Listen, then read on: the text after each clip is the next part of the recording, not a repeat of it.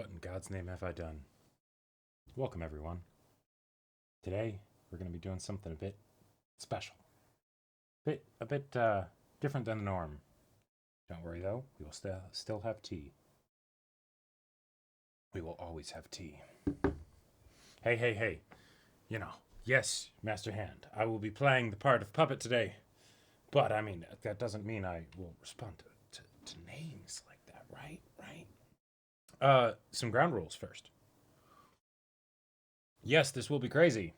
Yes, I will make every effort to bend over backwards to comply with your demands. However, here's the thing. Here's the thing.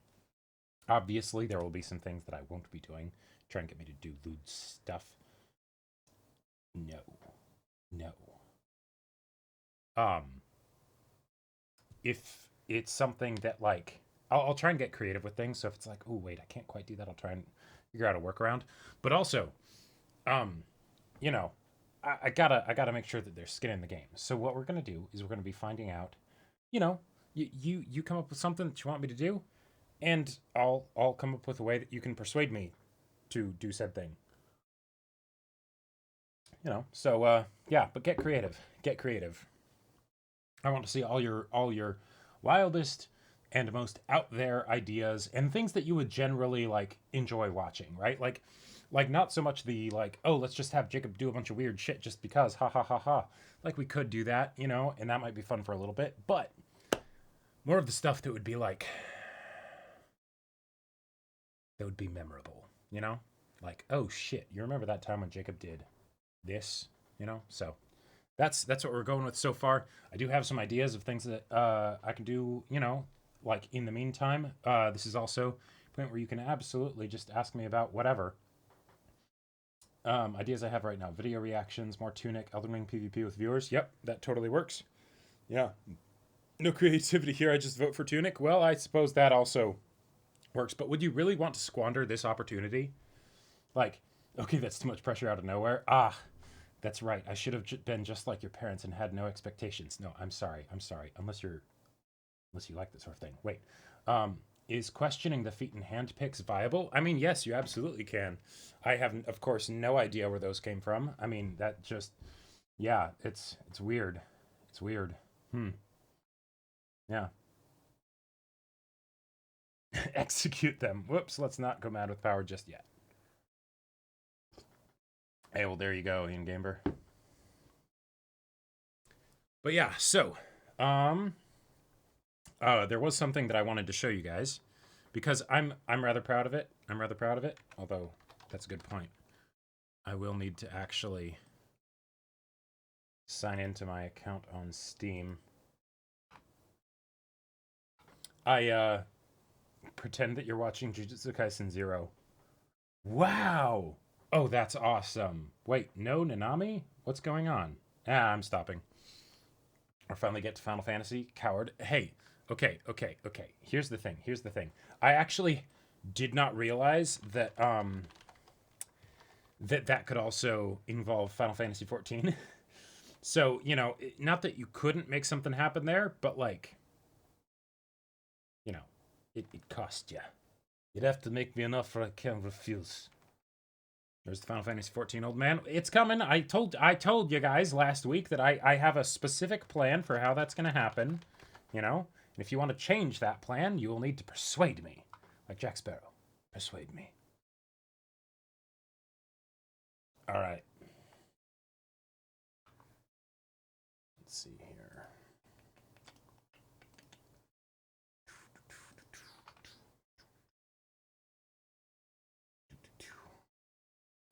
Alright, so the thing that we're going to be I'm gonna be showing you is I got the hankering to play Elden Ring again recently. And tell us the plan is our first order. Well, okay, wait. Tell us the plan for Final Fantasy 14. Well, um, all right. That could be an easy one to start out with. Uh, that will cost you. That will cost you. Uh, I don't know. Let's start it not too crazy. That'll cost 500 bits. 500 bitalies, and yeah, I'll tell you what the plan is. There's some cool mods for Elden Ring. I've seen some of them. I did the seamless co-op. That one was a lot of fun.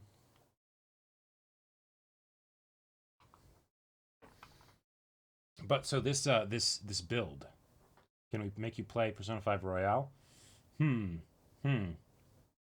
yeah, we're totally doing an auction today. Exactly. How do I give you my bits? I don't know. I forget. You have to like get them from Twitch or whatever, and I forget. I mean, you know, playing entire games, that's a bit pricier, right? Like, I can't just have that be. Oh shoot! No, I think it's plugged in. I'm gonna get my own controller. Well, or I could try this with mouse and keyboard just to make it even more cursed. So, no, I'd have to learn the controls all over again.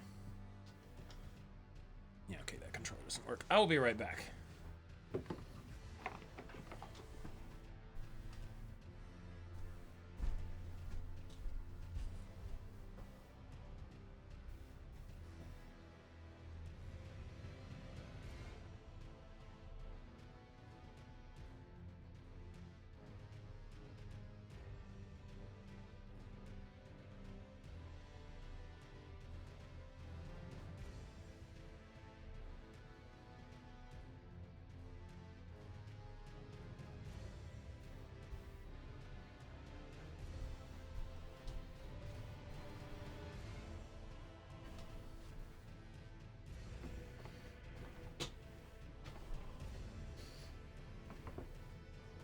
So, I think you might be getting this not quite right, Master Hand. If you do have 165,000 bits, then goddamn. But not berries, not our channel currency. Actual, like, Twitch bits.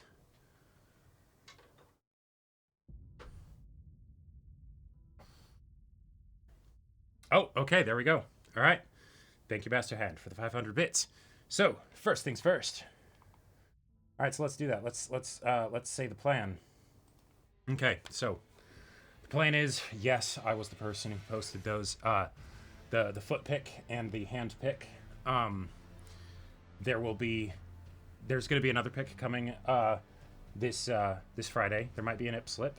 We'll see. Not, can't promise anything. But yeah, that's gonna be an associate. That's an associate of ours. That will be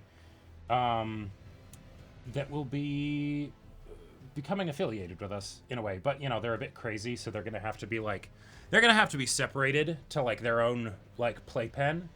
And I've sort of like they've bought my debt to Caleb, so they'll be the one playing Final Fantasy 14. But yeah. That's the plan. All right, back to this absolutely ridiculous build. So, what the fuck?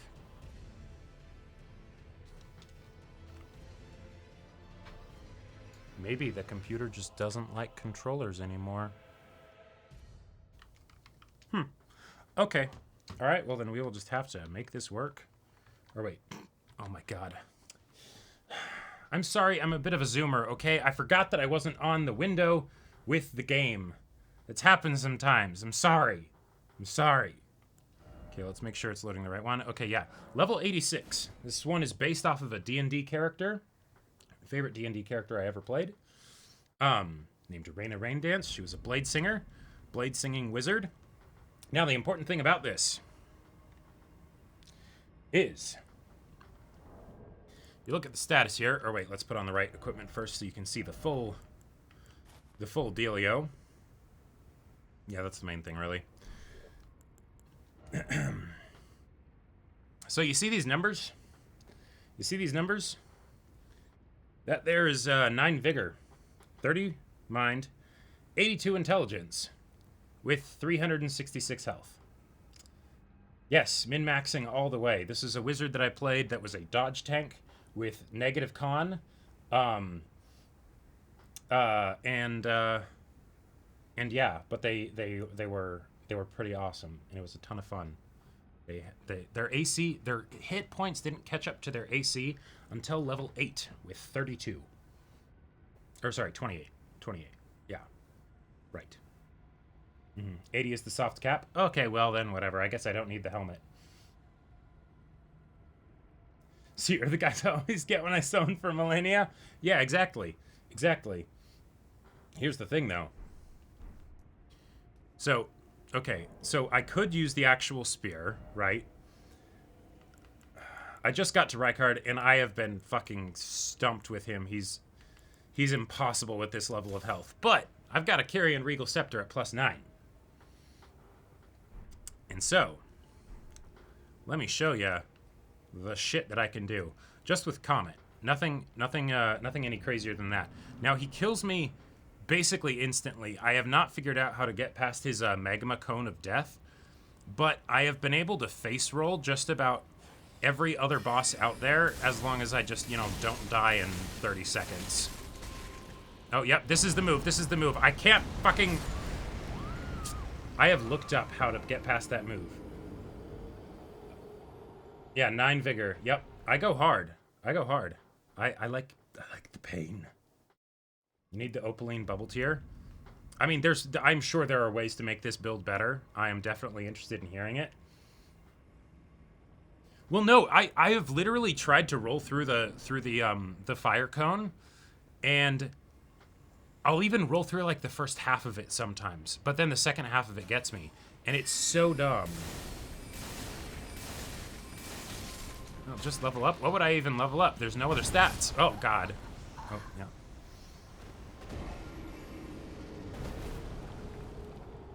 Yeah, I don't like that move. And the fact that it's the kind of thing where it's like, it's going along the ground. Why shouldn't you be able to jump over it? Like, yeah, Comet Azure would make this much simpler. And I did unlock the Mountaintop of Giants, so I can actually get there.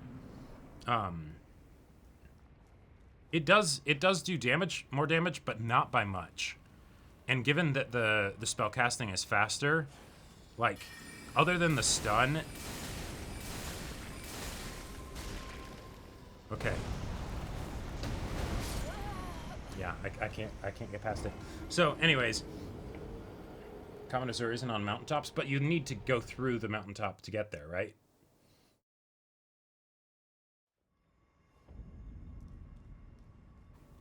Why would I use a dagger? Anyways, I just mainly wanted to show you the build. I don't actually want to try Rykard right now. I know that's an exercise in futility, believe me. But, you would be, wait, Comet Azure is on Gelmir? Wait, really? What? Oh, shit. So, wait, really? Let's Comet Azure. Oh.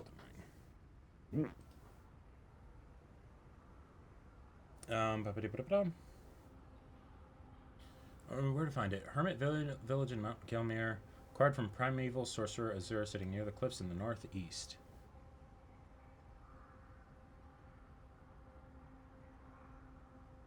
Oh shit. Okay.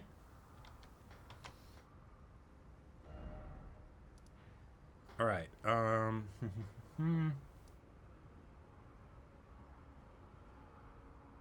So it's about there. Okay. Pretty much have to circle the mountain. Oh. That's right. This dumb place.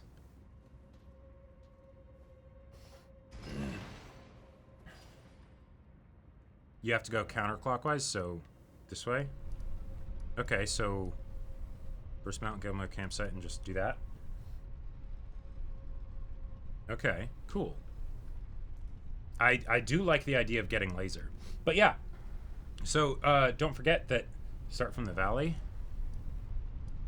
Oh shit, like down here and then go all the way around and then go up? Okay. But don't forget, if y'all want me to do stuff, you can do stuff just because we're doing Elden Ring right now. This is chaos time. So I am absolutely a-okay with interrupting this for, you know, all the crazy stuff that you want me to do. Use your imagination. Dream big. all of that stuff.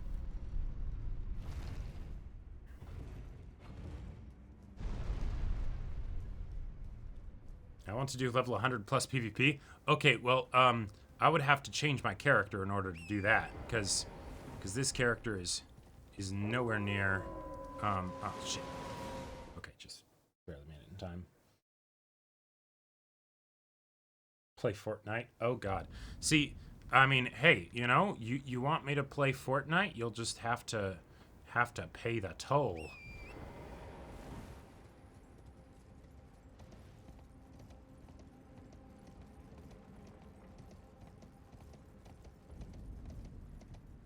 Okay, so across the plateau, get back to the ladders of infiniteness.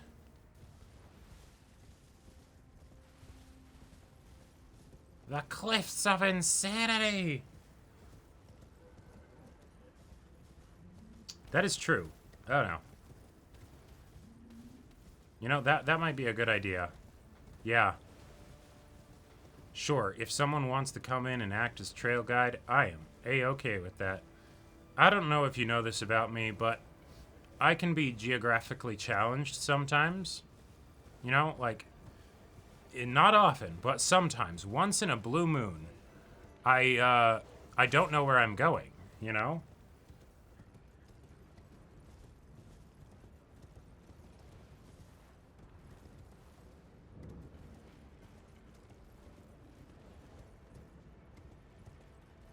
Wait, can I get down from here? Yeah.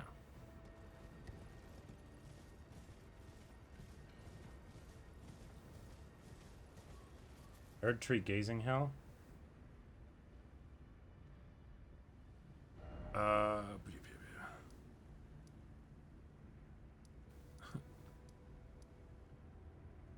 god, all the way from there?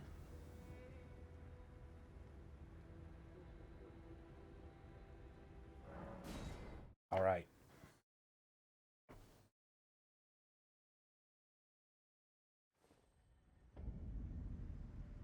Yeah, I knew about the rainbow stones. Okay, so.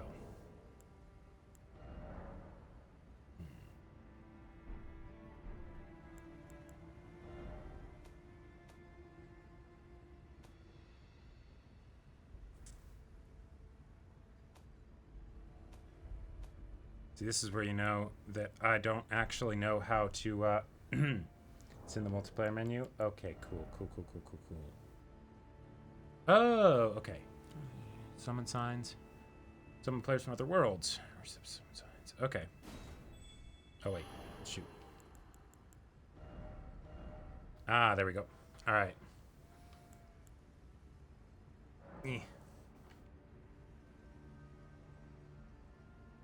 Alright. Cool. Oh, there we go. Alright. And so now, I guess I need to equip those as an item. Unless I just used one.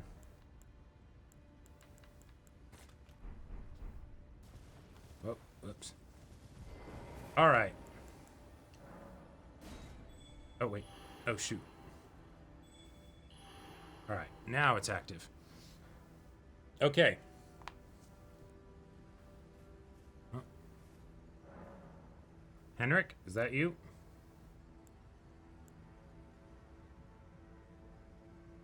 Alright, but chat, just because I'm doing this, don't stop giving stuff.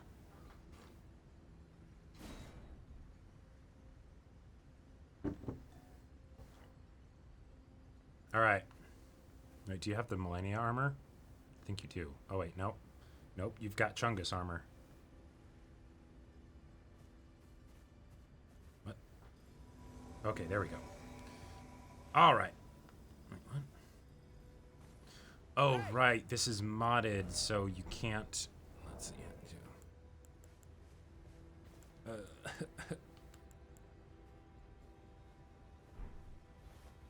Alright, let's go. Now I just need to make sure I don't die. See, because it's not actually the bosses most of the time that are the threat when you have this kind of build, because they die super quick. It's all the other regular enemies that can still one-shot you. That is okay, IBG. That is okay.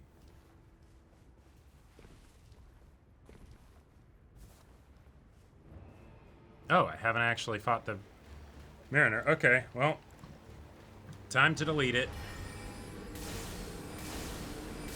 Oh, God. Oh, that is a big boy. Ah!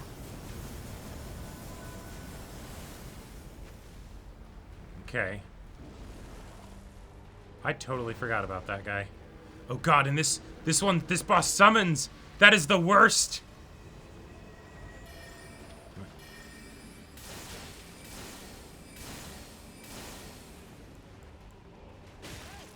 Ow. Oh, yeah, just ignore the boss? I mean, I suppose that could work. Yeah, that does seem to be the smarter solution, especially since I only have one flask of Crimson Tears right now. Oh, God. Just keep going. Just keep going. We'll be fine.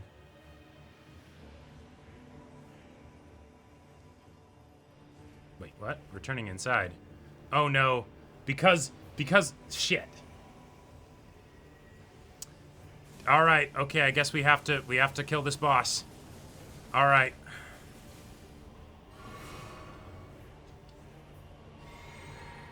Oh, God. Hey, just get out of here.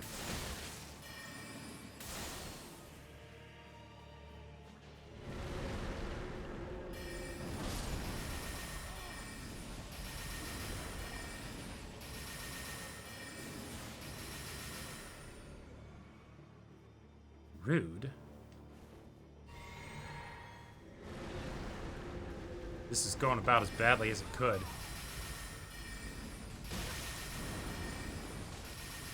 Oh, God.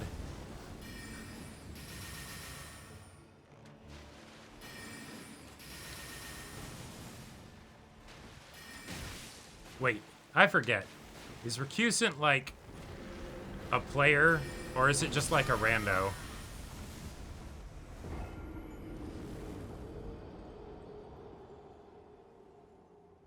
Oh, it's a player? Player invader? Okay.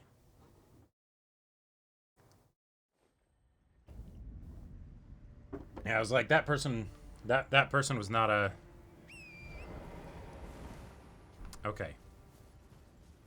So, I'm gonna just go past that way.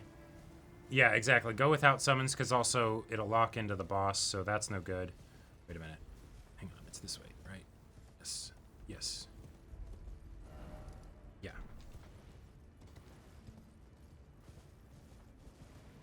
Hey, but you showed me the way.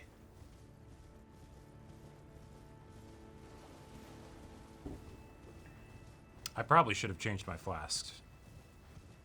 I set them to that high because I was like, well, Rykard will kill me with anything anyways, so... And he has, like, 90,000 hit points. So I'll just set my, 90 degrees off? Wait, what? Oh, shit. Oh, shit. Wait, really? God damn it. Ah! Now I can't check the map because... Okay. Alright. See, this is the thing. It's like I try to interact with chat, and then I just end up just going the wrong way. Wait, head past the lake. You expect me to remember where I was 30 seconds ago? I don't know that. Oh, God, where am I even now? Okay. Shoot, okay. I think. All right.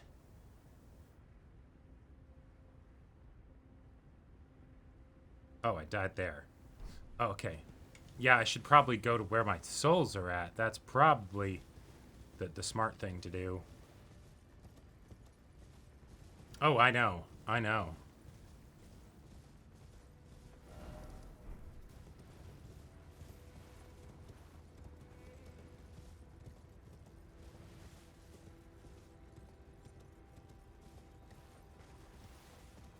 I see, I see.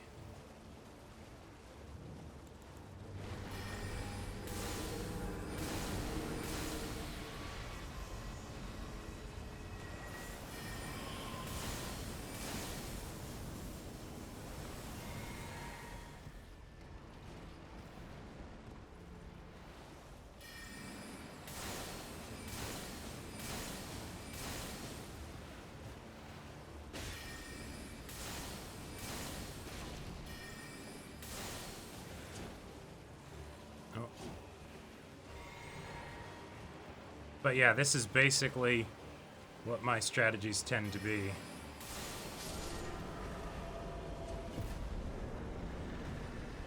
Okay. Alright. Oh, these guys are still alive. Alright. Let's just get a little farther away from them. The goal for today is chaos. Just because I'm doing Elden Ring right now does not... Okay, maybe I need to... Maybe I need to guide you guys a little bit more. Alright, rest there.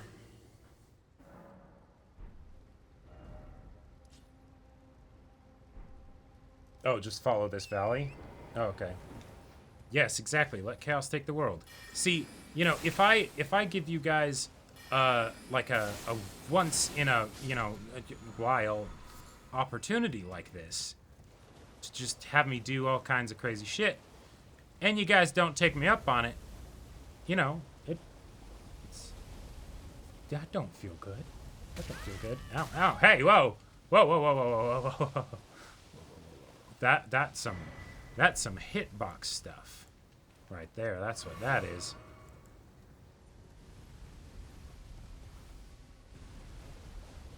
Okay, okay. Maybe after you reach combat reserve, if you reach it, okay, that's, you know what, all things considered, that's fair. Oh god, oh god, oh god. Okay, maybe that's shit. Alright, I'm just gonna unlock this because I want it.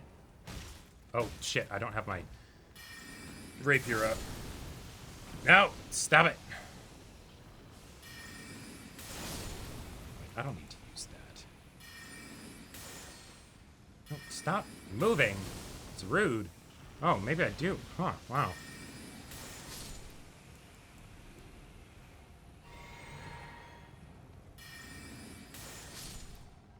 Usually that kills enemies in one hit. Okay, that is fair. That is fair. No, but this probably has like a this probably has a yeah, a grace in it. There we go.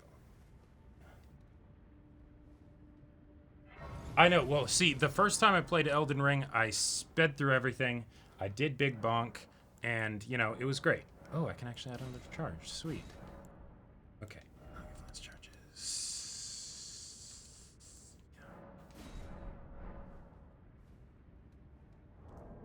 Okay, let's actually, even though the dress, you know, Fashion Souls or Fashion Ring is cool. Yeah, I just got Rajir's Rapier and just held on to it. I mean, nah, Fashion, let's go. We die instantly anyways. This is the only build that mechanically doesn't really get hurt by just going Fashion. So, okay. All right.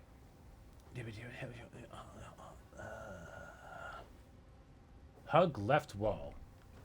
Was it left from which side? Which side was I coming when you said hug left wall? Okay. Oh god, I have 3 directions I can go. Facing north. Okay. The opposite direction of the way that I was going before. Wait, that... Okay, hug it going the other direction. Oh wait, hug it. That means I go inside there. That's true. That's true. I don't want the walls to feel left out, so I should hug all of them. Oh, hey, it's... No, that's... I was going to make a joke that it's like one of the elevator things, but no, it's just hot steam that will probably kill me. But yeah, so the reason why I'm so dedicated to this build and why I loved the D&D character so much is they basically were just this like wonderful glass tank. That was the term that my group coined for them, where they basically just, it was almost impossible to hit them with any attacks. Saving throws were a whole other deal, so AoE attacks just fucked them up. But if they ever did get hit by an attack, or like usually a saving throw thing, then they went down like instantly because they had just no health, absolutely no health, right? And so it was really fun because you get the feeling of like, ooh, I'm powerful, right? But at the same time, you are very dependent on your party because, you know, supports have to wake you up from unconsciousness like regularly. But also you don't get the problem, whoa, that a lot of like, when I play like high AC, high hit point tanks, the problem with those is that it feels kind of boring because you're never in danger. Whereas, oh, no. Nope, let's not go that way. Whereas with the build I did for this character, even when it wasn't my turn, I was always on the edge of my seat because I could literally die at any moment. Like, just some weird legendary action. Nope, dead. Oh, shit. Shit! Now! Now! And that's why I made sure to gather those sites of grace. Because, yeah. That's, that happens a lot in this run. Yes, and from what I heard of it, I believe he was actually playing a, Brando Sando was playing a what's it? Okay, actually, let's see here. Wait, this isn't... I got all the way over here? Oh, damn. I forgot how fast Torrent is. Wait. Okay, so I have to go back? Because it's around right here. So... Okay. Okay, okay. Go south now. Oh, wait. Have I? Yeah, I unlocked that one.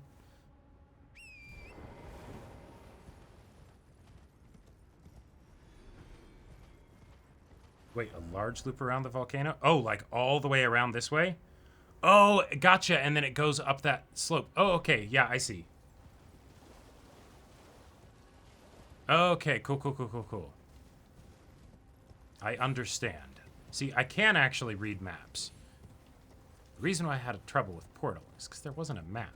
And the things on the terrain all looked so similar. Okay? It wasn't my fault. Ooh, lava. Wait, is this a boss area? It is. Alright. Well, I've dealt with your kind before.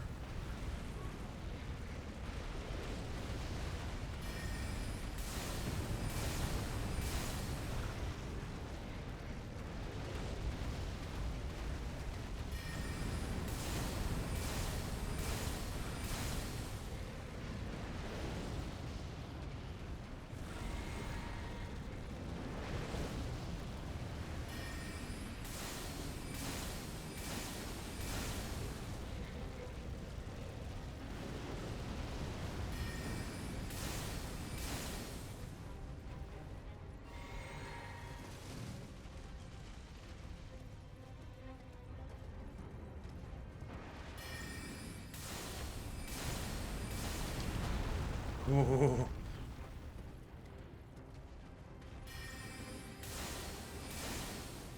This is also what playing the D&D character was like a lot. Very close calls. Playing dangerously.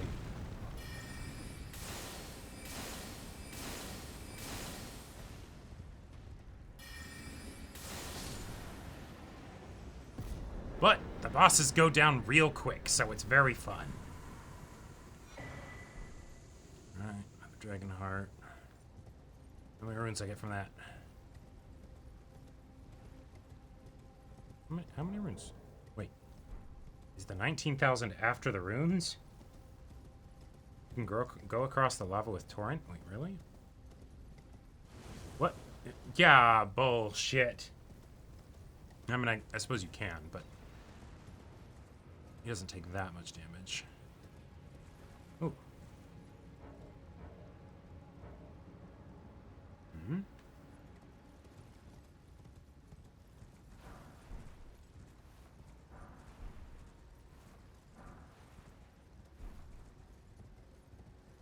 See, you just know that there's going to be something that might, like, if I skip them, the one that I skip will be like something actually really valuable. Oh, can you break this? No? Okay, alright, I'll ignore you.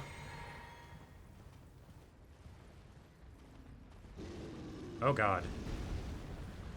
Big giant thingy.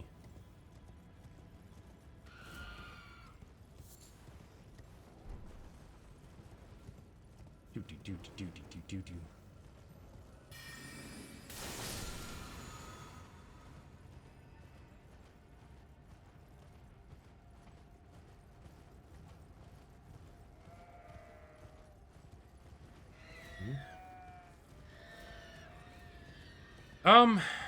So not really. It's one of those things where it was tough because I made a bunch of other characters to be like, oh yeah, I'll go back and like play more, but the game is so big that like you can't just go to the parts that you want to play. Like that doesn't really work very well.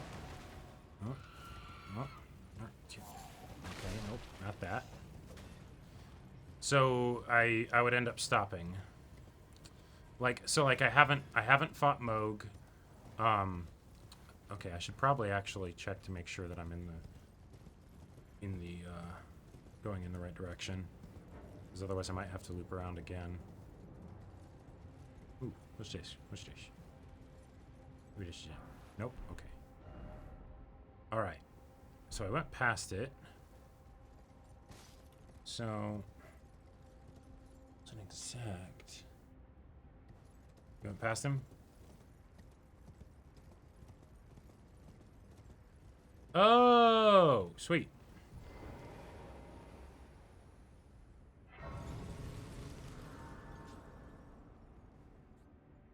Oh yeah. I also haven't I also haven't gone against the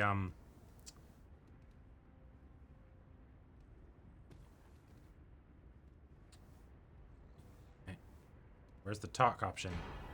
Oh my god. All right, I just get it just like that. Beautiful, beautiful. All right, well let's get that prepped. Okay. That's still helpful. This no, wait, no, this let's get that shit out of here. Okay. Where's Der Big Puppy? Oh, slots used 3. Oh boy. All right. I am okay with this. All right. So we got it. Now let's go back to yeah, for real. Okay, but now let's see what this does to wait, do you have the infinite blue physic? I do not. I do not. And I'm not actually I don't actually want to try and beat Reichert here, but I just want to see. I just want to see what it's like, because I have never used this spell before. And on a massive HP sponge like this guy, it seems pretty good. Okay, that's cool.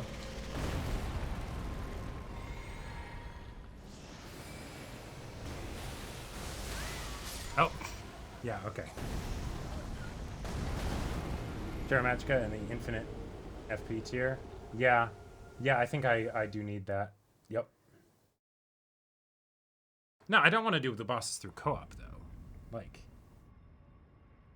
do you have magic damage boost on physic? I do not. I do not. Let me show you. Let me show you the physics I have. This is it.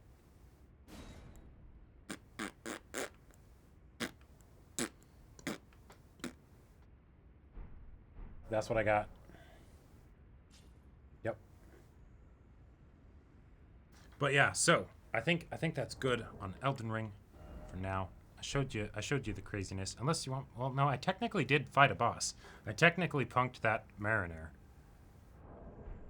Mariners are very punkable in general, but yeah.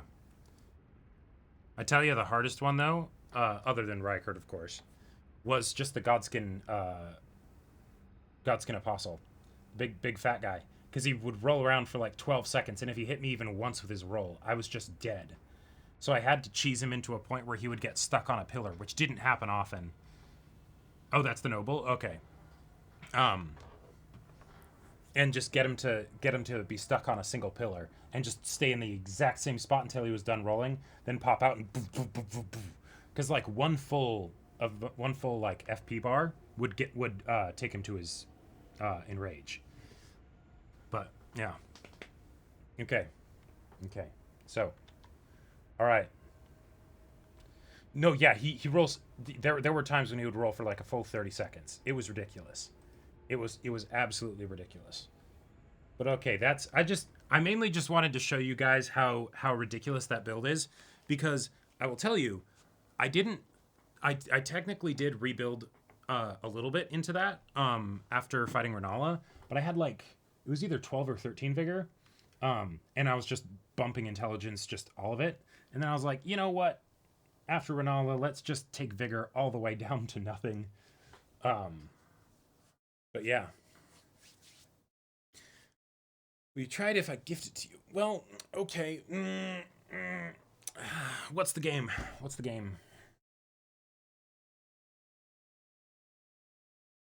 You put all the mind into vigor and just use infinite blue physic instead? I mean, yeah, that's fair. One of my least favorite aspects of Elden Ring is imbalance between different special moves of bosses.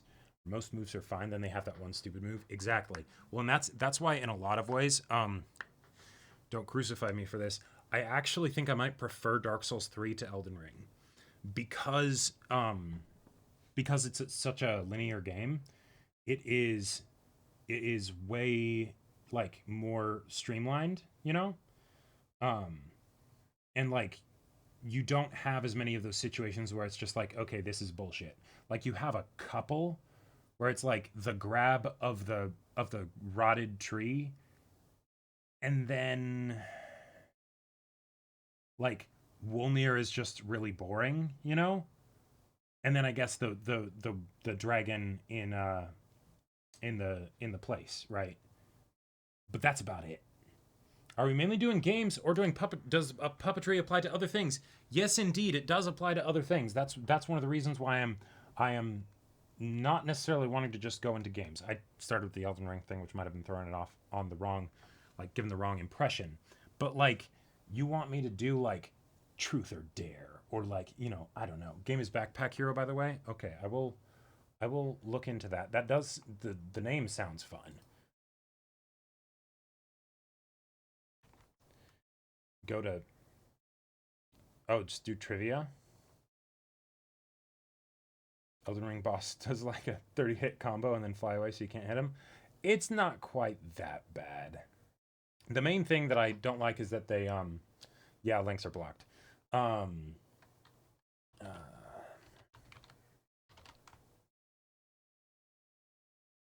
the main thing I don't like about Elden Ring with how they do bosses is that they kind of do the Dark Souls thing of just, or the Dark Souls 2 thing of just like, hey, you like one boss? Well, how about we just add more of them? And it's like that.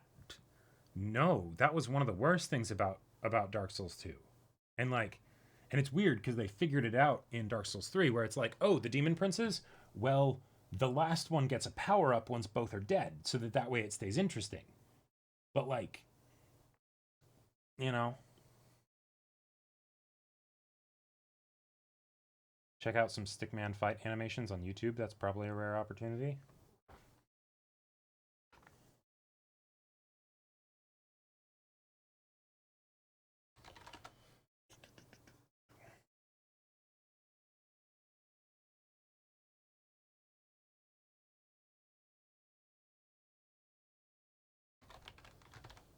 I mean, I'm I am open to that. Give me something specific and maybe. Poise didn't go back to Dark Souls 1. It wasn't quite that bad. No. Like, they kept the things... Like... No. No. Fear Combat Gods is pretty good.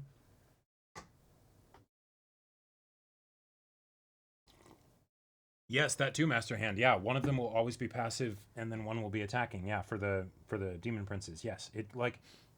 And I mentioned this when I streamed...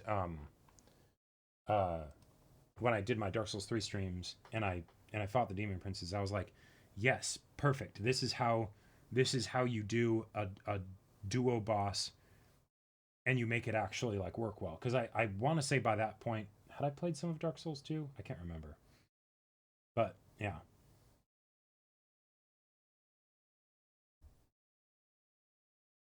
Hyper armor is almost useless. Passive poise tanks everything. Really?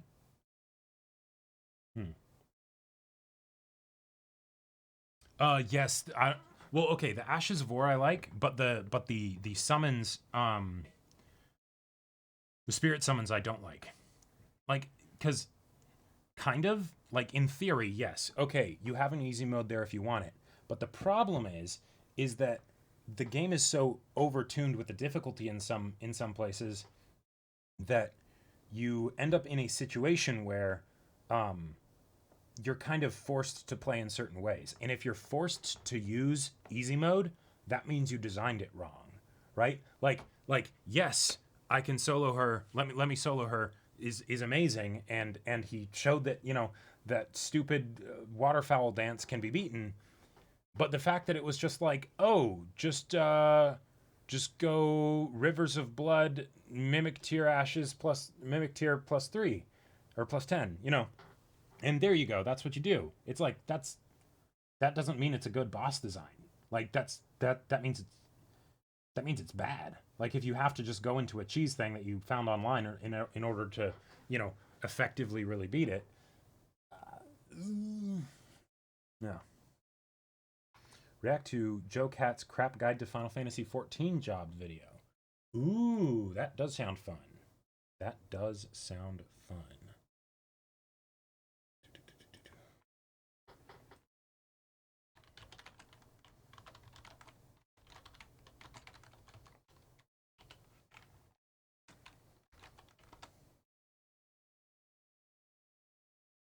Oh, yes, I think I've seen these. Yes. Or I think I have. I want to say that Caleb showed me these.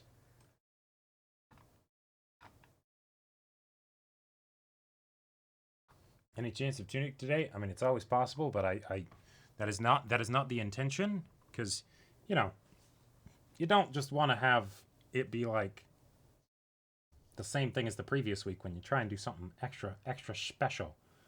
Bloodborne, my sweet, my beloved, my darling, my baby. Okay.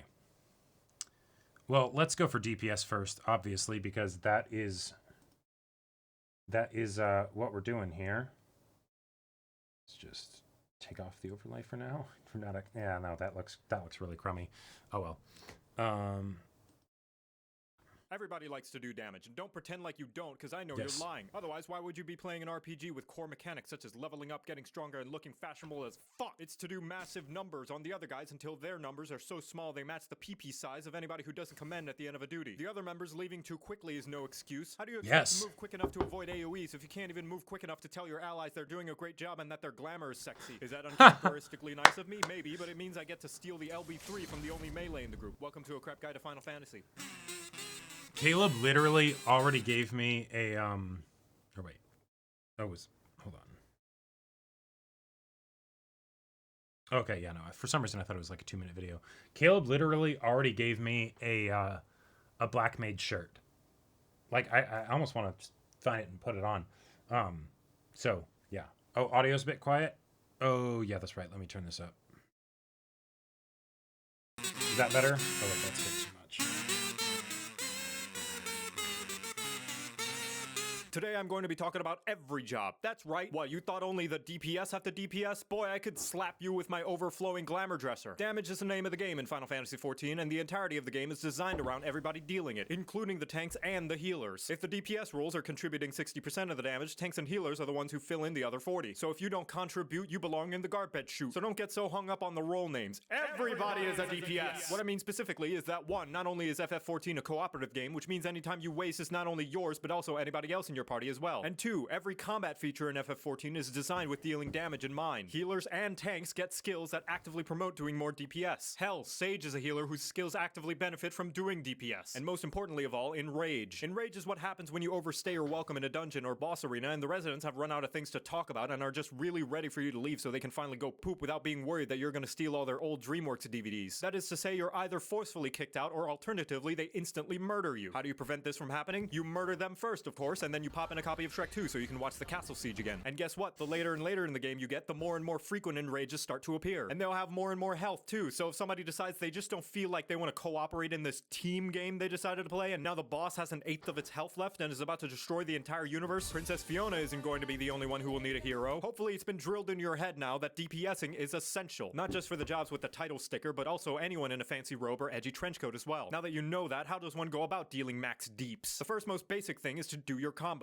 Press a button. See another button light up? Press that one. Congratulations, you have successfully completed a combo. And doing so will reap a myriad of benefits, from putting damage over time on your target, gaining mana, doing your taxes, or any variety of other additional effects. But mostly, it all achieves the same goal of dealing more damage. Secondly, you want to press these skills that the game labels as abilities and the community calls off-global cooldowns, or OGCDs for short. More like OGCDs nuts! I personally call them free damage buttons. They cost you nothing and there's literally no reason not to press them while your normal cooldown is rolling. But this one has a long cooldown. What if I need it later? No, it doesn't. Shut up. The cooldowns in this game are so short you might as well press them, because by the time you need them again, whoop, they're back up. Not to mention, many jobs require you to press those free damage buttons to unlock even spankier damage buttons. So use your goddamn free damage buttons. It's free damage. The next rule of DPSing is knowing your ABCs. Always be casting. This means mashing away at your keyboard like a tickle monster working double time. More specifically, it means that the best way to make sure you are doing the most damage that you can is to always have your global cooldown going, even if it means accidentally pressing the wrong skill like the single brain cell that you are. Because if you're always pressing buttons, even the suboptimal one, you are doing more damage than if you weren't. And doing damage is always better than not doing damage. That's fair. I can't argue with that logic. Here's a live example with my 2 subjects, Jan and Chloe. They both deal 1 million damage and suddenly the boss flies out of melee range. Jan sits there waiting patiently for the boss to return before she can start doing 1 million damage again. Meanwhile, Chloe's pressing the deal 1 damage at a range button the entire time they're waiting. I ask you, puny viewer, which person is dealing more damage right now? Yeah, but it's only 1 damage. Who's dealing more damage? As if any fight is going to get so close that dealing... Who is dealing more damage? Sure, it might not look like much, but it's going to matter when they fight the boss that had 3 million and 2 health and they wipe all because the other DPS decided they don't want to press buttons. It's such little DPS, it won't make a difference? Sure, Jan. Now, one of the best things you should do to improve your damage in Final Fantasy XIV is this. It's really simple. I want you to lean in. It's a super simple thing. Here, come close. I'm gonna say what he's gonna say. Are you ready? Okay, here it goes. Read your tooltips! Oh. The little block of text that literally tells you what your skills do. Honestly, you would be surprised how many people queue into an expert dungeon and never realize they have a skill that can attack multiple targets. Even all the things I tell you in this video, the combos, the range attacks, the AoE damage skills, the free damage buttons. The best way to know what your job is capable of is by reading your job skill tooltips yourself. I play TFT, this shouldn't be too much of a because problem. If I see another player not knowing about their AoE combo and a mob pull at level 80, I'm gonna grab the nearest etherite and bash you so hard you're gonna be teleported to the final resting place of every ERPer's used undergarments. With all that out of the way, you'd think I'd cover everything you need to do to be an ultimate clearing badass, right? Unfortunately, not Waffle Face, because the final responsibility every single role in Final Fantasy XIV shares is not dying. Oh sure, the healers help, but most of the time your own survival is on you and only you. And that means making sure you do the fight mechanics and don't take avoidable damage like it's got the cheese touch. But healers, why can't you adjust?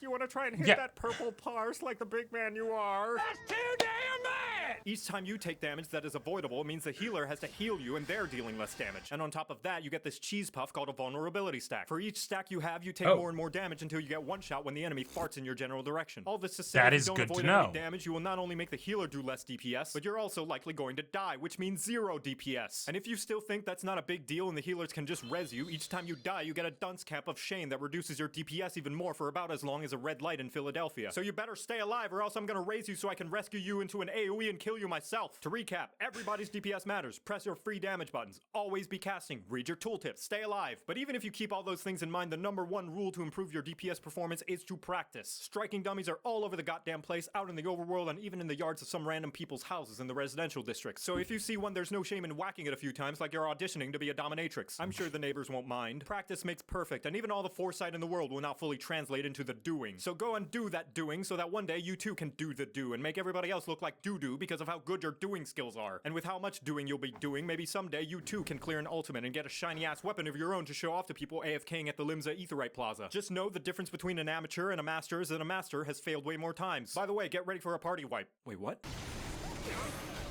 What are these, like, actual You're now better life at the game than you were success 5 tips? seconds ago. Oh! And now you know how to DPS. You're welcome. Very nice. Oh, finally, my Q just popped. That was great. That was great.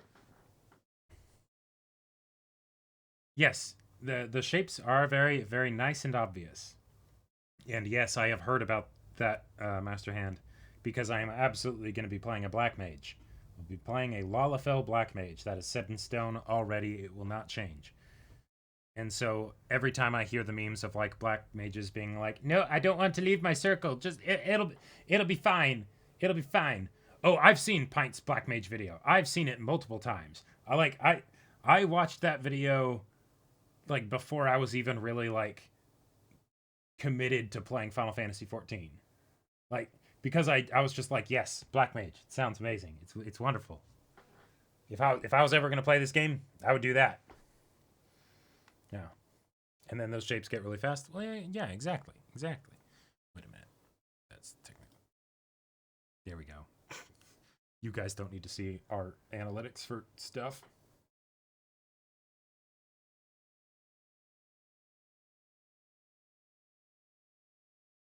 I recommend Maxo review on Bloodborne. It's a comedy video, though if you pay too much attention, it could count as spoilers if that is something you care about. Well, I mean, see, it's tough, right? Because I want to play Bloodborne. Bloodborne's not on PC, so when will I play Bloodborne? I don't know. And, like, you know, let's be real. Those kinds of videos are always better after you've played the game. Like, if they convince you to play the game, okay, great. But, like, they're better after. Oh, also, did I mention? I have this. I have whiskey. Don't worry, Twitch. I will drink responsibly.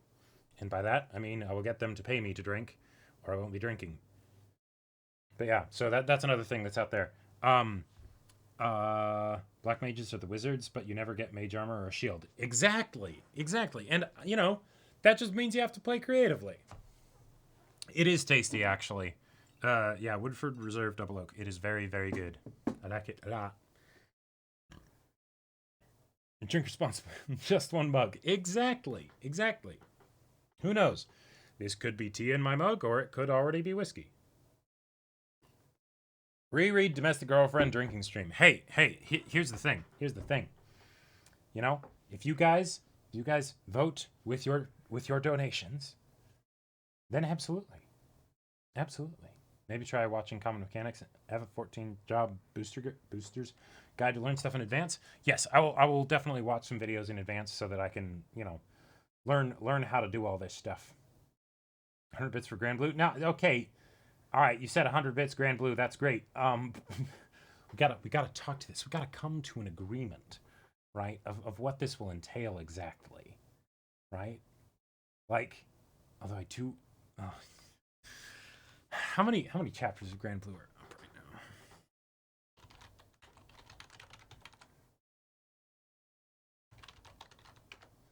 now? How many chapters are up? Because I want to say where we left off was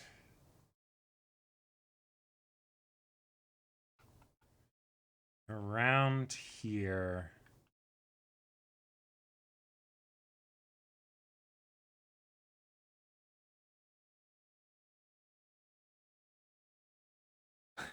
Now, see, you just got me looking. That doesn't mean I'm gonna do it. See, it's a difference. Let's just catch up to newest chapter. Yeah, no. See, the thing is, I could also see Caleb being rather upset if I did that without him. I mean, come on, let's be real. Did I ever watch the Sonic Adventure 2 fan dub? No, I have never played a single Sonic game, and I have no intention or desire to. But how... Where did we leave off? Wait a minute. Actually...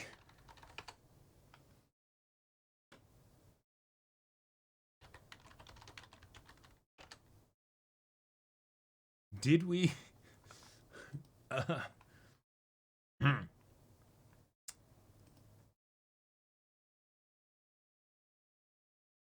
Oh, volume 18. Okay. Okay. Cool. So it actually is updated. Okay, so we've done this. Wait. So oh yeah, I think I'm starting to remember these chapters. Yeah. That's right, and it ended with the freaking hypnosis thing. Shit. Oh, I so badly want to see what's next. Caleb Chet told me to. Yeah, see, there we go. There we go. Well, okay. Yeah, all right. You want me to read Grand Blue while drinking? Then damn it, persuade me. That's what today's all about. So persuade me.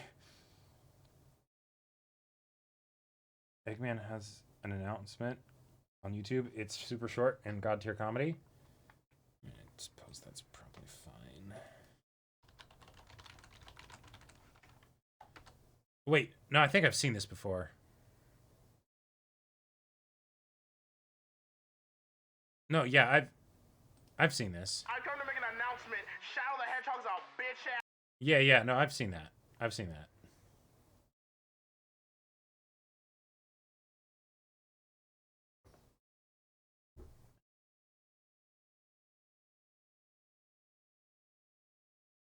It's spoilers. Also, you can't just all right, as much as I love you guys throwing bits at me, you can't just do that and then be like, do this thing. No. There has to be an agreement, right?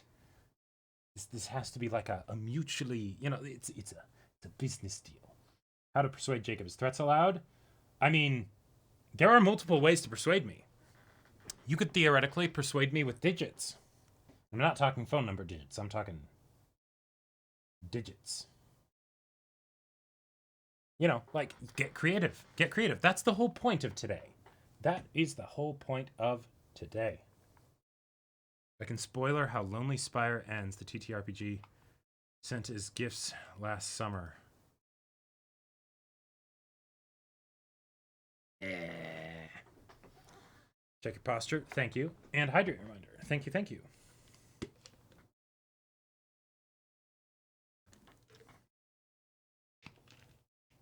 Ah, yes, you got creative. You puppeteered me into drinking water. Let me consult my archive then. See, that's the whole point, guys. That's the whole point, right? Yes, drive engagement and all that stuff, but it's also the see a certain website with an N and an H in its URL. I mean, that's the one that everybody like. When people talk about digits, it's assumed that it's that site, right?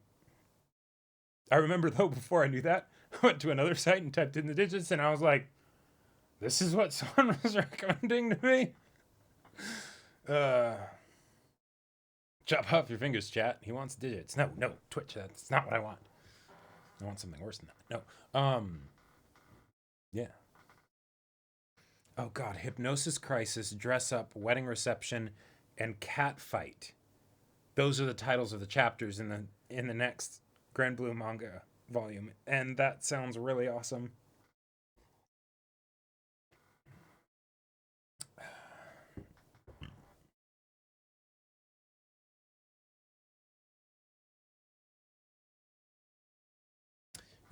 Okay, all right. So I'll give this as a challenge and as a bit of a teaser, right? A little bit of a teaser, right? So, some bits have been thrown in that didn't exactly correspond to like things that would exactly work, but get the digits ready. Not necessarily for right now, but because should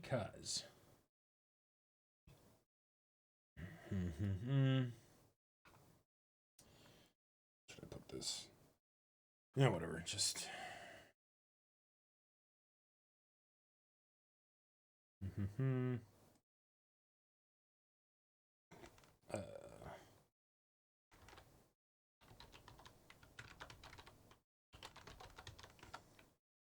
Okay.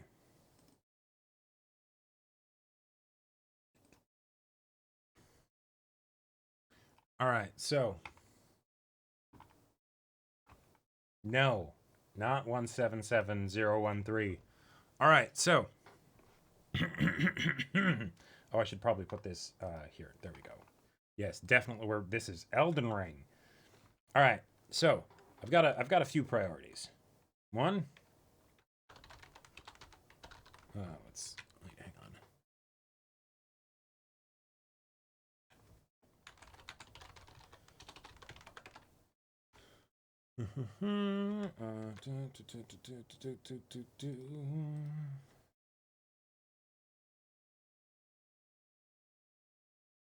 All right.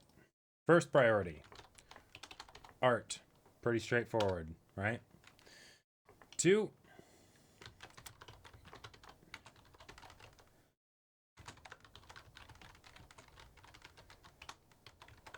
So, art is obvious, right? You want it to look sexy and all that stuff.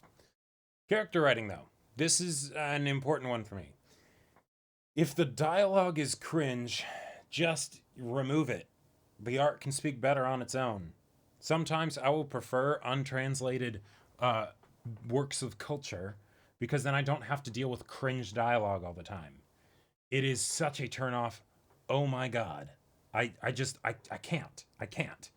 And if there is good dialogue, if the dirty talk is like feels in character and is properly spicy and everything, yes, that's wonderful.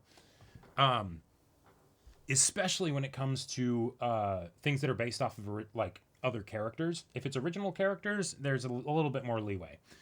But this also especially goes into like how a lot of the times with the character writing, you're not seeing the characters, you're seeing the creator.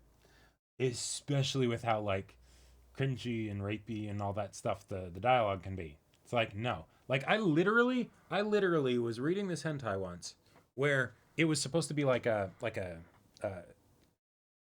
like couple swap, like thing or whatever, right? It had good art. I was like, okay, cool, check it out. There ends up being this thing where like the couples end up like being alone with the other person of the couple, like because this isn't something that ends up being planned, right? It has to happen, whatever, just spur of the moment, right? And the husband ends up hearing sex sounds from like another from in the other room, right? And he can tell that it's like, oh, his wife and this other guy are getting it on. But here's the problem. The wife, like in so many hentai, is saying like, no, stop, don't. And it's already cringe when it happens in like, just regular hentai in general. But then in this situation, naturally, the conclusion from that is, yeah, it's probably fine. Oh, I guess she just, I guess she likes this guy. And she's cheating on me. Oh, I'm heartbroken. As opposed to, what the fuck is happening in there? I'm going to go in there and murder that man. Right? Like, how could you possibly be invested in what happens after that? How? Yeah, exactly. You just crack up laughing. Like it's like this is so bad. How could someone look at this and think, yeah, that's that's hot. That's believable. It's immersive. Like, I couldn't. And I have reference now. Okay, so.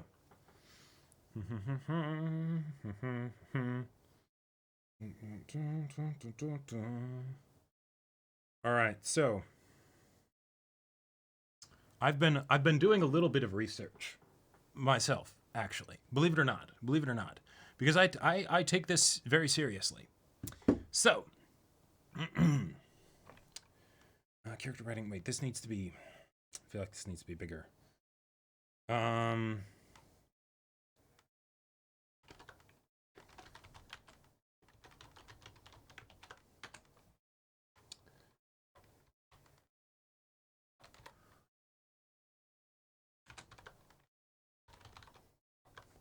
So, this is so far the gold standard that I have seen as far as character writing in hentai/doujins.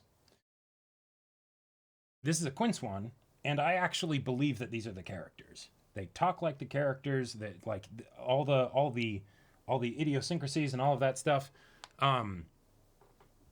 It's like, yeah, those are the characters. Yeah, of course. Yeah, you know it, right, Crow? Yeah, it's a good one. It's a good one. Like when it like. And it's even like meta in how it gets at the whole like, oh yeah, they end up at a love hotel thing, right? And it's just like, oh yeah, Uesugi is just cheap. He's like, yeah, we gotta go someplace to get you changed because I was completely like unaware, like inconsiderate, whatever. Didn't realize that my bike was in a puddle and you were right behind me, and I just rev it up to go and just douse you with water, right? And then as far as like how the characters end up like getting into a sexual situation, it totally makes sense. No, he's not trying to specifically start on anything. Ah, yes, because of the character and who it is, they're like, okay, like let's go. Like I kind of want this to happen, And it's fantastic. If you're a Quince fan, I highly recommend checking that out if, you're of age for this kind of stuff and everything. But it's legitimately fantastic. And they even have a plot twist in the story that is related to the characters, and it makes sense for the characters. Except they tease the plot twist and then they backpedal on it because it didn't actually make sense. It didn't actually make sense. If it was, they basically, well, I don't want to spoil it. It's spoiling a hentai, right? But they backpedal on the plot twist because it wouldn't have actually made sense. With how the characters are and everything, retroactively, while it would have been great for shock value, the whole thing would fall apart. And so they didn't do it. And it's just like, there you go. There you go. It's wonderful. It's wonderful. So that's my number 2 priority right there. There we go. That's my number 2 priority, character writing. Because if it's there, it's wonderful. It is absolutely fantastic. Then, third one, fairly basic, is the setting / scenario. Because, keep it fresh, keep it spicy, Gotta follow the rules of story writing no matter what story you are writing. Exactly. Hentai read-along stream, just tell us what page you're on. Cam Chanlax. I won't be doing that, but that will be happening. So the reason why I'm telling you all of this is to prepare for a tournament arc. We're going to be ripping off Reita's whole thing from Psyche K, his one good joke, and we are going to be doing a Digits tournament arc. We are going to figure out which ones are the best. Oh yeah, and then I guess of course the fourth is personal enjoyment, right? Yeah.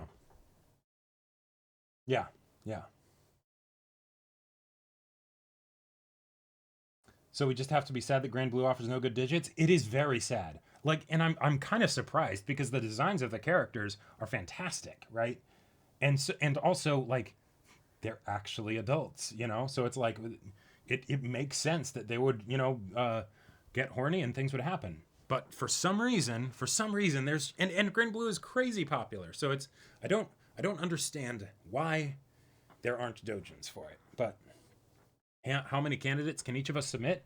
I'm not entirely sure yet. I think there will have to be a limiting factor, of course. I don't know how I'd actually be able to verify like a limit of submissions per person. But basically, you send me your suggestions, and this is not yet.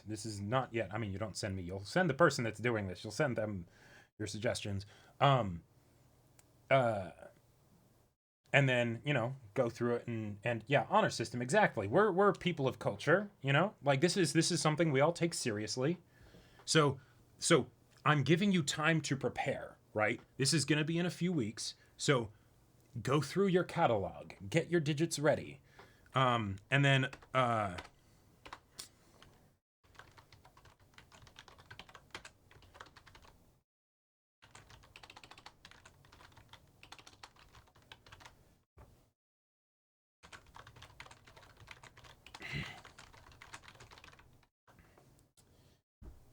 So, yeah.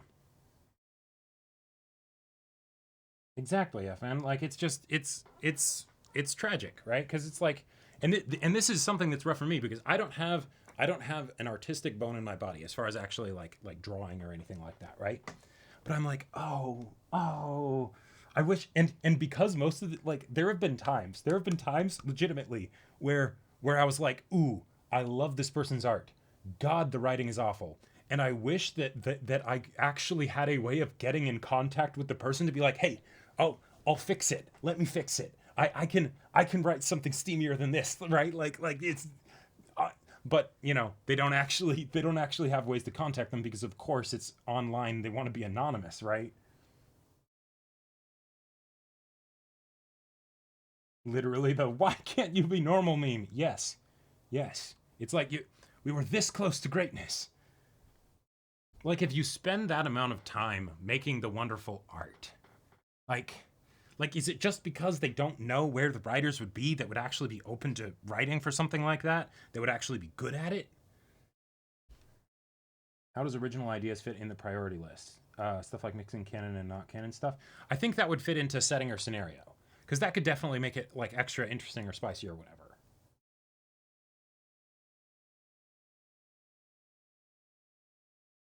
The artist behind Doctor Stone did a redraw of the Nami versus Khalifa fight, and it honestly looks like it should be a number. Oh damn! feel free to send that to me. Actually, I just looked at my favorite one. It's probably not spoilery at all, just a what if.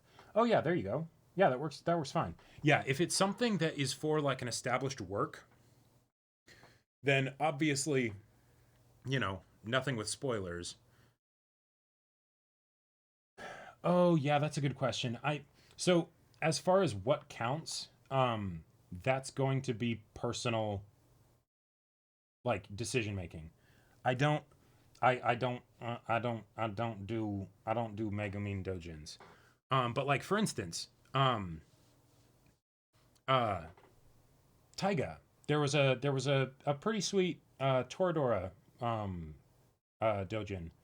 It's like, you know, they're going to college, like after the events of the show, and then it's like, and it's just them now that they're in a relationship, Ryuji and Taiga, just exploring that side of it, and it's really sweet. It's really sweet. Like, it's it's pretty great, and it's one of those things where it's like, ah, yes, Taiga. It's a it's a canonical plot point in the story that her body's small, and it's a point of insecurity and all that stuff, right? Theoretically, you could take that same design because of how, like, characters in anime and stuff are drawn real cutesy and change the age number, and people probably wouldn't be surprised. But it's just, it's a me thing. I'm definitely picking up that Jacob prefers parody dojins to original content. Not necessarily. Not necessarily. I have some other digits on here. Not too many though. But I do have. I'm keeping an eye on my phone in case Caleb is like, "What the fuck are you doing, Jacob? Stop!" But uh, the thing is that when it has established characters, um, I feel like it's something where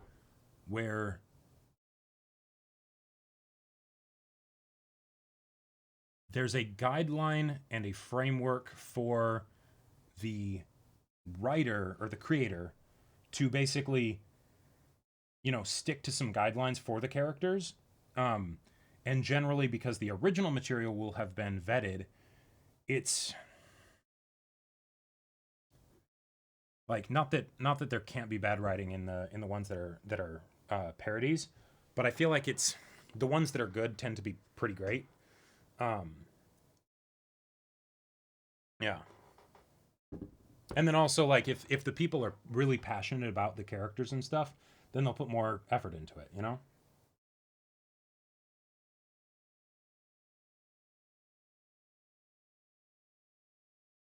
Yeah. It's a double-edged sword. Original works have to establish their own characters. Parodies have to follow existing guidelines. Yeah. Like there was a oh gosh, I wish I had, dang it. I have the digits written down on my phone, but I don't actually have them listed of like which ones they are. I know about the famous Ava Dojin. I have not read it.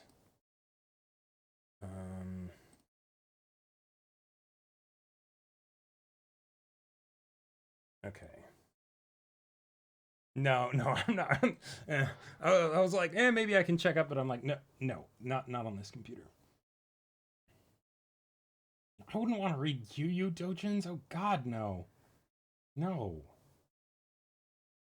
Like, oh well, okay. Here's if this Yu Dojin exists, I could get behind this. 10 years in the future, Kuwabara and Botan reunite after, everything or whatever, and then it's like, oh, is there something here?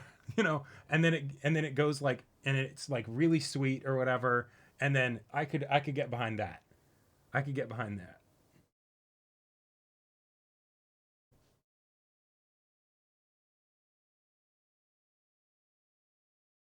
Yeah. So point is, get your digits ready, because yeah.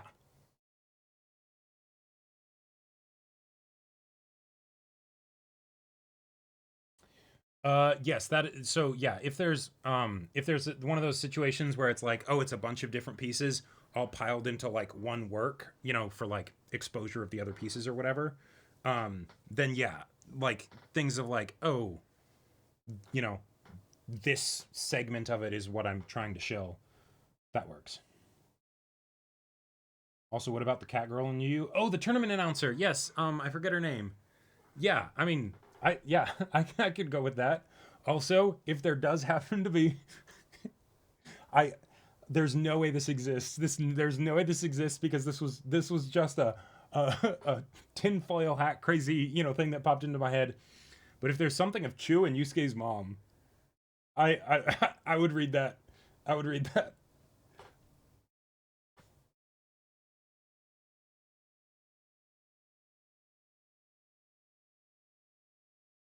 Yeah, I would legitimately be excited about that. Oh wait, shoot. Why isn't Hang on, why isn't chat being shown on screen? Oh damn. Wait. Oh no, I turned off chat a while ago. Shit. Oh no. No. Ah. I just noticed. Okay, let's put some Zoros in chat. Let's put some Zoros in chat. That wasn't me getting lost, but it was definitely not being aware. What if it's a collection covering a whole series of like 8 chapters? I mean, yeah, just that's the other thing I forgot to put in here.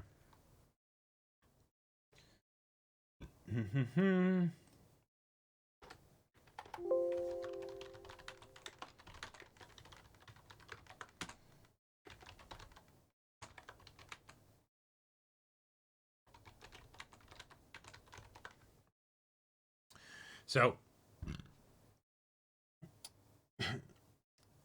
Alfie is my personal favorite. Now, again, this is adult stuff, so if you're not of age, don't go looking any of this stuff up.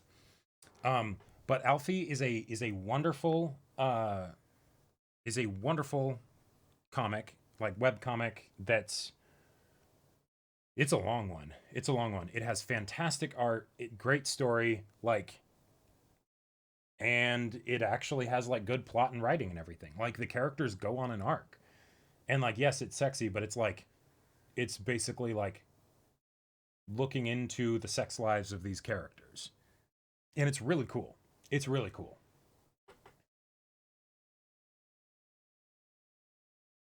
It's also funny. Like there's legitimately some good comedy in there. Yeah, I love that artist's work. Goblin Arc is going crazy. I need to catch back up. It was like right around the start of the Goblin Arc that I stopped. And I just haven't caught up to it again. But yeah. Yeah, so Alfie overall takes the cake, and um and What was I going to say? And if there are any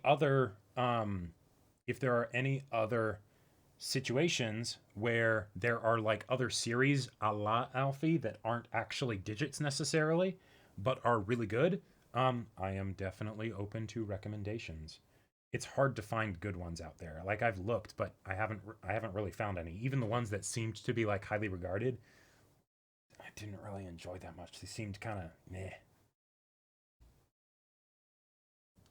And I will but this is something that is important to mention. Cursed recommendations, um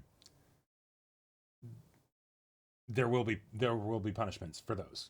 So, just keep that in mind.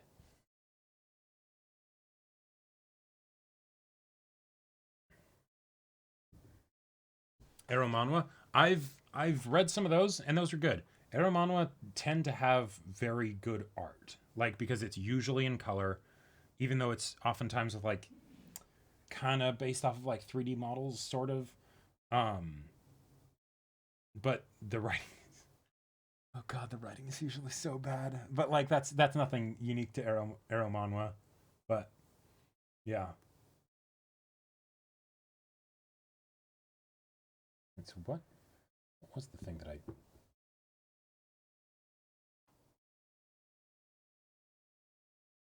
was it that?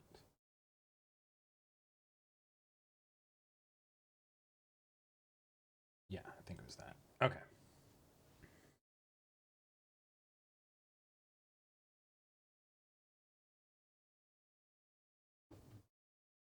Yeah, censoring in erotic stuff is just weird. Like it's like the shit's already there. Like you're not hiding anything, not really. Like but yeah, so this not gonna like, covered this. Oh yeah, and then so there will be luminaries.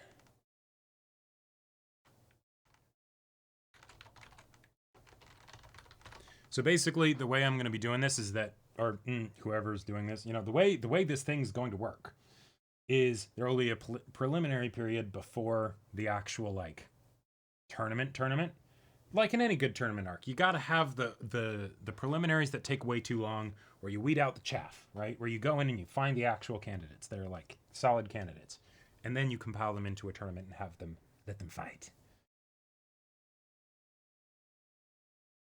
No, I know. It's totally not the artist's choice to do the censoring. It's, there will be laws in the specific areas where they're made or whatever. But yeah. Ooh, I would definitely be interested in that, Boki. Yeah. Get the digits for that one and keep them prepped.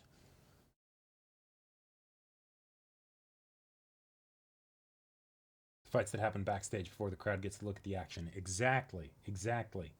Yep. So, that's that. But yeah, what else? What else do we do? What shall we talk about? Found one? All right, I'll save it, Zenomex. Because we're not doing recommendations right now. Not exactly.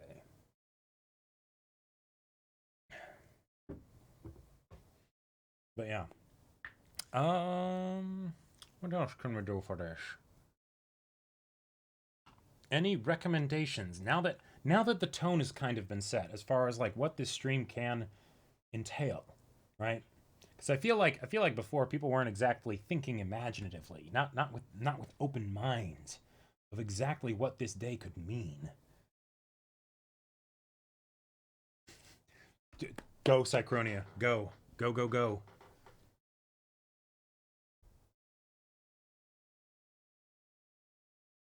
Probably a good idea to read the Bible to balance this day out.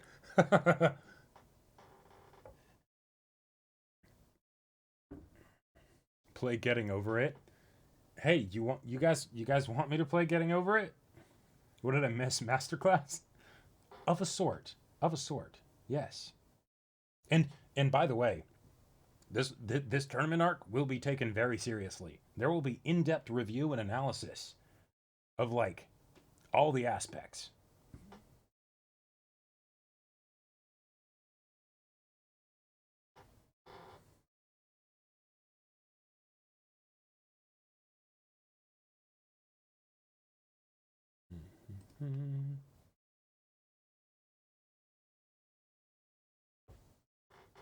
Will the preliminaries get reviews too, or do they have to qualify first? They will get reviews. They will get reviews. It'll probably be a bit faster, because it's like, okay, let's move through. It's pretty, like, I feel like with cultured content, it's usually pretty easy to see fairly quickly whether it's like gonna pass the test or not. Sometimes it doesn't, and that's always disappointing. Like, you're like, yes, this is great, and then usually because of character writing and dialogue and stuff, then it goes to shit, and then it's like, damn it.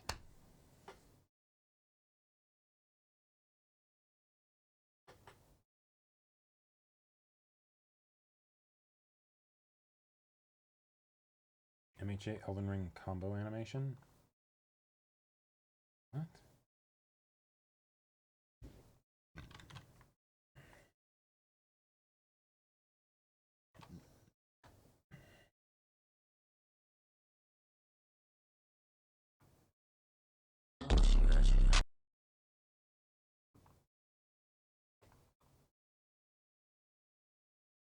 Gotcha. Okay. Well, if you get me a timestamp, then sure, I can check that out. Sprite fight animation called Super Mario Bros. Z. It's long, but I've looked it over to timestamp the action specifically. Sure, yeah.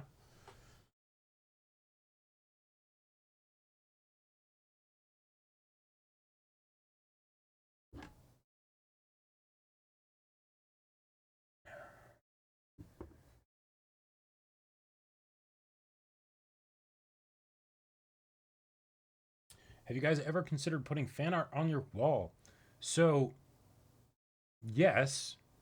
The real question is, have we considered getting rid of background chan?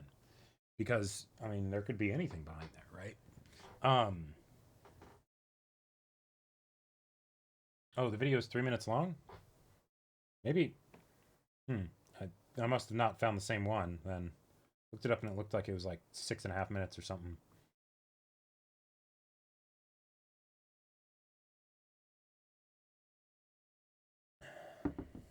I used to think that was wall. Yeah, but it's not. Just one of those like photography like things. Yep.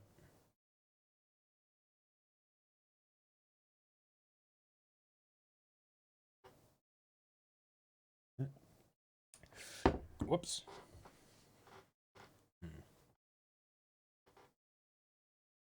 Play Super Monkey Ball.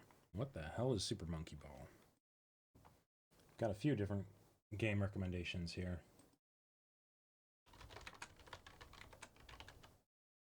Super Monkey Ball Banana Mania. This game's $30. That seems like a lot for how this game looks.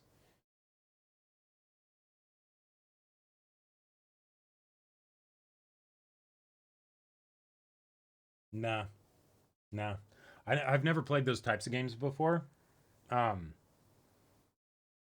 So like I feel like this kind of game kind of goes for like nostalgia of like the game type and things like that. I have never played those types of games or really been interested in them.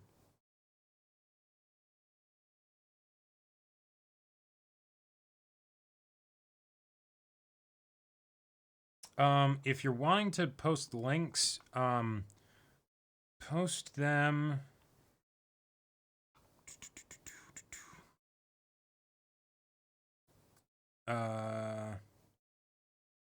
Post them in SOS Bros shows.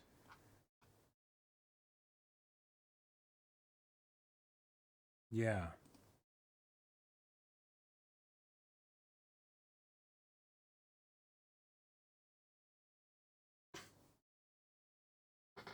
Okay. Wait, this is a 30-minute video.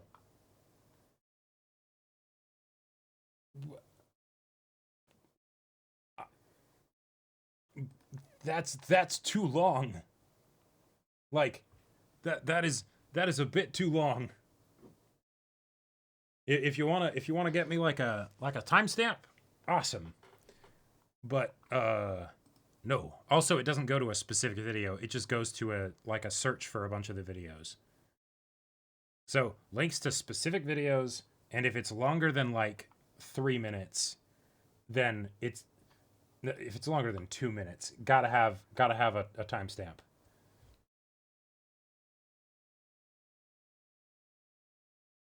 Is there a good FMK anime generator for discussion purposes? Of course, that could be fun.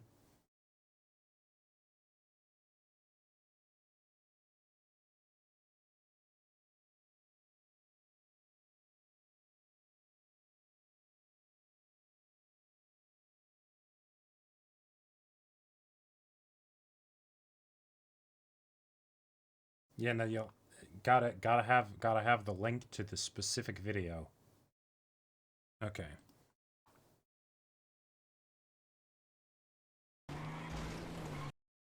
Okay, cool. 41 seconds. Perfect.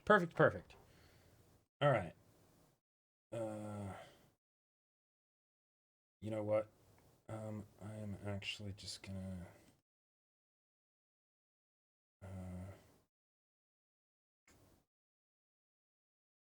just add something in here.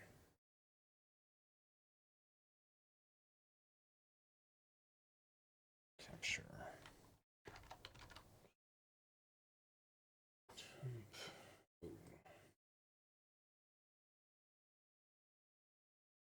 Okay. Oh God. Transform.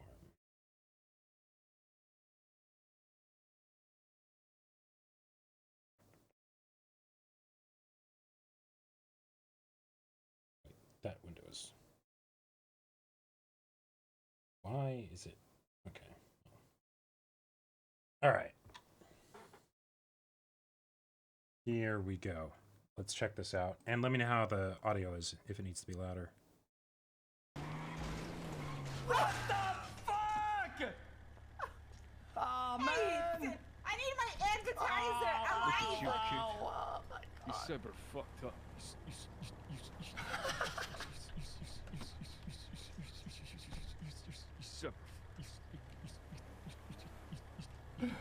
Oh, man. Super fucked up. Okay. I think we broke him. Now see, Hey, the thing Gino, is, we broke him. Oh, he's good. that's Fine. Oh, you just have to. You just have to print. I think you have to. Just get in the fucking car. see that's yeah, all right, sure. but Are you just like gonna sit outside? Nah, I he's in think the car. He's in the car. it's He's it's good. okay. It's only okay. It's only okay. So, you know, I need stronger stuff. I demand only the finest. Only the finest. Okay, well, are you FN on Discord?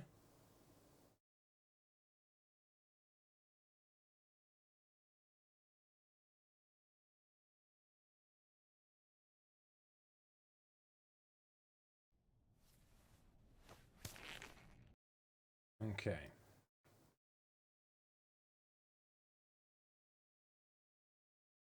Discord is Patreon only or Twitch Prime or sub only. So if you have Twitch Prime, you know, just send me some of Bezos-kun's money. If you're subbed on Twitch, just make sure your Twitch accounts and your Discord accounts are synced up, and then there you go. All right, let's see this.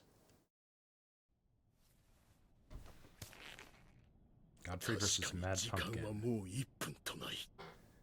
力の衰えは思ったよりも早い。さあクリアして帰ろう。しかし、やらねばなるまい。 All right, I like it. I like it. やる気はねえって。なぜなら私は。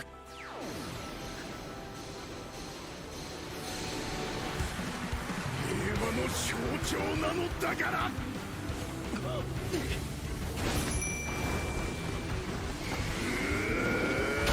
Oh yes, and yes, the pumpkin head is perfect for a no move. That's right. Oh, I love it. 九州ってさっき自分で言ってたじゃんか。そうだな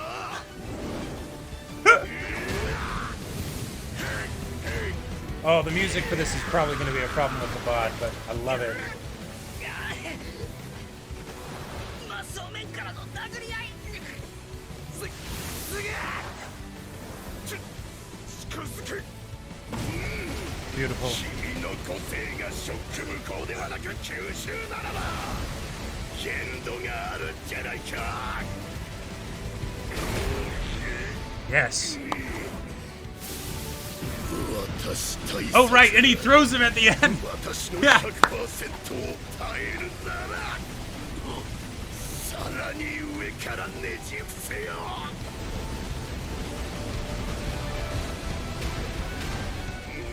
血を吐きながら全力でやたらに打ち込んでるんじゃない一発が全部 100% 以上の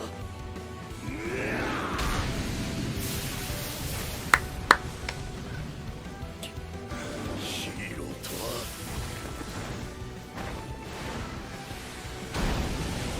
Yes. ピンチをぶち壊していくもの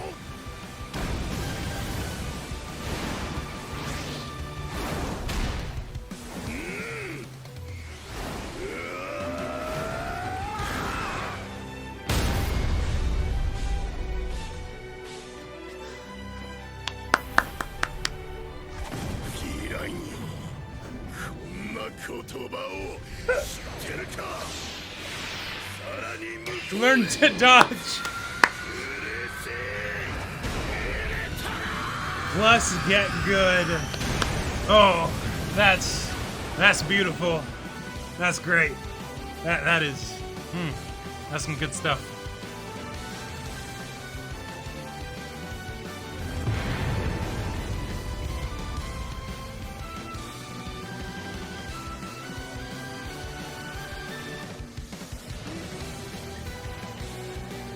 Oh, that is fantastic.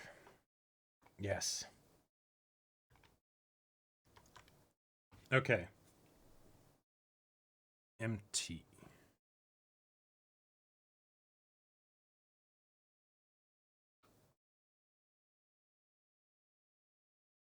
$547 to $1207, then from 1402 to the end of the action.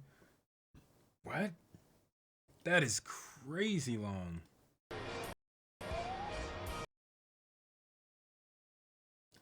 That is...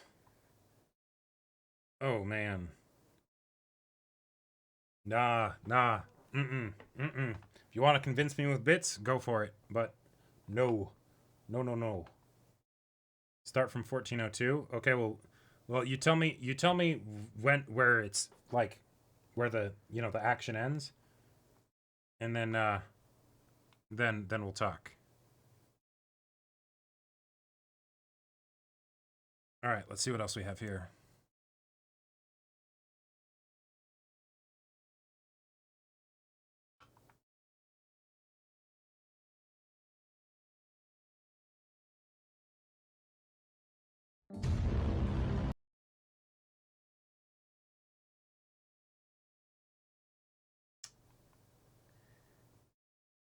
Okay. Feel like we also might need to have a talk. So, this is an impromptu thing, right? That video might be totally cool to watch, but this is an impromptu thing. So, like, I don't have a bunch of mods here that are like vetting these videos and stuff. So this is something that is being done with trust, that it's not something that I or Caleb could get in trouble for watching on stream. Okay? Like, I honestly thought about rickrolling you. Okay. It's not an SFW, it's safe. Okay. All right. Because I want to make sure that is perfectly clear, because, you know, especially given our previous conversation being very cultured and stuff. Yeah, no TOS stuff. Wait, 1402 or whatever to 2350? That's 10 solid minutes. That's hell no. No.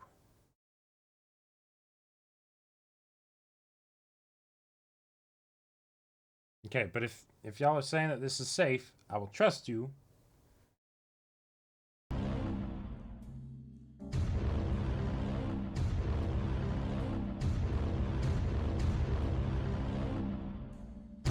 Watch the sex, money. Watch. Feels like sex. The fuck? CX like Bro, fuck no. Lame. I'm disappointed. I'm disappointed. No, that's I asked for only the finest. Like any time that a video has like the loud distorted noises for no reason, right?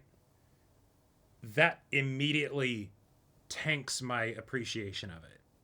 Like that. Mm-mm.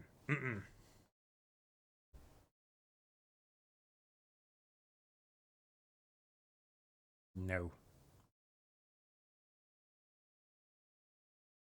Has Yakuza modding gone too far? That looks potentially interesting.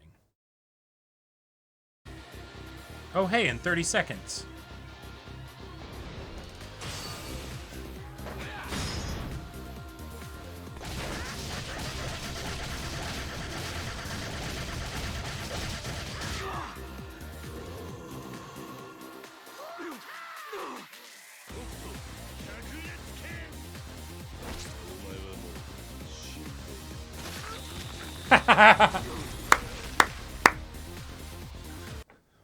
What is this mod and where can I get it?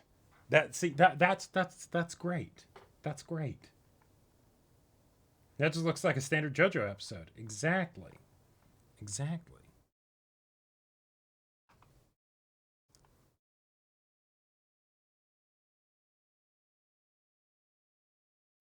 Okay. What's this Dragon Ball Z wrestling? Is it like an audio is already just I don't like. But let's see what this is all about. Oh. No, I don't. No. Like, what? No. Now, to be fair, this is a first thing, right? So, we'll figure out what works and whatnot. But like, y'all have better stuff than that, right? Right? Like, I believe in you. I believe in you. If you dig deep, you will find it. But yeah, no. Impromptu is hard, man. No, I know. Yeah, and I don't want to be putting pressure on y'all. So, yeah. What about the birds at 5 a.m. meme? I don't think I know that one. Not just from talking about it, at least. I might recognize it when I see it. Oh, whoops. No, don't. Stop. I misclicked. Stop it. I never want to use Streamlabs again. Stop. Close.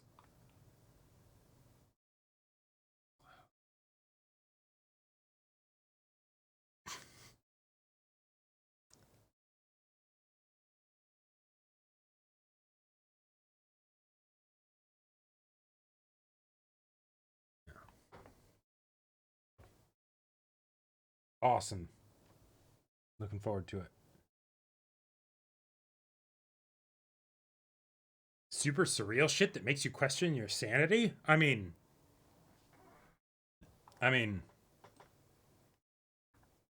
I'm down. What you talking? William Dafoe as Joker. Oh God. Sounds terrifying. Oh, Carbot animations. Carbot is always good.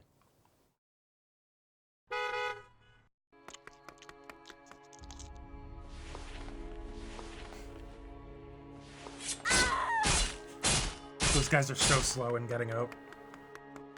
Also, Writer Rykard, Princess Rani, the twin prodigies, Mikola and Melania. okay, I do want to just say before we get further into this, that build that I showed you guys earlier with the 9 vigor, I first tried Morgott. It was beautiful. Just bam, bam, bam, bam, bam. Deleted him. Like he was enraged for maybe like 8 seconds. But yeah. How ironically cringe can I go? I generally do not like cringe humor. Yeah. Morgott really doesn't have as much health as he should. That is very true. That is very true. Also, he has that long channel time where he's just sending the spears everywhere. If you're melee, that's very tough. If you're ranged, that's just bam, bam, bam. General Radahn.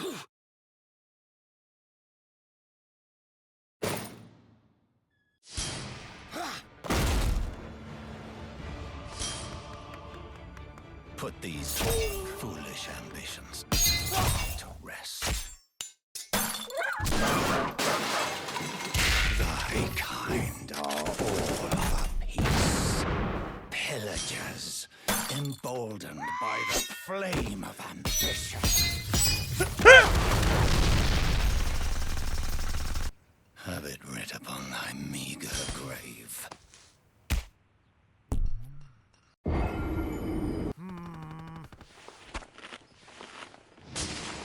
Yep, mm-hmm.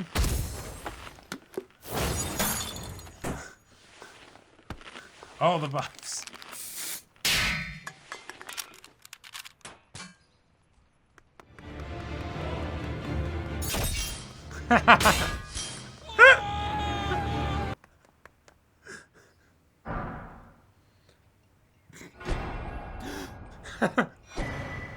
Oh. Put these foolish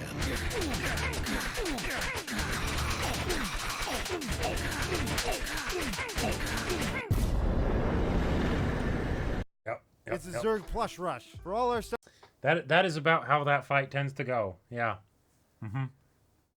First time I saw that Melina could be summoned, I was just like, that is amazing. Like, even though I knew it was probably going to make the boss a cakewalk, I was like, but I have to see it. Because it's like, this is the first time you can summon her. What's going on? Yep, this is basically, Al Nicole, this is basically just a stream of random chaos and craziness. So, you know, whether that's like watch videos or things like that, or you want me to do particular stuff, it's all on the table.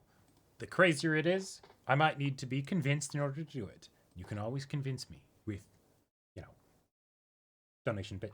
donations and bits and all that stuff. The surreal stuff I told you about. Spider Tail Demoverse.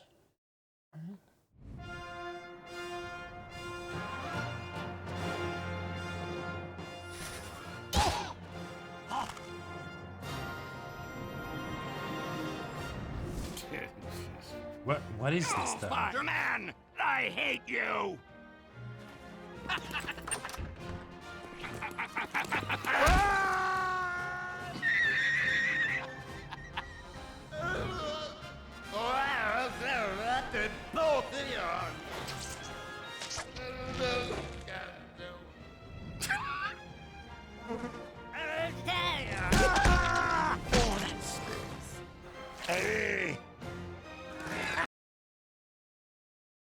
So,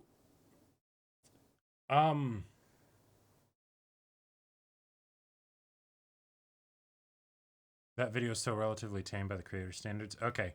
I just don't find it funny. Like, and I also don't find it surreal. I'm not sure why you said surreal. That does not seem surreal at all. Gmod with Team Fortress 2 models? Okay. Never played Gmod, and I've never played Team Fortress 2. Ooh, real shit. Wait. Oh, no, yeah, I've seen this one. Yeah, the Kiryu model swap. Yes. Yeah, we've already done some music stuff. It'll probably be fine. Yeah, it's super short.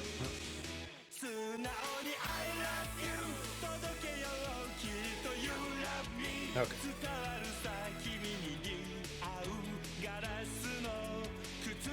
His eyes are so big, though.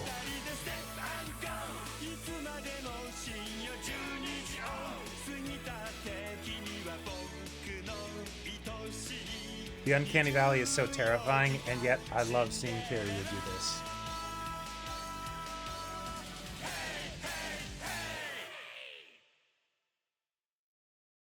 Is that how big Majima's eyes are in the actual video, and that's why it's because Kiryu never unfurrows his eyebrows? No, it's because his eyes are like they're massive. Like, it's Kiryu's model, but still using Majima's skeleton frame. Gotcha. What another Yakuza video I put up? Oh, that's right. There was a Yakuza video earlier, wasn't there? Or was it? Oh no, yeah, I watched the Yakuza modding one. Virtual Insanity, but Stone Ocean? Hmm? What? I don't...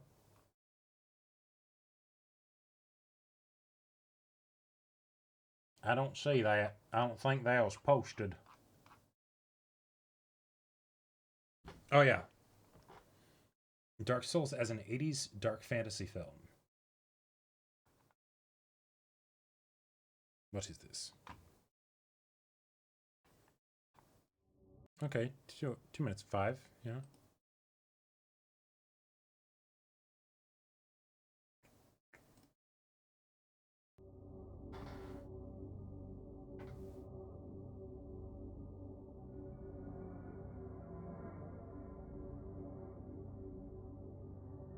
Alright, Asylum Demon, yeah.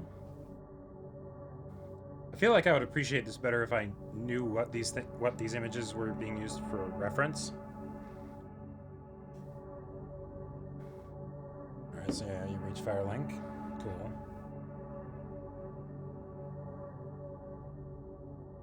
Okay.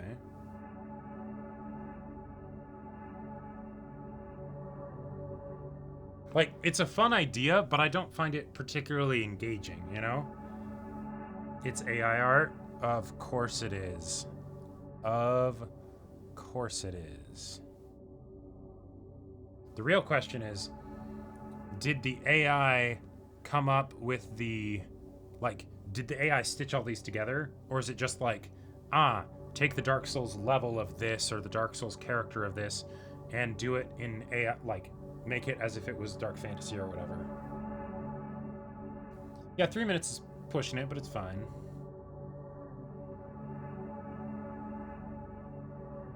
Okay, so...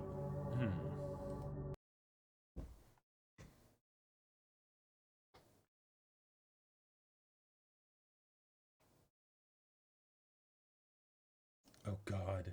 JoJo's Bizarre Uno game? Okay. No, yeah.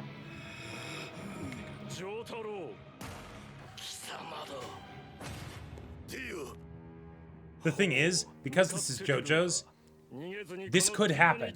Like, they had poker, so they could do this.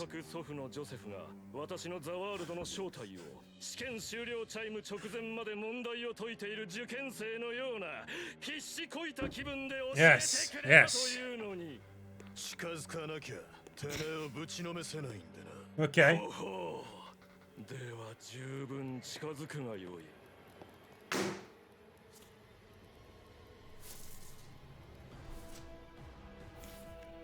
I'm actually like looking forward to seeing some like intense gameplay.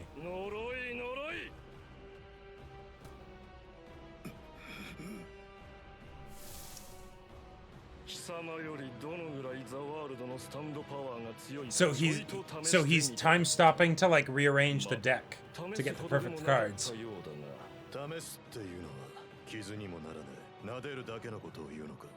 Oh yeah, the editing is really good.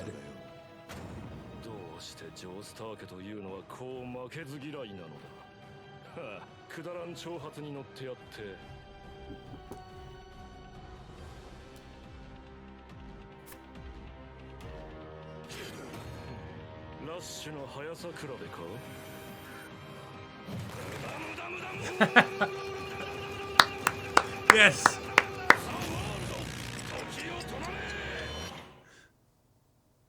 1秒経過2秒経過3秒経過6秒経過7秒経過そこでだ私に使えることに何の不安感があるのだ Right, but time stopped, so you can't. Except, oh.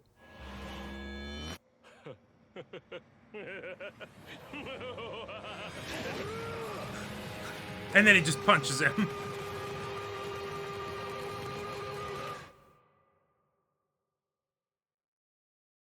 At this time, Dio stopped thinking. That was great. That was wonderful. Yes.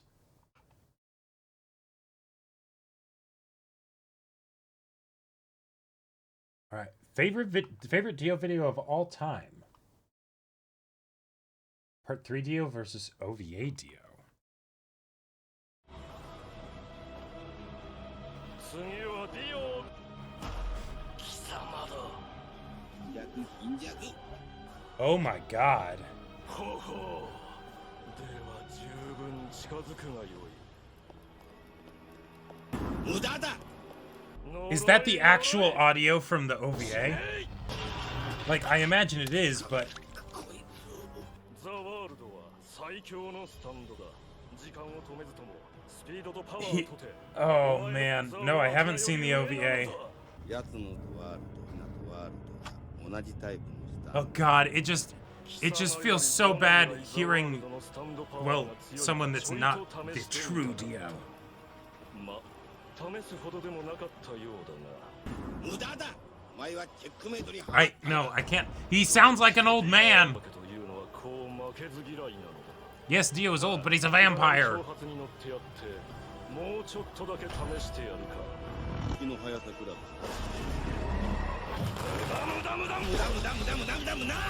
You don't have to... It doesn't take a lot to know whose Muda is better.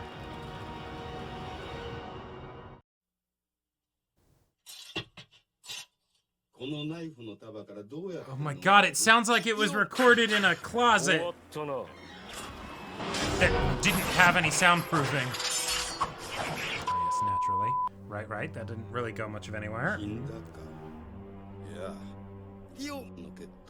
Wait, what was that, like, catch in his voice?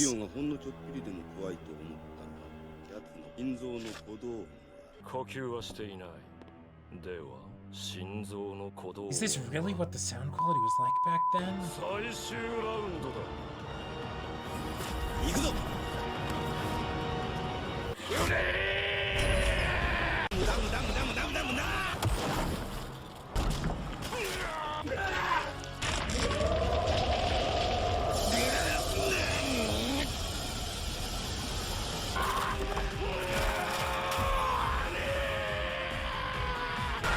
Like, this isn't a fight. This is a side-by-side of the differences in voice acting. Oh, yeah, okay, Jotaro versus Jotaro, let's go. Okay, that's actually not as bad as the Dio. Like... Oh, man, that was something. That was something.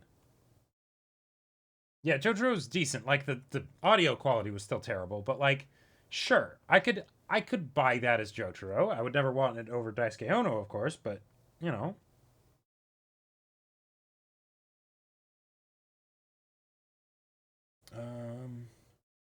Oh, yeah, sure. Let's watch, I haven't seen this one from Ryan George. Yeah, let's do this. All right, so as you all know, we've been selling tools for a while now, and for marketing purposes, corporate feels that we should, name some of these things. That makes sense. Yeah, well, so Larry, you had this thing assigned to you. What do you think we should call this? I thought we could name that a wrench, which means a violent twist or pull. That works for me. I like that a lot. Daniel, you had this thing. What are we calling that? Drill. A drill. Okay, I like that a lot. We're on a roll. Now, David, you had this thing with the flat face and the things coming out the back. What do you got for me? Oh, yeah, no, I did come up with a name, because that's what you... you asked me to do that. Good. Yeah. What is it? What is the? Yeah. No, that's a great question. The answer. The name is the hammer. A hammer. A hammer. Yeah. I think we could all agree that that's a good name. What kind of sandwich is that, David? Oh, this sandwich. Yeah, this is probably chicken. Smells a lot like ham, David. Oh yeah. No, it's well, you know, it's crazy how some sandwiches smell these days. Okay, I'm writing it down, but we're gonna have a talk later. Okay. Now, Alex, you had this sharp thing on a stick. Alex. What? Alex. Are you saying axe or are you saying your own name in a weird way?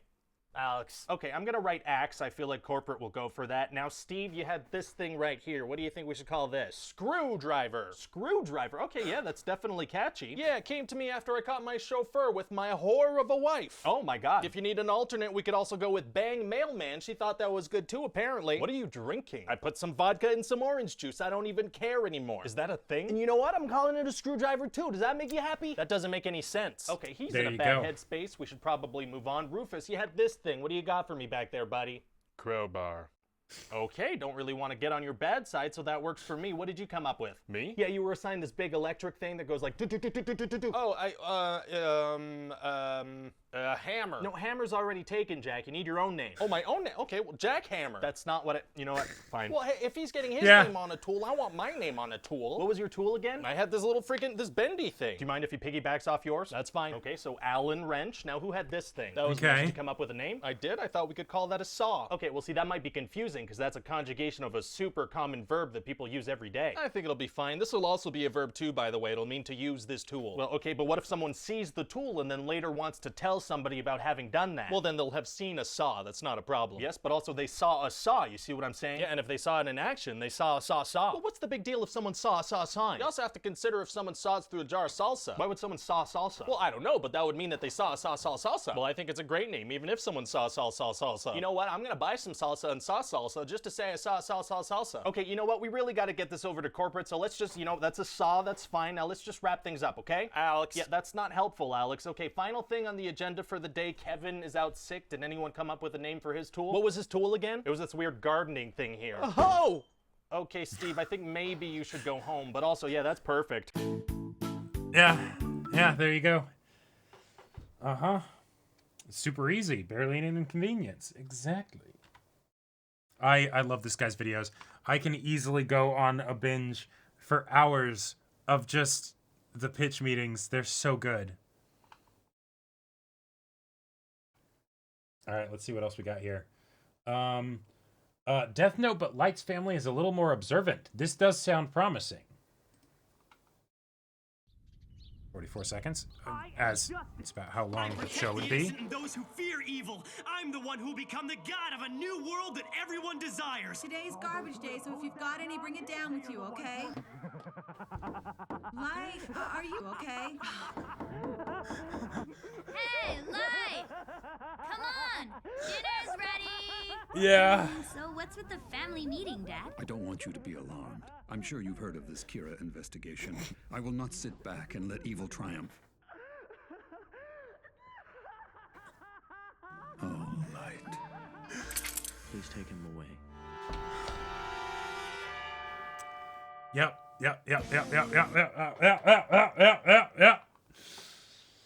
Ah, it's so true. It's so true. Like, how? Yeah, maniacal laughter is quite common in Japan. Yeah, it's nothing, no big deal, you know? Yeah. And don't homes in Japan generally like stereotypically have like fairly thin walls too? Like that's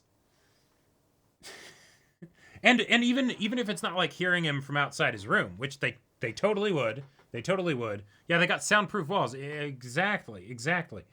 But then also like no, just mom coming to the door, right? You know, or whatever, or a sibling coming to the door. Yeah.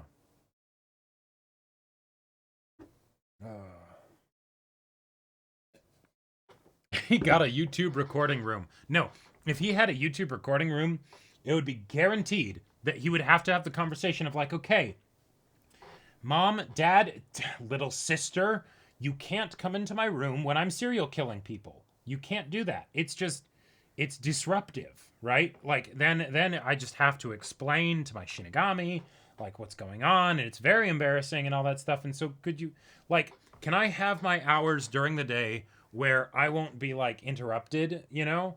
And you guys can do all your thing, but can you like keep it quiet downstairs so I can maniacally laugh as I write in the Death Note, you know, and I won't be disturbed that way.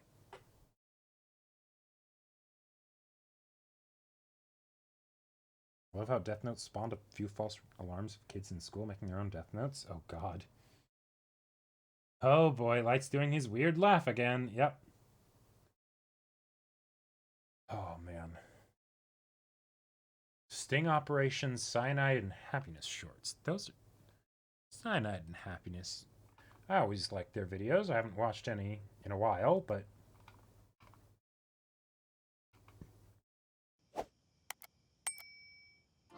Welcome, gentlemen, to the inner circle of my operation.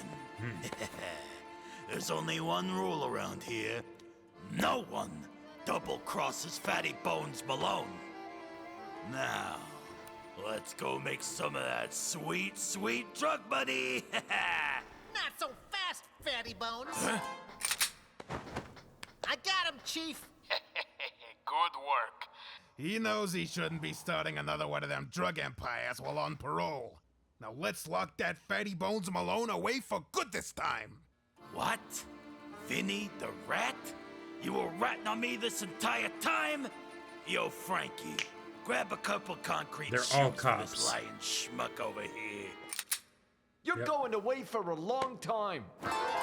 Frankie, you too? You are like a brother to me. Louie, you are my actual brother. Dirty ball, Fatty Bones. Even Benny, my crooked cop on the inside. Sorry, boss. Is everyone here a friggin' cop? Hands up! Hey, don't move! Get down on the ground! Freeze. Next, you're gonna tell me that the money ain't even real. Well, goddamn it! What the hell were we doing then? I was waiting for the other shoe to drop somehow. Chief? Ah, it goes even further. Like I says, no one double crosses Fatty Bones Malone.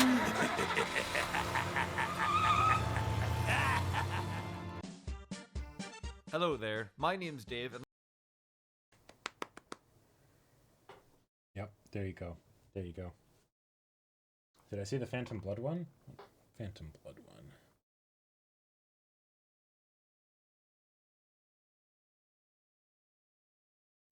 How about this Yu-Gi-Oh one? Let's see what that's all about. You have fought well, Kaiba. But with this attack, I claim my victory! Dark Magician, attack his Force Raider! This duel isn't over yet, Yugi. I activate my trap card. Metal Morph. This card increases his attack and defense by 300. Then it also more or less. is what? Does it have more or less attack than Dark Magician? Does it? Well, yeah, it has less, but I that's win! No. Listen, my monster gains half the attack of any attacking monster. How much is that? Well, it's half of Dark Magician's attack. So half of 2,500. I see. How much is that? Yugi, it's... are you fucking with me? Curse you, Kaiba! You knew my attack was an odd number, which is impossible to split even sweet mother of Ra! How did you know? Yugi, they teach this kind of thing in school. It's just simple division. I believe they were just getting into multiplication when we left for Duelist Kingdom. Well, didn't you just ask them to fill you in when you got back? Got back. Yugi, you never went back to school? Well, according to the Dean, going to an unmarked island to save your grandpa's soul from a lunatic millionaire only excuses up to 3 days of absence. Yugi, you gotta focus on your education. I mean, what are you gonna do after this? What do you mean after? This is it. Getting serious. Yugi, you can't live off of card games. Yeah, but just keep winning tournaments, I'll be fine. Yugi, winning a tournament gets you like, what, $300 in a booster pack? And I'll never have to pay for cards again. I'm set. Okay, but what are you gonna do about food, rent? That's where you're wrong, Kaiba. I have Yugi's grandpa for that. Okay, ignoring the fact that you suspiciously refer to yourself in the third person, you gotta think of the long term, Yugi. I mean, I'm sorry to say, but Grandpa's getting old. Intervention Where time. are you gonna live when he's dead? I simply won't leave. Oh, yeah? Well, what if the banks get involved? I'll challenge them to a duel. And if they bring the police? I'll challenge the police to a duel, too. Yugi, you idiot. The police run meta. No way. I'm afraid it's true, Yugi. Link monsters, hand traps, all kinds of goofy shit. No. It cannot be. You're right, Kaiba. My life is a mess. All this time, I thought I was doing the right thing, but I need to get my life in order. And until I do, this will be my final duel. Kaiba, thank you for setting me in the right direction. As a token of my gratitude, I will concede this duel. Only if you will return the favor. Only so that our final duel will be a draw, and we can pick up where we left off in better days. You know, Yugi, normally I would scoff at the idea of surrendering, especially to someone like you. But you know what? Today I think I learned that it's not always about winning, being there for others. That's the real prize. That's wonderful to hear, Kaiba. We're actually getting like a sincere ending to this. What's that? Today, I learned I'd rather die a broke bitch than lose to you, Kaiba. What? I win! What? All the underhanded. You sick son of a bitch, Yugi. You will rue the day that you fooled me. Settle, Kaiba. Oh my god. It was nice while it lasted. Oh, that's great. That oddly wholesome, yeah, until the point where Yugi is terrible.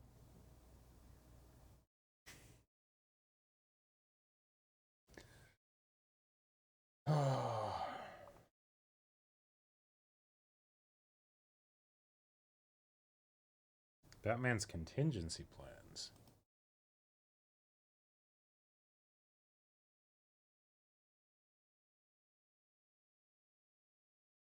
I thought we were a team. I'm sorry, Hal, but in a world of villains who can control your mind, it's a necessary evil. Well, for the sake of transparency, I believe you should share these with us.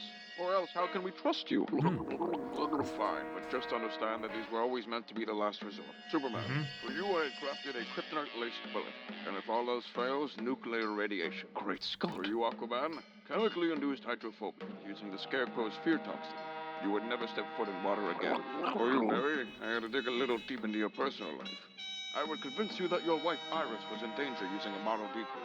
When you'd come to rescue her, you'd be too distracted to notice my trap. My God. You see, I'd be hidden behind a boulder nearby holding a rope.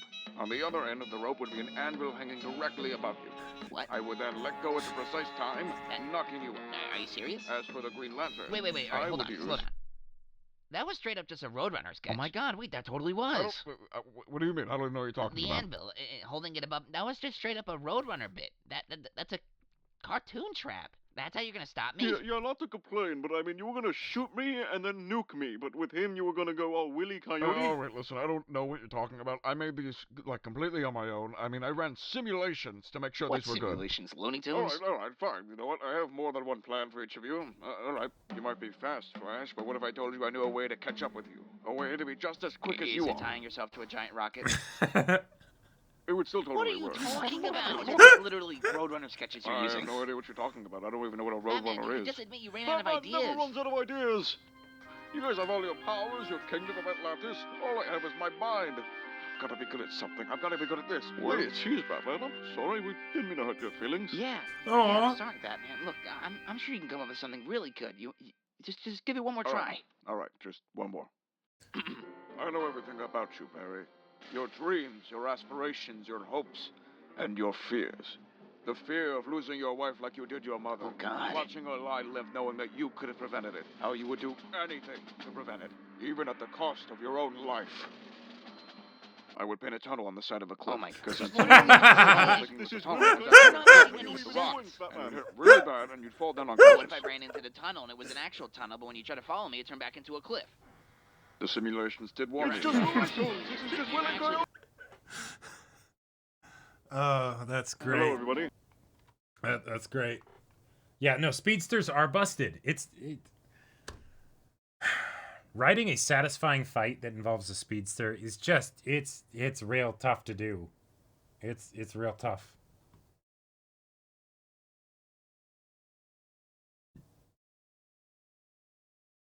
Yes, he can vibrate through matter. Yeah, so that actually could happen. He could just run through the knot tunnel.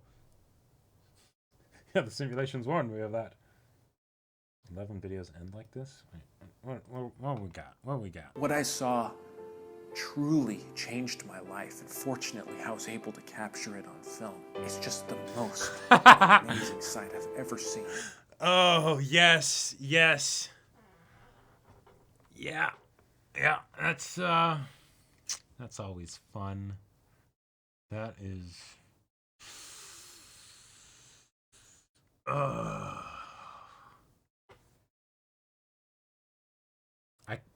that happens so often. Like, even if it's not like something like, you know, showing a gorgeous picture or something like that. Maybe it's something where it's like important information is being shown. You know, like an image of like a document or something where you're supposed to be able to like read the text and go along with it and stuff. And then it's like, oh well, fuck, can't do that now. Yep.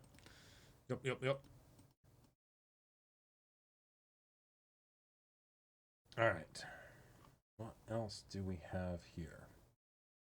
Oh, here's the Phantom Blood video. You didn't have to cut me off. Stick out like a never. We were nothing. I don't even need your love, but you treat me like a stranger, and I feel so loved. No, you didn't have to stop so long. Have your friends collect your records and change your number. I said I don't need that though. Now you're just somebody that I used to know. Now you're just somebody that I used to know. All right.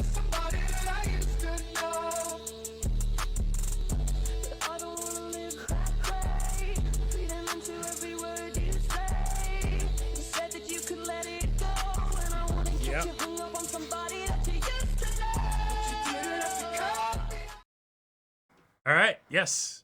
That it took a while for me to catch up with it, but yeah, that tracks. That works. Yep. If I'm not careful, I just end up sharing every solid JJ video that was short enough, so I'm cutting myself off. Well, because I think there was an earlier one that was like Spider-Man related or something that I didn't really care for, but the Batman one that was great. That was great. I like that one.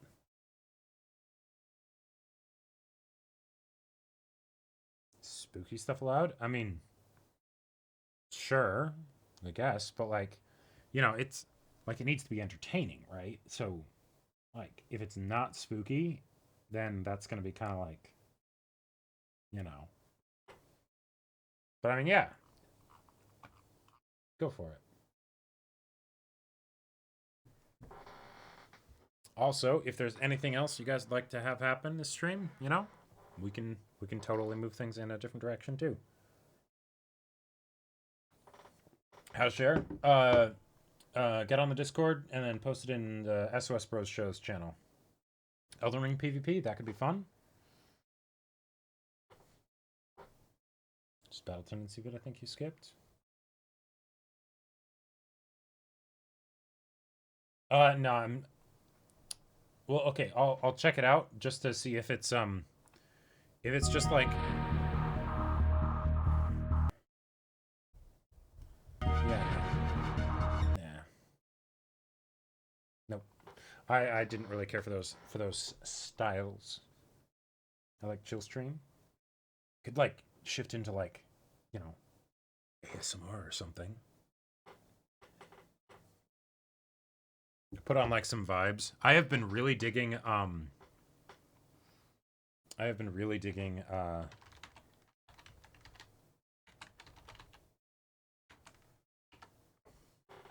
like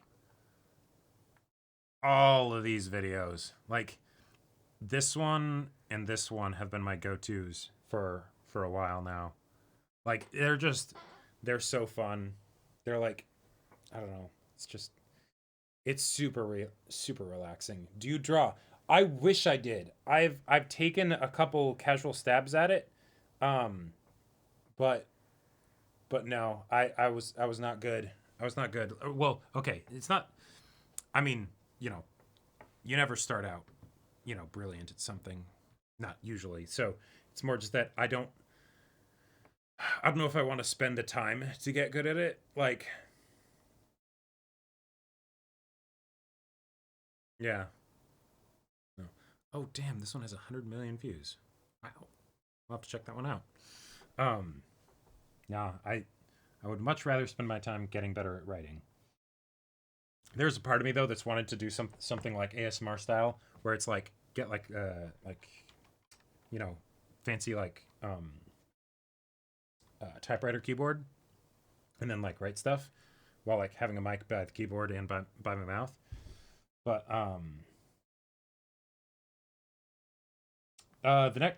that I don't know how I'd be able to split the focus, you know. So cryogenics. Next, the book I'm working on right now is fantasy. So, yes, I have, and that is what's going to be coming next. Totally. Yeah, I know there are definitely different ways to do art and things like that, like 3D modeling and whatnot, but it's still kind of the same situation. Like it's the time that it would take to actually be good at it, you know. Like the closest thing that I've come to like doing art and actually like getting into it was model painting. Back when Caleb and we got really into the Lord of the Rings minis. There was this Lord of the Rings miniatures like game thing, similar to like, you know, Warhammer 40K, where it's like, okay, you have a map, sometimes not even a map, but you just like set up terrain and stuff, and then you measure the inches out for how things can move and everything, and you build your armies and you have them fight each other, and that was really fun. And then we got into Star Wars minis, and I kind of took some of that stuff into the Star Wars minis and would like slice them up with X-Acto knives and like glue them back together and customize them, and you know, and like get things from different pieces and paint them and things like that. And that was really fun. And doing that for like in-person TTRPG stuff is great. I very much love that. How hard is the magic system? Ooh, okay. So, it depends on your personal definitions of magic system, but I am very much bending over backwards because the book very much revolves around like wizards and stuff. Because I've always wanted to do my own spin on like wizards, because I was very disappointed with like Harry Potter and like the magical school, even though I think that's a really fun concept. Yeah, Aragon had a fun hard magic system. But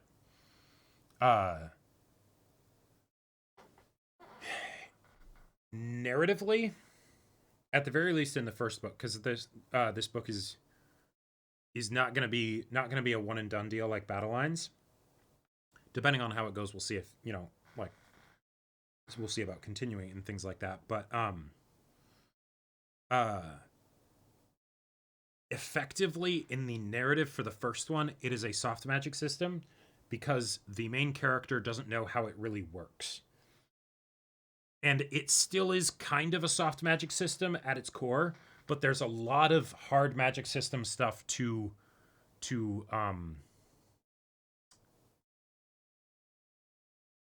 make it so that there is still payoff for the fact that like that there are things that are a bit out there that can happen, and it's supposed to be like that. Like Hunter x Hunter before Nen, not quite. So basically, the direction that I'm taking it very much inspired by like TTRPG magic and things like that. But it's if you could have wizards that could truly do all kinds of different things, but they did actually have to learn it. It was an academic pursuit, right? Like the approach that I'm taking to the magic is very much like hang on, this doesn't need to be here. Is very much like engineering, you know, where like casting a spell is like something that you have to construct, right? And so it's like if you have reality manipulation abilities, right? And theoretically there could be other people that aren't wizards that have reality manipulation abilities. But if wizards are the ones that approach it with an academic like perspective rather than like communing with the gods or things like that, then they're the ones where it's like, okay, we measure things, we do scientific method and process and all of that kind of stuff. And so then we are actually like intricately building a spell, right? Whereas, you know, for other people, it's the more like esoteric, directly soft magic system, right? Well, I mean, it's not about like, yes, you might be able to do everything, but if there's a cost to it, right? Then there you go, right? Like then you can still have narrative stakes and things like that because they're all working with the same Play-Doh, and it's not like there's something that, you know, fundamentally couldn't happen, right? But it's more of like, okay, could they figure out how to make it work, and could they the thing that is very much an important part of this is, could you generate basically the magical power in order to make the thing happen, right? Wizards are engineers, clerics are middle management. Kind of. Is it similar to Full Metal Alchemist, but with magic instead? Yeah, a bit.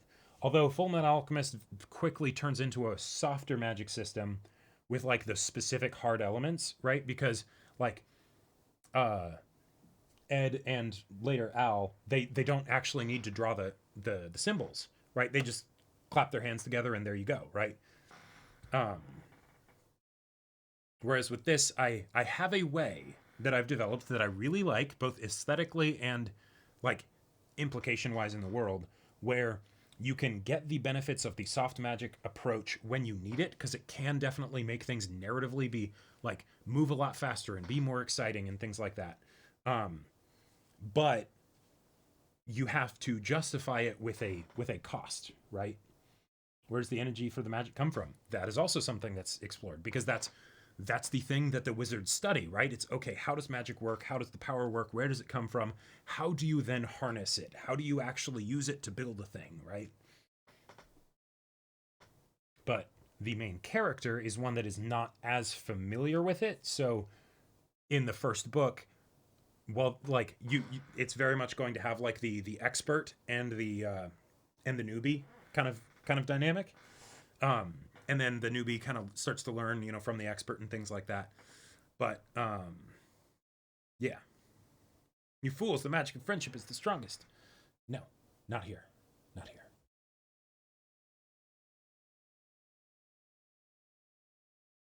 But yeah, so I am very excited to have this story come together, because this is like my approach to writing for the most part is very much the like, what's the story that I wished existed? Okay, let's make it. Let's make that, you know? Presumably mana and the like is just another form of energy, and magic is the tool that uses that as fuel. Yep, it's a lot of that kind of concept and stuff, but working to make it feel intentional and like not just sort of hand wavy, you know? Because like in Fate, like I'm sure the Fate lore experts could totally go into it and be like, no, it's very complicated and here's how it all works and all that stuff. But in the story, more or less, it's just do your thing, you know, like wave your hand and have the stuff happen. If the thing you want doesn't exist, then it's an opening in the market. Exactly. Yep. I read this one story where the magic superpower comes from magnetic field of planets. And simple electromagnetism power can actually do everything because you can control atoms. Huh.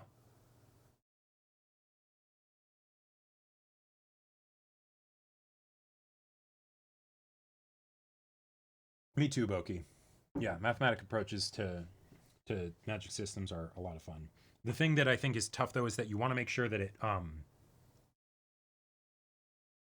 it feels still magical, I guess, right? Like wondrous and the, you know, limitless and all of that stuff, right? Because I feel like it's very easy. Like Brandon Sanderson as an example. Fantastic writer. The stuff of his that I've read is the first Mistborn book and then the first two Way of Kings books. Got a little bit into the third, and I know his writing's good, but I'm not as much of a personal fan of it because I feel like he spends way too long on his books. But then also when it comes to the more so the magic system of Mistborn rather than Way of Kings, I feel like Way of Kings works a lot better. Well, that might be just because I love the powered armor and all that stuff. But with Mistborn, it was so concrete in that you knew what the powers could do and what they couldn't do, that with, like, say, the finale of Mistborn, where you get to see a lot of cool applications of the Allomancy, because it's, you know, you get to see whatever his name was. I wanted to say Kaladin, but no, that's the wrong character. Kelsier, that's right, Kelsier. You get to see Kelsier, like, actually fight, right? Not gonna go too much into spoilers, you know. Kelsier fights in Mistborn, you know. Ooh, big spoilers there. But the way that it worked felt like it's this is a natural extension of if you have this magic system with these hard elements, right? But it kind of gave me the vibe of like, okay, so we saw that, cool, but then if the audience understands the meta of how if they understand how the mechanics work, then I feel like you would end up developing basically a meta for your magic system that then you can write yourself into a corner with, not in that you, like, where it's, you can, not that the way in which you have to write it is something that can't progress the story, but it becomes less interesting because how do you keep things dynamic? How do you keep things shifting around, right? Whereas if you introduce that little bit of softness in the magic system, then it's more of like, and not necessarily softness in the magic system, but like if there's enough variety in the magic system, then it's less about what can you physically do with this magic system, where, like, say there's the 8 different metals or whatever and push, pull, and all that stuff. But it's okay, if you have, say, you know, a mild form of reality manipulation, what are the ways, and you introduce enough limitations to it so that you can actually have something happen that the audience can track with and not have it just feel like, you know, random bullshit, right? Then it becomes a lot more about outthinking your opponent, right? Where it's okay, these are the things that I know that they tend to specialize in. These are the things that I have that no one's ever seen me do before. So I'm going to come up with these different things that I think will outsmart them, essentially. And then they have their abilities that they'll use. These things I think will counter what I believe that they'll use. And then these are my backups of, like, you know, extra cards that I'm holding in my hand for the unexpected, right? And then that way it's more of like a battle of wits than just how does this magic system work, and how do fights in this magic system work with like a linear track to it, you know?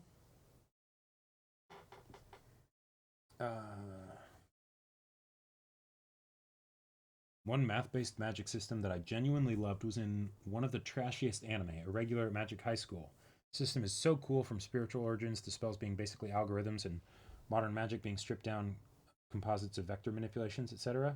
Oh yeah, someone else mentioned that same anime. I've heard of it. My personal trainer at one point was like, "Oh yeah, I love that show," but I checked it out and I was like, "Yeah, I don't think I'd like that." Mistborn Era 2 expands on Allomancy as well, and in combo with the other magic systems in that world, or can make it very versatile, so it's up to character intelligence, creativity. That's good to know, because I read the first Mistborn book, and I really liked it. I understand why it was sort of like the book that, like, sort of launched Brandon Sanderson's career, even though it wasn't his first published book, and it was really when he finished Wheel of Time. But it ended so nicely, I kind of didn't want to read anymore. Like, not that I didn't want to, I didn't feel the need to. Like, I was like, this is a very cool, completed story. There's some things that we still don't know, but, you know, it's mostly wrapped up.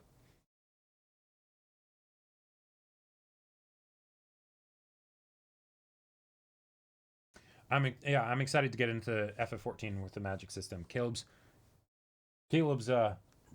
raved about FF14 a lot recently, believe it or not. I know, shocking, but yeah.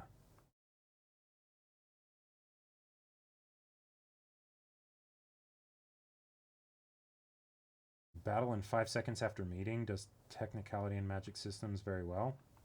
Oh, is that the Korean math magic comic you were talking about?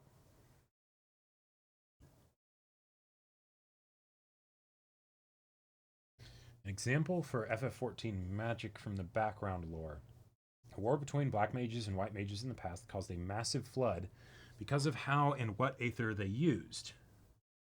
Both draw aether from the environment. Black mages fire, ice, and lightning. White mages use earth, wind, and a tiny bit of water. This led to a large imbalance leaning towards water, which eventually manifested as a continent-wide flood. The survivors of those floods vowed to avoid the mistakes of the past and combined black and white magic while altering it so it used their own bodies' aether for the energy. Okay, cool. That's fun. That's fun. Oh, yeah, no. Generally, don't ever watch TV shows that are adaptations of stories. Like, they just don't go well. Like, Wheel of Time is no exception. Although the Last of Us TV show, I haven't seen the 3rd episode. It just recently came out. I really want to see it. I might watch it tonight. That has been fantastic. Like, it's both fantastic adaptation, fantastic story in general, and there is such a feeling of, like, respect to the source material, where it's just like, you don't need to improve on it. Just do the game. But, like, well, actually, they do actually improve on it in some ways, but it's like, it's very much like keeping to the heart of the game. And then it's just, let's tell it again.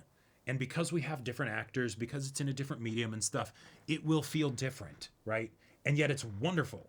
It's wonderful. Like, I really got choked up in that first episode at, like, the scene, right? Like, I've watched the clips of the cutscenes from the game and all that stuff, right? Like, and it got me. Like, it got me deep. Yeah, I guess HBO knows what they're doing in their source material. Oh, yeah, that's a good point. Oh, yeah, what, MT? Shoot.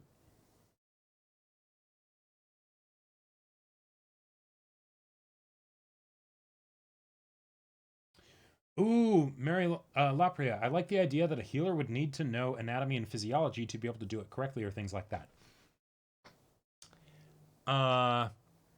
You should definitely look forward to the book I'm working on then. You should definitely look forward to it. That is something that will be very plot relevant to the story. Yeah.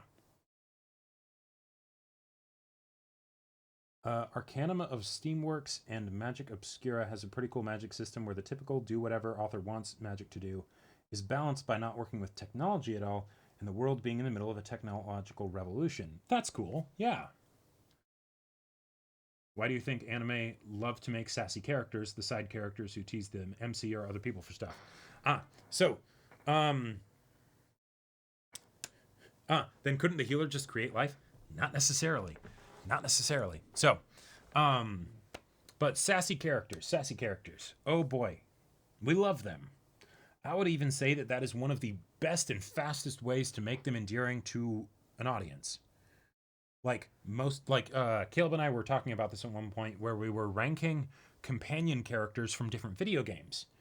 And we were like, ooh, who's the best? And I think the one we were talking about for this was Knights of the Old Republic 2. But like it extended into some other games as well.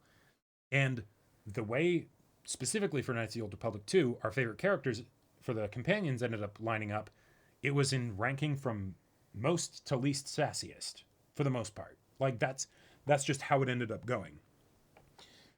So as far as why that happens in anime, it's something that gives the character energy to project into the scene with conversations and stuff, right? Like, you don't want your characters to come across as bland, and the stronger personality that they have, the more social space they kind of take up, and then it makes it easier to write them in a way that is engaging and gets at their character, right? Because it's high energy, right? You see it. It's hard to ignore. Whereas like the introvert characters that are very quiet, it's in some ways it's harder to actually get at the nuance with them because you rarely actually see them do anything. And that can mean that the things that they do, you know, then there's more meaning attributed to them, but people might miss them, right? Mako from Kill la Kill. I mean, yeah, Mako kind of, but she's not actually that snarky.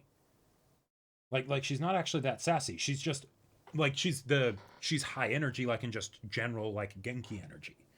But there's different kinds of energy, like sass energy, that can definitely come in and help out. But then, of course, because it's anime, I would also say there's the aspect of that bit of like, you know, cute girl being sassy / flirting, you know, kind of thing. Yeah, Mako is Genki girl, not snarky. Yep.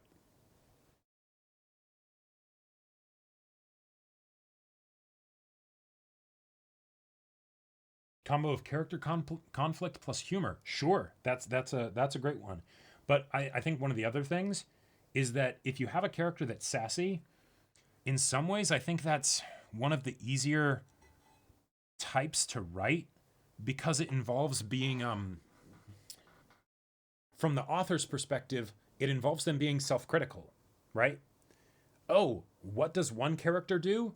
And then how does another character kind of rib them for that, right? Well, an author will constantly be doing that for their own work and, you know, thinking like, oh shit, you know, how do I make this better? What am I doing here? What's the purpose of it? And all of that stuff. So having someone be sassy, it's kind of like just giving a voice to like that other side of the author where they're like, oh, this character's being a dumbass, right? Or, you know, or something. What if the MC is the snarky one? That is also very effective because then you can, it's also a way to have response to exposition and things like that, right? Like Kyon in Haruhi is like one of the classic examples in my mind of like snarky protagonists, right? And given that it's all about his response to the things that happen, you know, he's the straight man and everything, then yeah, absolutely. Similar thing to like Jim Halpert in The Office, right? Does Jim vocalize a lot of his snark? Not necessarily, but every time he does that like fourth wall breaking camera stare, you know, like that's adding to the joke. Senku from Dr. Stone is great too. Senku, yeah, Senku is pretty snarky. And that's actually, that's also something that I would say helps a lot because, like, so in the beginning, Senku is snarky towards other people. And it like when I first watched the show, granted I had not necessarily the best expectations like in perspective on it, but it kind of can make Senku unlikable because then he feels like arrogant, you know? But then as you see more of his snark, it actually ends up being kind of self-deprecating in a lot of cases, and that makes him a lot more sympathetic for me. You wouldn't know from the way anime portrays them, but a lot of isekai protagonists can be very snarky actually, because the original works are from their POV, so they react to everything. Yes. Well, and also that's a way to get at the meta-ness of like, oh, this is an isekai, it's going to be super tropey and things like that. Throw a snarky protagonist in there. They are literally self-aware because they're from the real world, right? Unfortunately, the internal thoughts rarely actually carry over into the animations, which is unfortunate because it's like Konosuba was able to do it, right? Now maybe that's because Konosuba it's a comedy, like a dedicated comedy, whereas like other shows when they're trying to be serious, maybe that would clash a bit, but I'd think that would clash in the light novel anyways, so, you know, hopefully it would only be in the parts where it's meant to be kind of goofy. Personally unrelated, I recommend the manga Eminence of Shadow. It's like it was written by folks who did the SAO Abridged. Oh, that is good to know. I think I like snarky characters who aren't mean with their snarkiness. I dislike most romance snarkiness because I can relate with the MC most of the time, and being made fun of is kind of upsetting. I totally get that. Yeah. Snark in romance is a thing. Like I feel like it's maybe snark in romance is the evolution of the tsundere trope. Because like hard tsundere, it doesn't work anymore. Like even Taiga, you know, who is one of my favorite characters in anime. Toradora wouldn't work with Taiga the way she is if it came out in 2018 instead of 2008. It just wouldn't, right? So instead of being physical, you know, abuse, right? It's the little verbal, you know, pokes.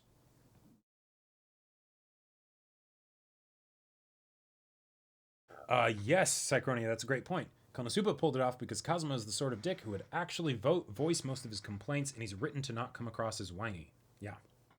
Yep.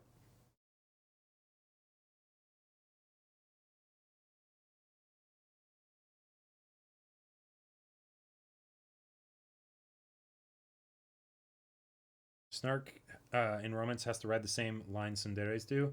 You gotta balance having enough to be intimate, but not so much it becomes toxic. Exactly. Yep. Yep. Yeah. You can have too much of a good thing. Everyone loves Senjigahara, apparently, from what I've been seeing recently. Well, Senjigahara, like... it's been a long time since I watched Monogatari. Because she definitely had that snark. But, like... So, I think the reason why Senjigahara is a different case is because her and Araragi are both snarky to each other. And that's kind of their, like, flirting verbal sparring, right? Where it's like, will you win in this competition of snarkiness, right? And I've seen that in relationships in real life, and it can be great, right? If Araragi wasn't participating in the snark and it was one-sided from Senjigahara, then yeah, I don't think it would work well. But I also think with how Senjigahara is written as a character, she wouldn't keep doing it, right? Oh, totally. Senjo always leads with it and goes much harder on it for sure. But she's generally a prickly person.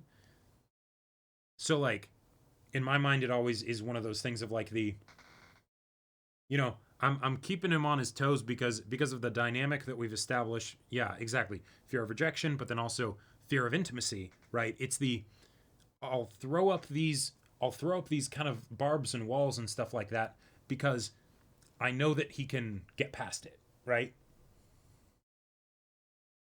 Senjigahara feels like a character first, tsundere second. Oh yeah, and I mean I would even say with her introduction, it's not tsundere, it's yandere. Like, she starts out slicing open his mouth. Like, that's... Once blades get involved, it's not a tsundere anymore. Like... And it's even with a non-traditional weapon, which is like classic yandere. Right? It's never that yanderes never wield a sword, they wield a kitchen knife, right? Or a box cutter. Do you think you could try to write a romance novel with snarky romance? Yeah, so... Yes, asterisk. So the... Oh yeah, and the stapler, that's right. That's right. Yeah. So... snarky romance. Romance is actually one of the things that I want to explore more in my writing. Because, like, when I think of some of my favorite moments in storytelling, it's when that romance just hits just right, you know? It gets you. It gets you right here, and you're like, ooh, that's good.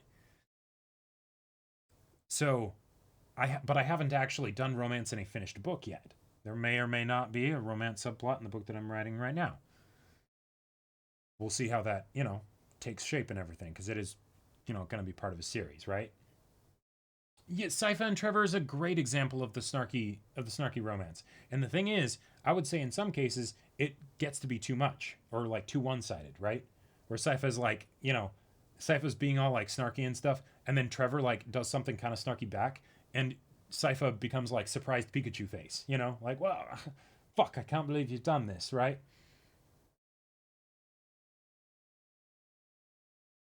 I think Nagatoro is the perfect snarky romance. Yeah, that I had next to no interest in Nagatoro when it was first kind of announced. Because I was just like, you know, like it's kink bait basically.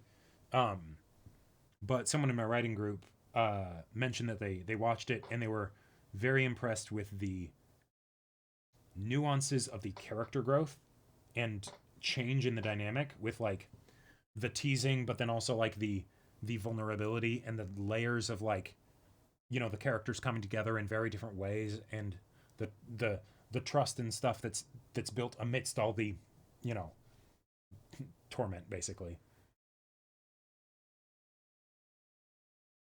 not totally healthy, but nobody in that show is really healthy. Yes, that also definitely helps a lot. Like, they start with peasants talking about fucking a goat or whatever.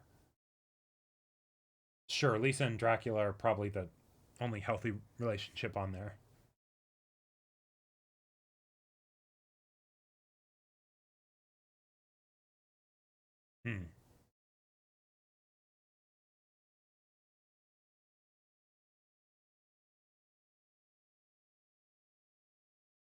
Saki wasn't a tsundere. No.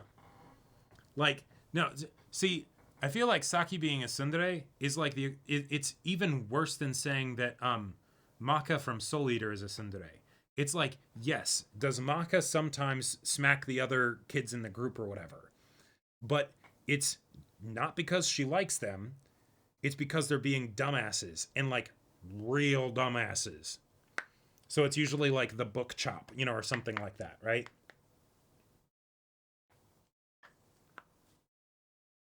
Yeah, that's what I've heard MT about Nagatoro. That's probably, that was also why I was like, I don't know if I feel it. The idea that it's a bit too mean. Yeah.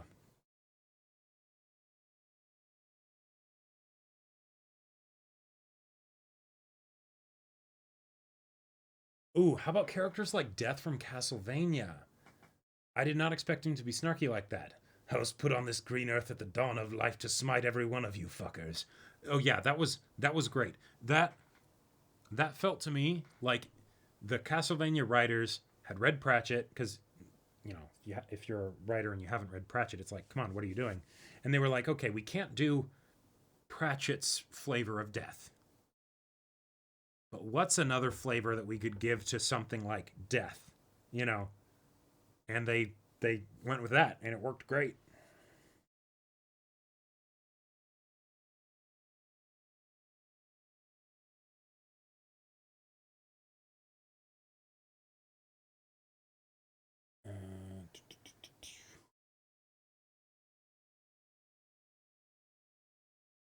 Nagatoro starts off very mean and wanes down over time. That's the other thing I've heard. Yeah.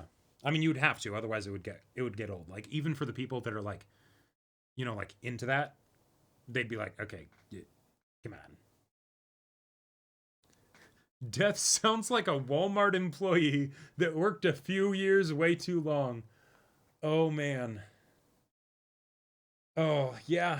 Yeah, just a customer service person that got fed up with that shit. He's Skullface bookseller Honda-san. What do you mean we can't do Pratchett's death? You put in a different font to match Pratchett's death's way of talking. I love it. Well done, Master Hand.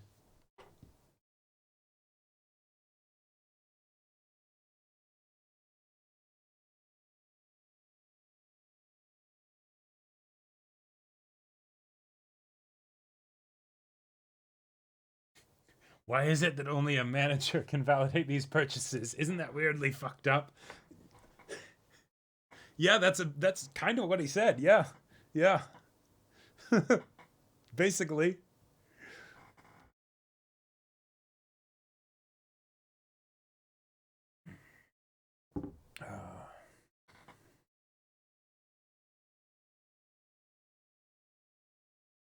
Did all of this start just because of talking about snarky characters?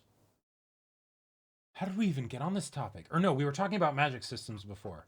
Like, I just had this thought all of a sudden of like, wait, we've been talking about this kind of stuff for a while. How did we get here? No worries. It's great. I love talking about this stuff.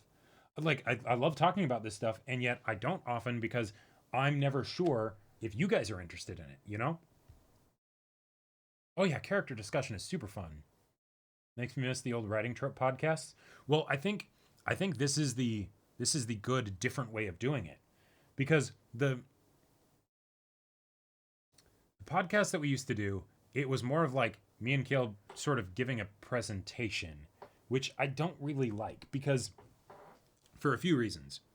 One, we just run out of topics. Let's be real. And opinions change and things like that. So saying that, like, when it's like, you don't want to redo a podcast on a topic because it's like, oh, we already did that. But opinions change, you learn more stuff and things like that. And it's all opinion based anyways, so it's never objective. So it's not like, hey, this is the fundamental, like end all be all for this topic. It's like, no, that doesn't really work. So, but doing conversations like this, where it also engages with the chat a lot more, which is kind of the point of streams anyways, like, it's fun. Reminds me of podcasts I listen to, ranges from 3 to 6 people's, and it's just them talking about random stuff that continuously drifts like it did here. Yeah.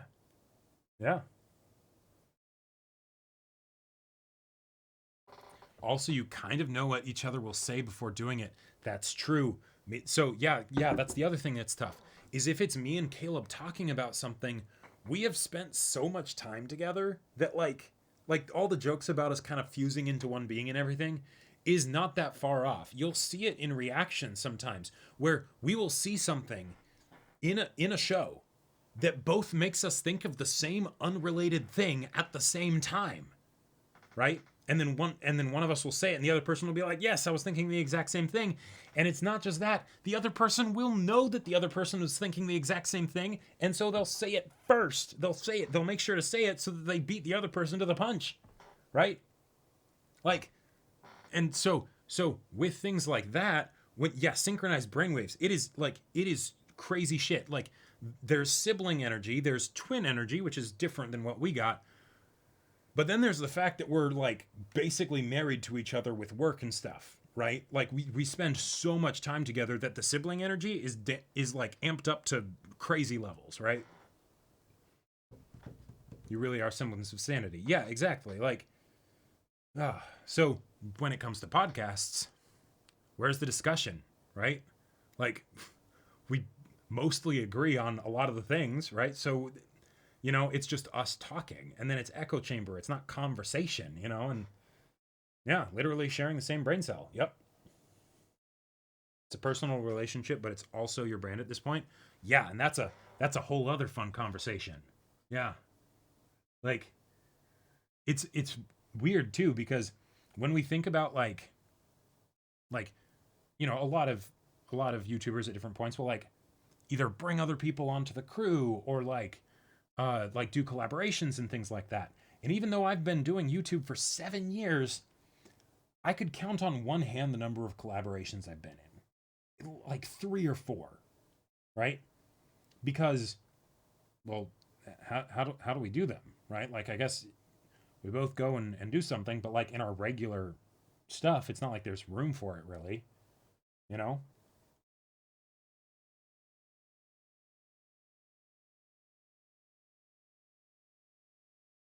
Romance, I like sassy teasing and banter.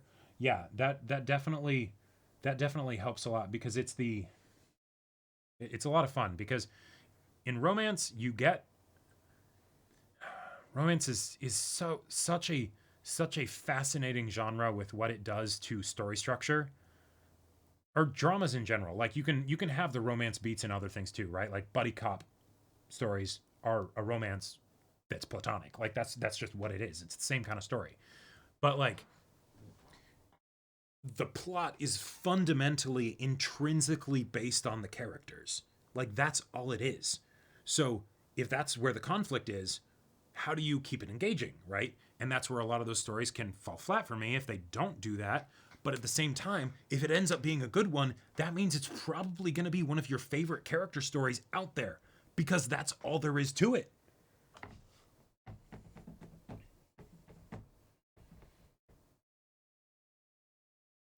My beef with, oh God, yes, MT. My beef with romance is that romance anime treat romance like it's a bad thing. Holy shit. Yeah.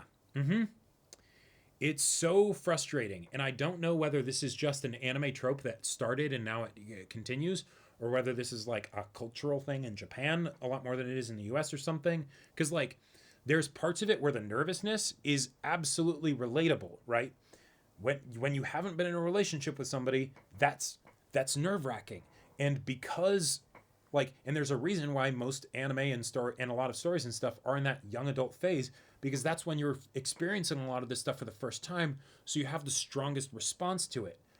But when they're afraid of the romance, it hinders plot in a way that is not based on actual character stuff, right? It's not their struggles or their fears or, you know, or things like that, or what they think of the other person and whatnot. No, it's just, well, that's just something we don't do here. We don't actually, like, we aren't open about our attraction. Like, how do characters actually get together, right?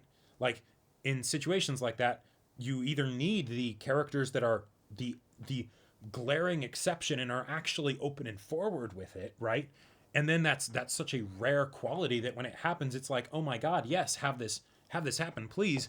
And yet, because that's something that would solve the plot too quickly, those characters never end up actually being the canon end, right?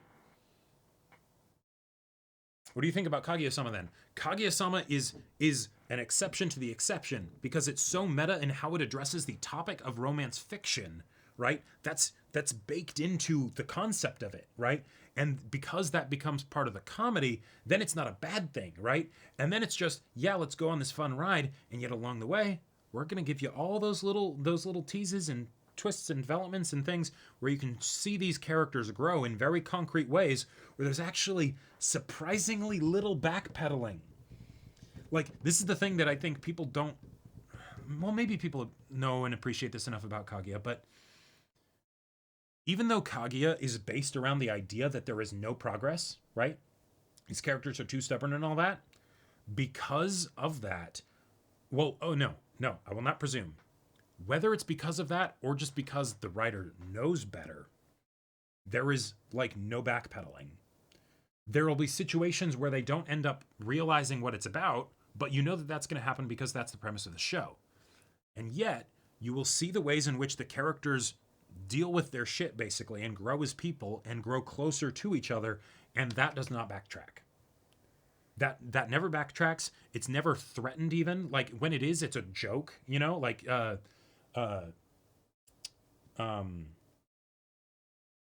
Chika's sister that like crushes on, you know, Shirogane Miyuki.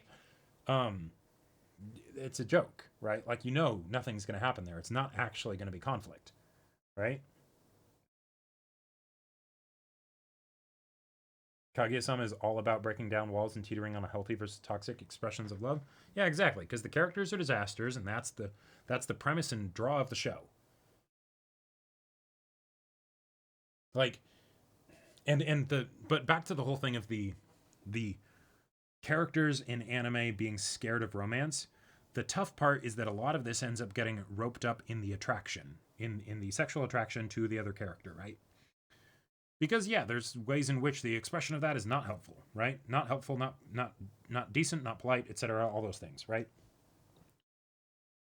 But like, why can't we have stories where the characters are like, you know, like comfortable with that, open with that, where they don't have to be in this weird like internalized repression, you know, like it's so odd. And something that also comes out a lot, we were talking about hentai earlier and everything, you know, the adult fiction, the cultured stuff, and it totally comes out in there too. And that's one of the reasons why dialogue and character writing was so high up there on my list of priorities, because because it comes out there in full force, and it's like, good grief, what am I watching? Like, or what am I reading? Like, this does not get me invested.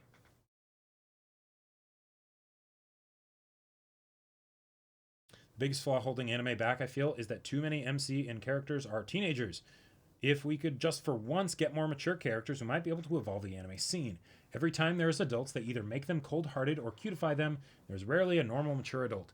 That is actually one of the big issues that I have with Grand Blue. So I know that Grand Blue is a comedy. It is a comedy first and foremost. It is not a romance. However, you have these grown-ass adults that are very horny and horny on main, right? They have no problem with that.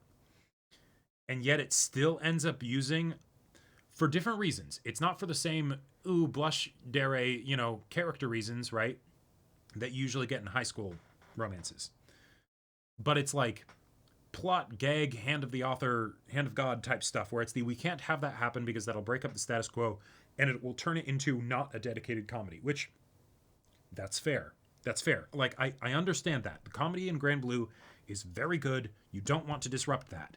However, the longer the story goes on, you kind of have to let that happen, because otherwise the characters feel wooden and stale, especially with the time like of the characters' lives that they're at, right? And with the way that the characters are, you can't not have that in there. It would get really weird, right? Like, and so you end up having to have the romance stuff happen, and yet they're still like, we can't quite go there. And so there's this part of me, and I don't know if it's misguided or not, because I'm not as familiar with like actually publishing writing works on a, you know, in a serialized format, you know, like I haven't done that before, right? I've published battle lines, but that's a one and done deal, and even then I didn't really get into the romance of it, right? I don't know the effect that that would have on the rest of the story as a whole, right? Because it's very easy for things that are very serious and important to the characters to just sort of take things over. But yeah. Yeah, Spy Family is another great example. I get it. It's a wholesome show and everything, so it's not going to go into like kinky, you're crushing Lloyd's face between her thighs, you know, stuff, even though I would love for that to happen, you know. But just the idea of the concept of that, it not really being addressed feels weird, right? Like you would think that would be something that would be gotten into.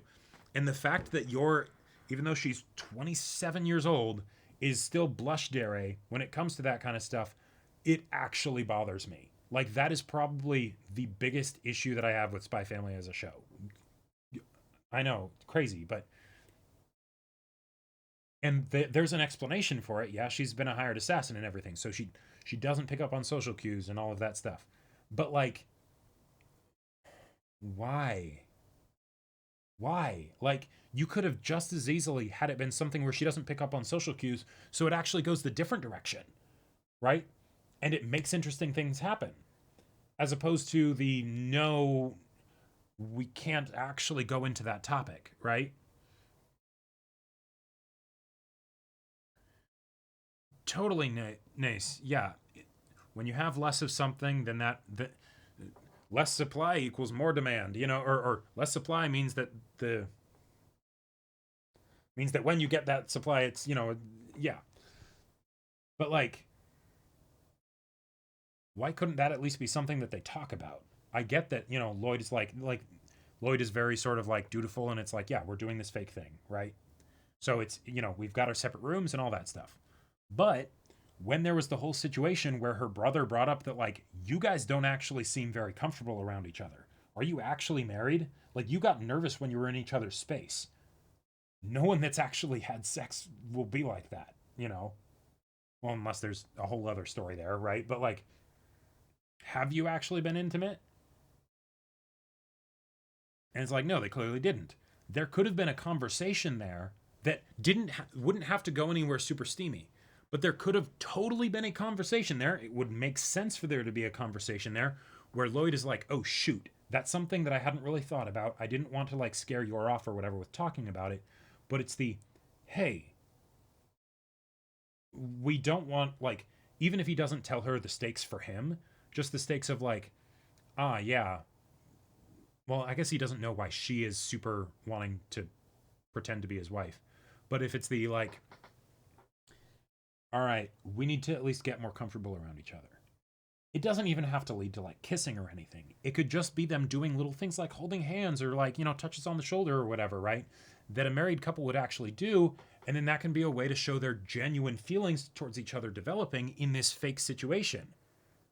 That's like a goldmine for potential opportunity, and yet the show didn't do it because yours got to be a blush dare, ooh, I'm nervous about this stuff. And Lloyd just forgets that this is a glaring issue with them pretending to be a couple. Let's see what y'all are saying. I kind of went on a rant there. You heard of Nodome Cantabile? It's actually not a bad romance with adults. I have heard of it. Yeah, it's an older one, but yeah, I've heard of it. Big reason Spy Family works is because of the contrast between Anya and the adults. That is so true. Anya really is the one that holds the show together because the dynamic between Yor and Lloyd is not good enough. And Yor is not given enough development and focus. in my personal opinion.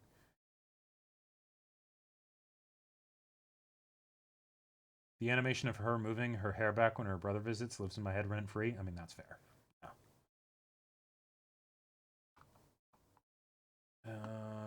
I've been reading this manga, Teenage Mom. Ooh, that sounds fun. And I love it because it shows how a person matures and becomes an adult. That sounds fantastic. That sounds like all the things that were wonderful about Usagi Drop from a different perspective than just without the knowledge of where the manga went. One thing I think mangakas get wrong is no teenagers don't like watching loser MC characters in romance anime. Wait, there's a lot of negatives in there. We would much rather appreciate a Giga Chad who can actually be nice and understand the romantic partner. Yes. Yeah, and for multiple reasons, right?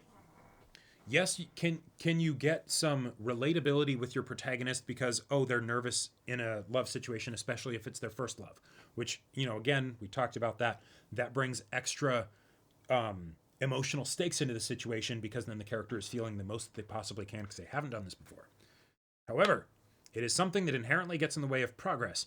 And yes, while you generally want progress in romances to be slower so that way you can keep the audience on their toes and have it be a slow burn and all that stuff, which is great. Yes. Hindrances of progress are not fun. No one likes them.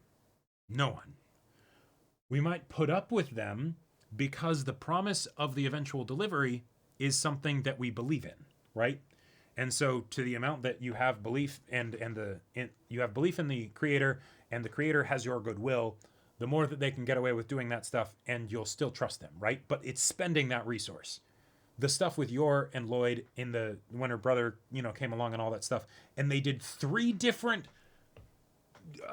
cliffhangers with will they kiss, and then they don't have it happen. That uses up a lot of goodwill, right? And notice they haven't really been focusing on that since then, because if they did, and they continued to not actually give meaningful progress, we just stopped caring in general. Because they stopped it there, well, it's a bit easier to be like, I'm still interested in it happening, but it's just not going to be the focus right now. That's another thing, Psychronia. Like, yes, it would be a bit, stereotypical to, like, the old, sexy femme fatale characters that were totally there just to be, objects of desire, right? In, like, old Bond movies and stuff. But it would, like, Yor is comfortable getting into, like, the sexy outfits and stuff for part of her assassinations, right? That's not just the artists wanting to draw something sexy for the case of the fans. That's an actual character thing that's happening, right? And same with Lloyd, absolutely. Now, with Lloyd, I give him a lot more leeway because it's he's the one who initiated this. He knows that he is using them, and so he's trying to basically be like a more decent person of like, I'm not going to do that. Doesn't seem like she's necessarily interested, so I'm not going to go there, right?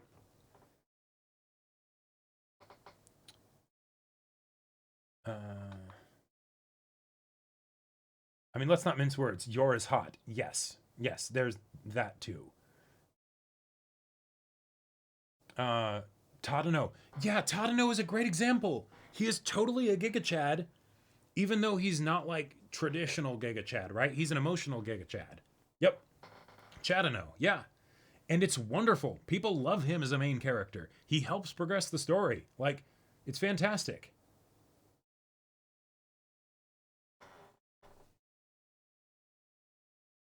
Ah, yes. Will They Kiss in Romance became Will This Character Die in Shonen?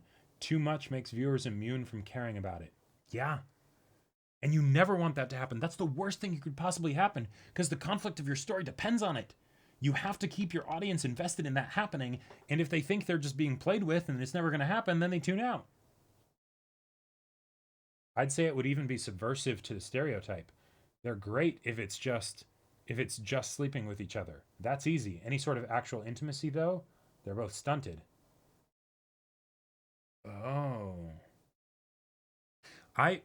Maybe in romance fiction, like specifically, like in general, I haven't really seen that with anime though. I don't think I've ever seen a situation where the characters actually sleep with each other. And I think this is maybe just a Japan thing or an anime thing, but it's like the characters can't have sex.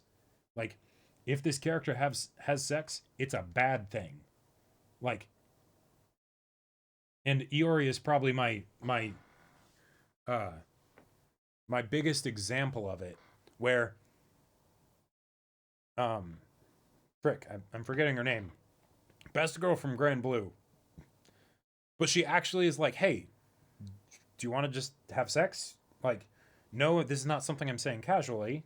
You know, I care about you a lot, and if, you know, if this is something that's being nervous for you, why don't we just do it?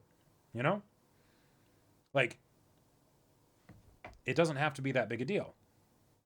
And he doesn't. And I get that he has a character reason for doing it, and that, you know, he likes Chisei. But come on. Like, come on, man. Like, that was purely like a writing decision. And I would say, because they know that that's not a sustainable writing decision, they introduced the little sister character to have the cameras and stuff to interfere, because otherwise you can't just keep doing that, right? It didn't even really make sense the first time. Azusa, thank you. I can't believe I forgot Best Girl's name. Then you haven't read any Josei manga? Nana is the most famous one. I want to get into Nana. It's been on the polls a couple of times and it gets slaughtered every time.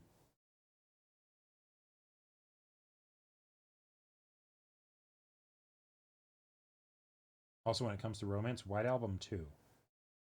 Huh. Imagine a romance manga that starts with kiss and dating and follows the development of the relationship. Why is manga allergic to that? Wasn't there... I feel like I remember hearing about something where the story is about, like, post-relationship stuff. Like, but I think it was a bunch of, like, shorts, where it was, like, shorter episodes, and it was, like, following a bunch of different couples, and it was just them in relationships. And we put it on a couple polls, but it didn't do well. It came out in, like, the last, like, 5 years or so, I want to say. Nana is better as a manga anyway? Okay. How about romance and Monogatari? Well, there's only romance actually between two characters in Monogatari. Because even though it's, you know, it's teased with a bunch of other characters, it never actually ends up happening. Like, Kizu is probably my favorite section of Monogatari. I'm not sure how much of it is just because, like, I watched the movies because they're movies and they were more visually spectacular, or because I really like Shinobu as a character, or because it's the standalone, like, separate from the rest of it section, so it's easier to take it on its own, or because I watched it before all the interactions with the community got bad. But, like, the romance in Kizu, both between Hanakawa and Araragi, and the, like, not quite romance, you know, but definitely a story of love between Araragi and Kiss Shot, I think both are fantastic. What's your favorite dubbed anime? Well, okay. Are you talking favorite... Also, welcome to the stream, Kitty Anime. Favorite dubbed anime is tough. Favorite dub in an anime, I feel like I could get an answer to you there on that. Top one definitively is real tough, though. I'll list off a bunch of my favorites. Panty and Stocking, Ghost Stories, Haruhi, Black Lagoon. Black Lagoon might be my favorite. Konosuba, Kaguya.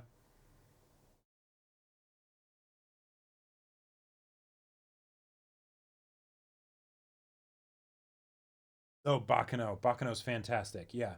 Like when I think about the ones that have the most, like, upgrade, you know, from the dub, those are the ones that I think of. Black Lagoon might take the cake. Some of that would be nostalgia, probably, but, like, I adore Black Lagoon's dub. I absolutely adore it.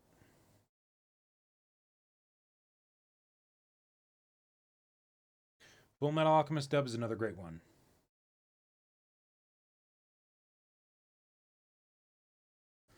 It's yeah. Oh, I can't even remember what Sub Edward sounds like. I remember what he's like when he gets angry and starts squawking.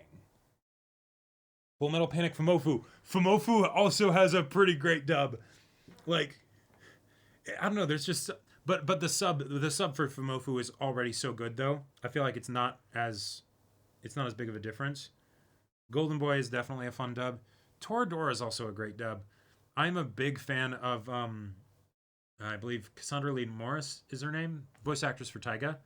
Like, she does a great job. Same with Ryuji's dub voice actor and Minori. Like, it was fun after I watched the Toradora dub, and then as I started seeing more dubs, I would see them in different like shows and stuff. Even though they seem like kind of, I don't know, underrepresented characters. You know, like I don't see them in a lot of stuff. They're like I don't think of them as being like famous really. Although Cassandra Lee Morris is also Kirito's sister, so I remember when I went to a signing, she had a pretty big line. But oh yeah, Hellsing Ultimate. I mean, Hellsing Ultimate is basically just Crispin Freeman popping off. Same with Haruhi. Like the Disappearance movie with Crispin Freeman just serenading me with his sultry tones. It's like, yes. Yes. Cyberpunk dub might be better than the sub from the atmosphere it generated alone. That is very good to know. And that makes sense too, because I don't know if it takes place in Night City necessarily, but like that's in America. Like it's on the West Coast. So it would totally make sense for Cyberpunk to fit really well with an English dub.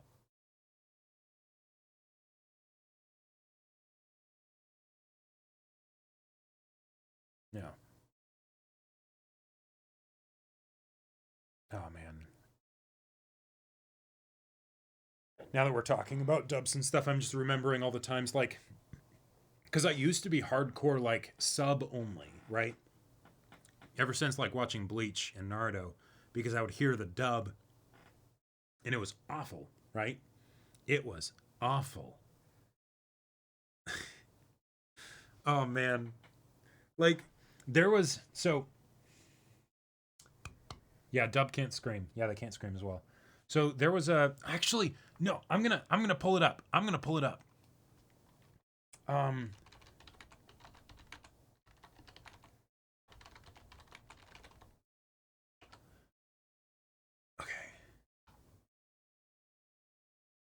Shoot, where is it? Where is it? So my favorite moment in Bleach. Oh, thank you, X10, and welcome. Yeah, we have a very good camera. We have a very good camera. Gone are the days of the 720p webcam from when we started. You really can't listen to Bankai without the pause. Oh, it's so true. It's so true. It's wrong when they say it all at the same time. But no, so there was a so in episode, what's the episode number? I believe it's 342.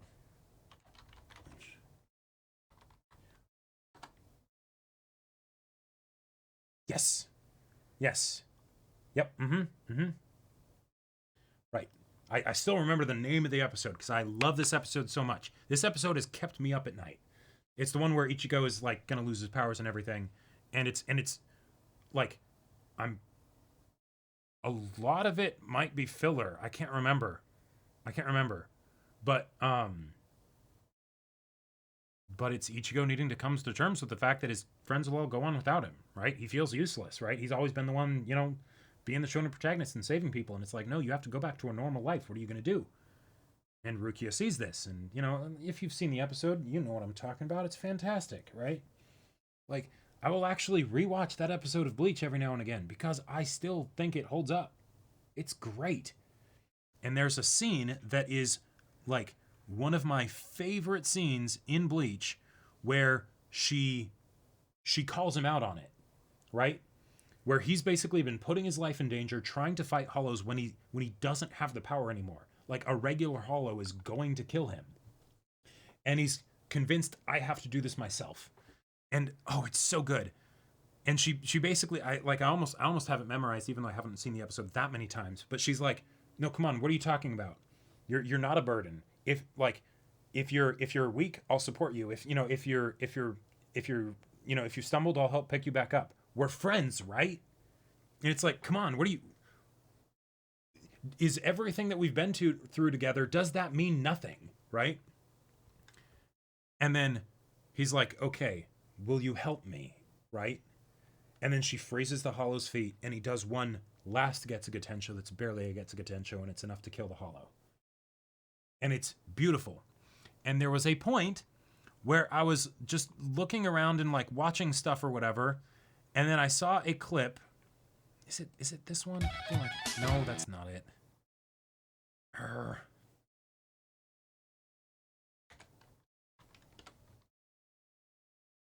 Here we go.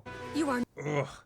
And so I see this clip in YouTube in like the sidebar or whatever. I'm like, yes, let's rewatch that. I'm so glad that someone's posted this because it is such a great scene. And then I watch it, and it's in the dub. And the thing is, the dub voice actress for Rukia is the dub voice actress for Yuki Nagato, who absolutely kills it in Disappearance. Absolutely kills it. Michelle Ruff, I think, is her name. And not, you know, I'm sure she did her best, and you know, I'm sure it could be all sorts of things, directing and you know all that stuff, matching lip flaps and whatnot. But I'm gonna pull it up so y'all can see it. And oh man, my heart fell when I heard it because I didn't realize it was gonna be in the dub. You are not in my way. If you get hurt, then I'll help you. If you can't fight, then I'll fight in your place. The words are still beautiful. If you're in pain, then I'll help you to deal with your pain. And there's emotion that she's putting in there, but like... After all, we're friends, right? That's the part that kills me. The parts before that, it's like, it's not that bad, but at the same time, you don't have lip flaps there. So it's like, you know? Like, you'd think you could go for it a bit more, be a bit more flexible. I don't know. I don't know the industry and all that stuff. But then at that part of it all, where it's like the climactic moment. The climactic moment. After all, we are friends, right? Like, oh, it hurt me so much. And I know that dubbing is like it is the when I did some voice acting like lessons with Crispin Freeman. He does like, you know, lessons and stuff, and it's really cool. And he straight up puts dubbing for anime on the same level of being technically demanding and stuff as doing opera, because he did opera before he got into voice acting. So I can't imagine how tough this is, you know, with getting it all synced up and putting the emotion into it and all that stuff. But oh my god, it just killed me because I adore this whole, you know, bit so much. And then it was like, we're friends, right? She said calmly. Yeah, exactly. Yeah, it's just like, oh. And like, I can still hear it, even though I haven't watched the episode in a long time. Rukia's Japanese VA saying those words and the emotion that was carried in them. And I was like, it hit me. It hit me. But so that's kind of the yeah, this was a whole rambling rant, but yeah, but the feeling that I had when I started to realize that there were great dubs out there, like Michelle Ruff in Disappearance, right? It's absolutely beautiful. It's wonderful. And that was around the time when I found a lot of my favorite anime. This stream is a whole rambling rant. Oh, it absolutely is. It absolutely is. Well, yeah, like the Ghost Stories dub, but no, like, oh yeah, the dubs are getting better by the day. So much better. Oh my god. Like, to the point where my preferred method of watching anime actually is dub most of the time. If it has a good dub, I want to watch it in the dub. Now, I can still rewatch things in the dub and stuff, you know, with reactions and stuff. And for reactions, dub is a bit more complicated because if we talk, it can mess up with the other person's ability to hear the episode. But, like, Toradora, Black Lagoon, dub all the way. What was my other one of there were oh yeah, and then Haruhi. Yeah, it's yeah. So even just talking about dubs, it's bringing back all those feelings of when I when I really started to like get into anime and found the anime that were like my go-tos, you know? Like the ones that lived rent-free in my heart. Because oh man, it's sending me back. Nowadays, I enjoy subs for their nuances not found in the subtitles and dubs for how well the translations are localized. Oh yeah, well, and also comparing the dubs and subs too. Like Black Lagoon was another favorite one because, the first time I watched Black Lagoon, I watched it in the sub because that was back when I was still thinking like, oh, it's sub all the way. That's the best way to go. And that's actually probably one of the ways that you can tell that I adore the Black Lagoon dub, because usually if you watch it one way first, especially with the older dubs, you know, it's very hard to then watch it in the other version and like it the same or more, right? But I remember when I went back and rewatched Black Lagoon and I watched it in the dub, and Marika Hendricks just ran away with Revy. And Brad Swaley, he was rock. Like, it was incredible.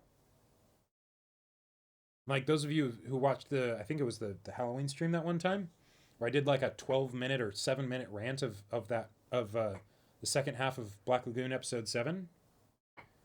That I watched that scene, I kid you not, hundreds of times. Hundreds. Because I adored it. I talk about living rent-free in my head. I have every bit of that memorized, like intonations and everything. And then even like later bits where like the translation, because of it being localized and stuff, it would say things that were fundamentally different, but it still kept to the heart of what was going on.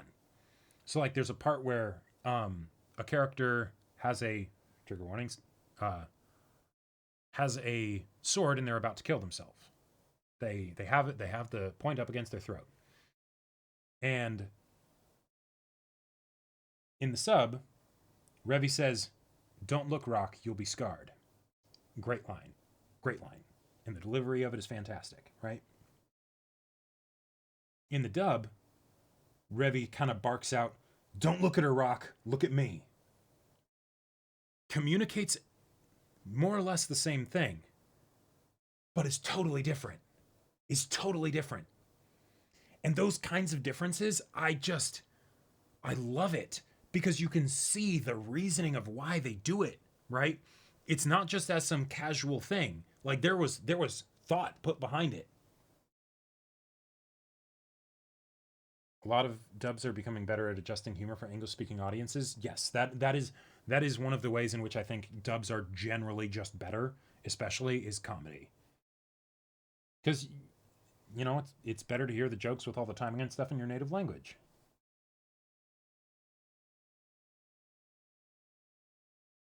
Skate Infinity dub is great. Okay. Oh yeah, Kaguya narrator is fantastic. Ian Sinclair is a legend.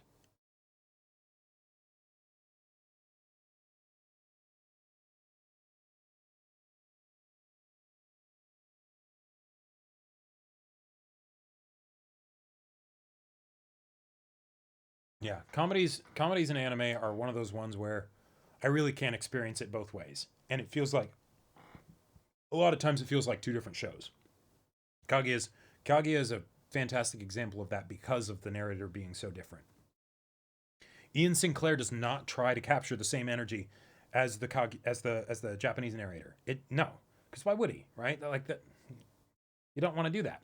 But he brings his own energy. And I feel like that's kind of the same experience that I have with the Last of Us TV show, looping back quite a bit. But it's just re-experiencing the same thing that you know and love, but performed by different people and done in a different medium, so it's going to have its own unique flavor. Psyche K dub is really funny too. Yes, it is a tragedy that season 2 didn't get dubbed. That's a great way to sum it up, Psychronia. Yeah, Kaguya sub-narrator is part of the joke. Dub narrator is in on the joke. Right. We should totally do it again sometime. Yeah.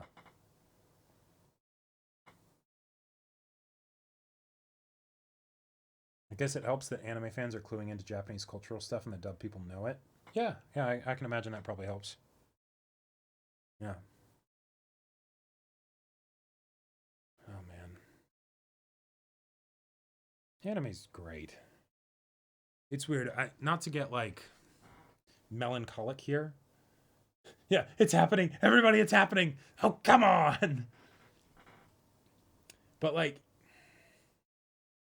my relationship with anime has been funky, right? Because, like,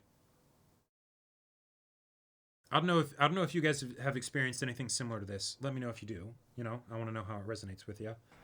But there's that moment where you have your anime awakening, right? Where you can consume anime faster than seems humanly possible. And anytime, you know, it's like, oh yeah, you want to go like hang out and do something? It's like, wait, 2.5 hours? That's 7 episodes of anime. Like, that's half an anime. Like, what? No. I could watch half an anime in that amount of time. Hell no. Right? But like, now doing reactions, you know, anime's work and all of that stuff, it changes, right? And I could imagine that it might change for some of you guys in a similar way, where it's the, you know, it's not the bright shiny new thing, it's the old friend, right? But I don't know. I really appreciate talking like this, because this has been super nostalgic and has helped me kind of like go back and just, I don't know, remember and rekindle that old love. Yes, Nace. The Okamon in the Kaguya dub definitely sounds like a genuine reaction. You can even hear him getting farther away from the mic. Yeah. Yeah. Definitely toned down my anime consumption in recent years. It's now about picking out the good stuff when I find the time. Yeah. I've been I've had the pleasure of taking my D&D group through A Place Further in the Universe. And it's so much fun to see them get super into it and to like really like emotionally resonate with what's going on, even if they're usually like into like action anime and don't do slice of life or, you know, cute girls doing cute things or anything like that. And it's so precious. I am convinced I will never get tired of that anime. Like, first episode, I cannot help but cry. My anime awakening was when I stumbled upon a Twitter post several years ago showing a clip of a silent voice, and I was like, what show is this? Before then, I'd only watched shonen anime, and that was it. Oh, cryogenics, that's a fun place to start. That is a really fun place to start. Yeah.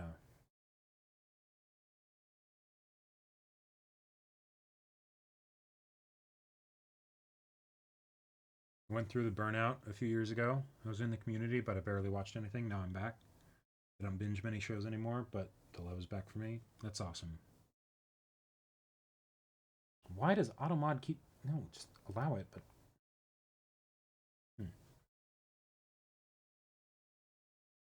I was playing a Bleach versus Naruto Flash game and got into Bleach. There you go. Yeah, it's... There's just something about stories and art. And anime's unique way of being able to communicate it.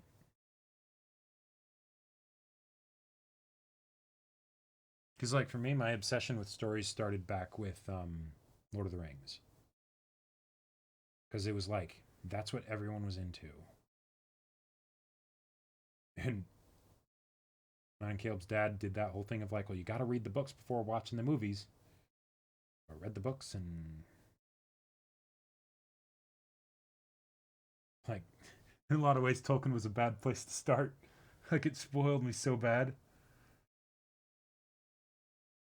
But there's just, I don't know, there's something about it. Here's a question. When you write, do you imagine your story in live action or animated format? Animated, what style? That is a good question. Generally, I would say live action. Yeah. Yes. Although a fair bit of Battle Lines was 2D. I imagined it in like 2D animated. Because I straight up, like with Battle Lines, had my whole like dream thing planned out of like, ooh, if it were to get animated, this is the studio I'd want to do it. These are the people I'd want to voice the different characters and all that stuff. Starting with Lord of the Rings, you basically started right at the summit, and there's only a few other peaks from there. Yeah, well, that was one of the things that made me want to start writing, because I went from Lord of the Rings to a lot of young adult fiction, and I was just like, this doesn't feel right, and I couldn't always articulate why. Like sometimes I'd be able to articulate little bits and pieces, but it was just like this didn't feel satisfying in the way that I hoped it would.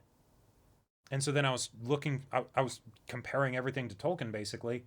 And then I was like, huh. Okay.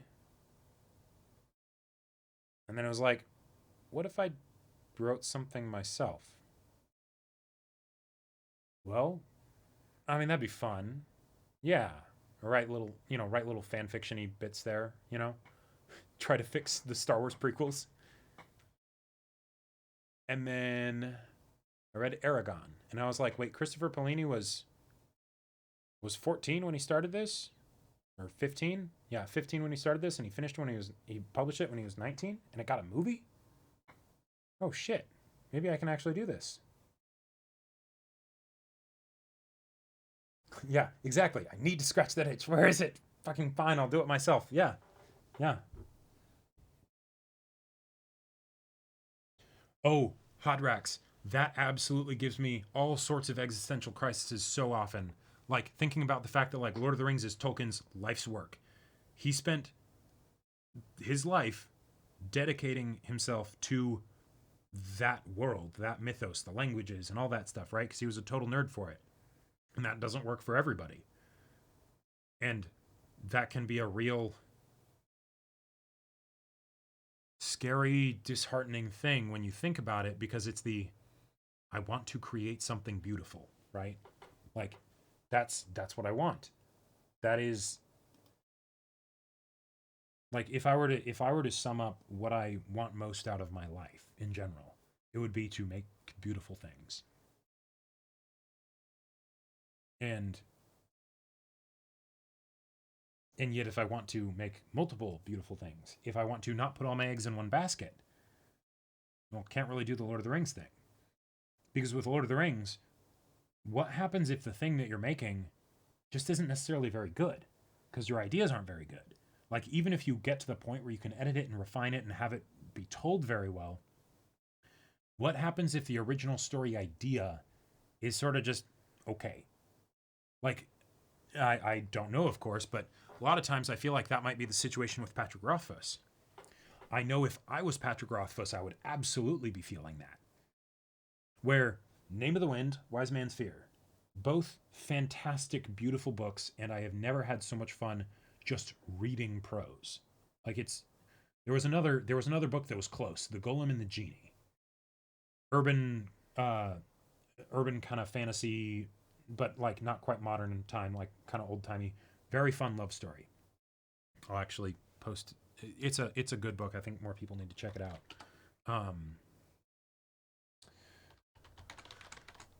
Golem and the Genie. Yeah.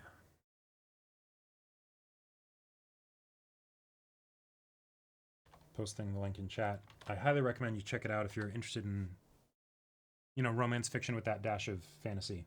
But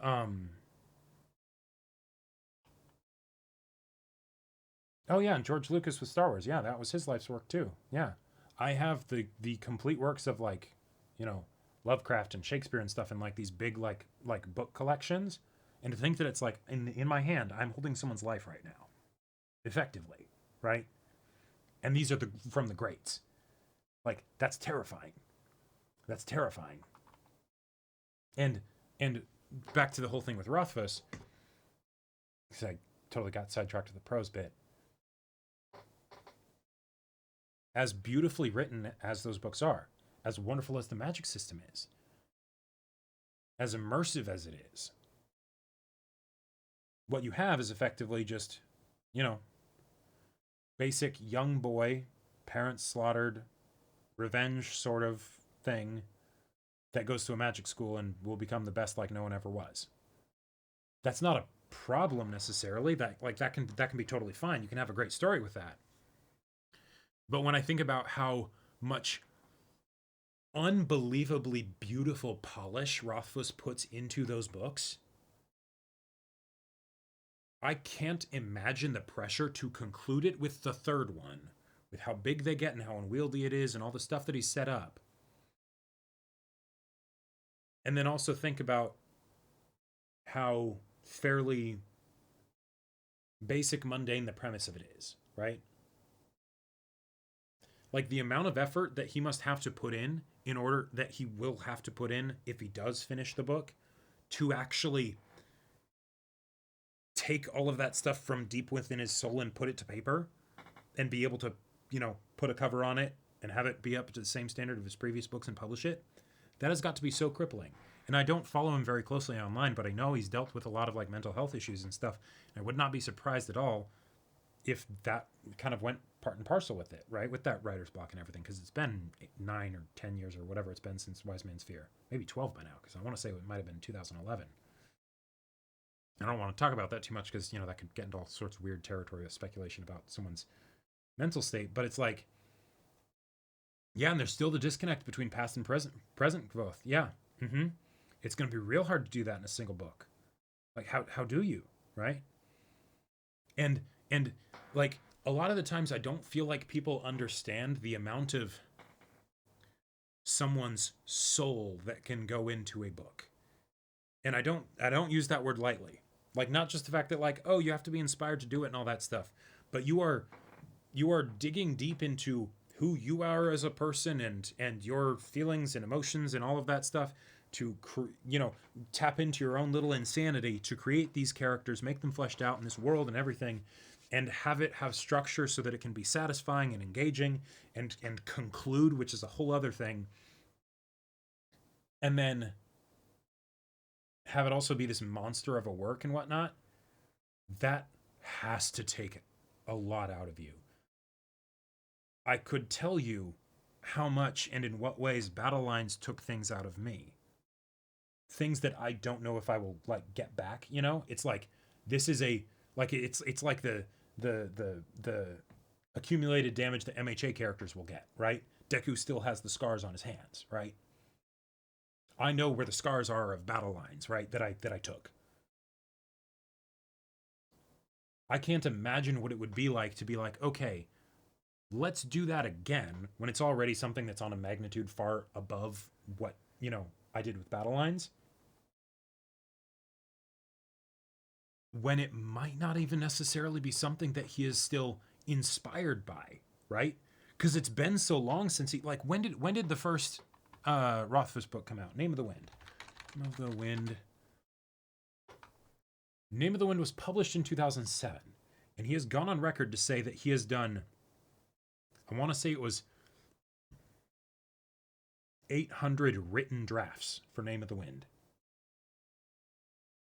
800.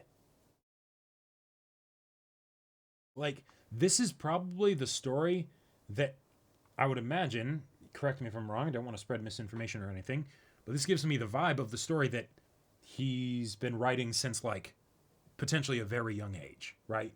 And it's like, he worked on this thing and he made it fucking beautiful, right? But those are still things that he dreamed up, you know, if this is true, and those are things that he dreamed up, you know, a long time ago. And regardless, even if that's not true, it still is a long time ago now because of how long it's been. People change. What if he's not the same person that was inspired to make that book, right? Because he probably is. He's definitely going to be a different person by now. But, like, question is in what way? And what do you do if there's all this expectation to do something like that, and yet you don't resonate with it in the way that you used to? You aren't as connected with it in the way that you're used to, right? That you used to, right? Oh yeah, totally Lobonitis. Yeah. And so being understanding in situations like this is unbelievably important because we can't know. Like I've written a book and gotten it out there and so I might know better than a lot of people, but I still have no idea, right? So it's like, yeah. And then there's people like Brandon fucking Sanderson, who's like, hey, I wrote 5 books in secret during the pandemic, across 2 years. Oh, and that's in addition to all the other stuff that I've been writing. And it's like, sincerely, in the kindest way possible, fuck you. Like, holy shit, you machine. I hate you and I want to be you. Right? It's his addiction. Can't stop. Yeah, exactly. And that's where it's like, oh my God, good on you. You found your bliss. You found the thing that gets inside you and possesses you and that's incredible. Right? But damn. My mother has been writing one book for 5 years now. It's still not done. I've seen all that. Yeah. Oh yeah, I'll bet. I'm curious. Is she still on the first draft or is she working on multiple drafts by this point? Because that's also a huge like milestone step in the change of like the approach and the mentality with the book. Because like for a lot of people, they'll get stuck on the first draft, right? Because they want it to be like perfect and stuff. And yet, once you finish the first draft, that's when you start to realize, oh shit, I have a long way to go. Yes, Brandon also wrote over 10 books before successfully publishing one. And that is something that I very much remind myself of. I'm like, the number of books that he wrote before he got to the point where he wrote 5 books in secret is a whole other enchilada. Like, oh man. I'm curious, actually. Would there be interest? There's something that I've thought about and I've wanted to do, but I don't actually know if it would be like worth doing from the standpoint of like, would people enjoy it, right? Would people be engaged by it? If I did something that, well, okay, the idea is to write on stream and try and find some way to make that like entertaining for the audience, right?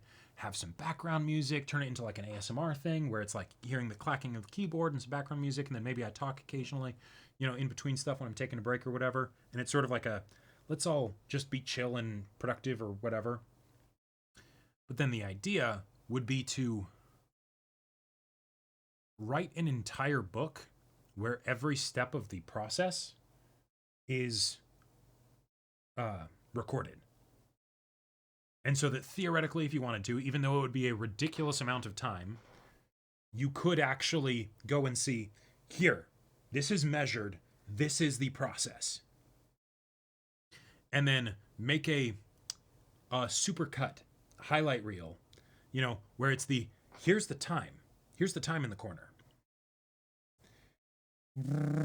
And you get to see it get sped through, right? The years potentially changing and all that stuff. Because nothing like that, I'm pretty sure nothing like that is out there.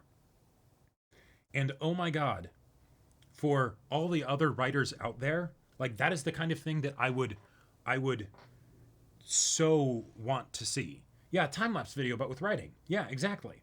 And you see the word counter go up, you see the draft count go up, all of that stuff. Right? You see sections being like, deleted and rewritten and all of that. But I have no idea if that would actually be interesting. And that's like such a huge thing of like, yes, stream for 2 years or something, right? Because the other reason why I want to do it is because that's also something where then it's hey, writing is suddenly not something that's separate from like channel stuff, where I'm like doing it on the side in tandem and stuff, but it's like actually like I'm double dipping on my time, right? But, if people wouldn't actually be like interested in that, then, it's not really much of a point in doing it, right?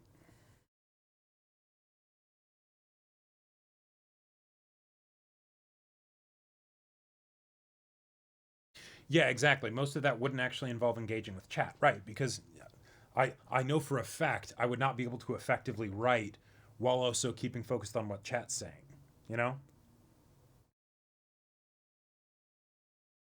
Like, where I could see it potentially being able to work is, so, a couple ways. One, there's something that my writing group does called sprints. We call them sprints. Where basically it's you set a timer for like 15 minutes. Everyone is productive for that 15 minutes. You focus on whatever you're working on. You knuckle down, you do it, and no one's really talking, right? Not really. And then you have like, you know, a minute or two in between sprints where it's like, okay, you check in, see how it's going, all that stuff, and then you go into the next one. That still wouldn't be a lot of interaction with chat. If like chat was, you know, if we were doing like sprints and stuff together. And then the other one is the writing and have it basically be like ASMR or something, but usually with that, they're still talking. And then when it's like okay, I've been writing for a bit, I need to unplug, do a break or something like that. Then it's okay, you engage with chat, you talk and do stuff. I've seen Rothfuss do something like that on his streams. Oh, I'll have to check those out then.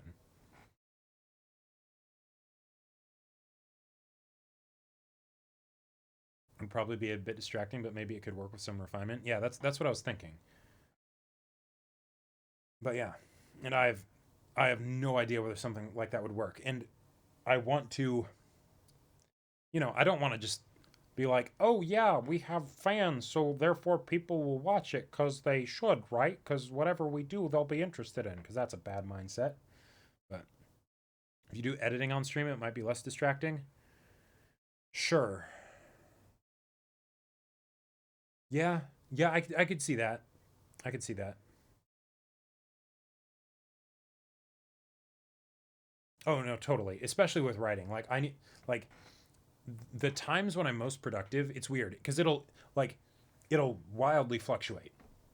The more time I spend being able to focus on it, the more productive I get, right? Because then I get into the zone. I'm like, oh yeah, the characters are thinking this way and all that stuff.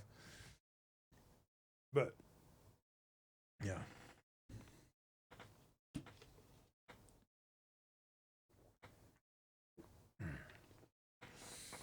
Oh. I have talked a lot this stream. I don't usually talk this much during these kinds of streams. Although I haven't really done one like this exactly.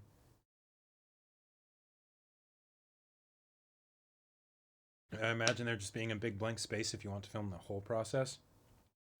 Otherwise, just doing the writing in front of the camera and documenting it would probably be the same thing. Yeah, that's fair. Yeah.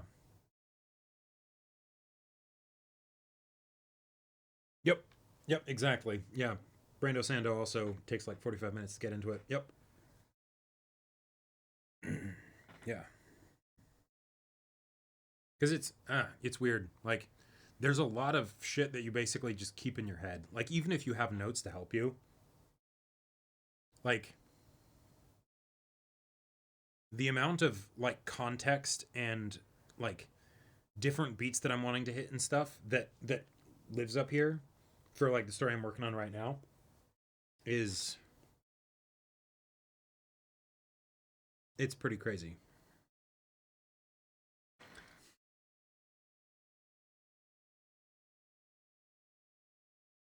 Oh, shit, Boki, see ya. Good luck with the, sleep and all of that.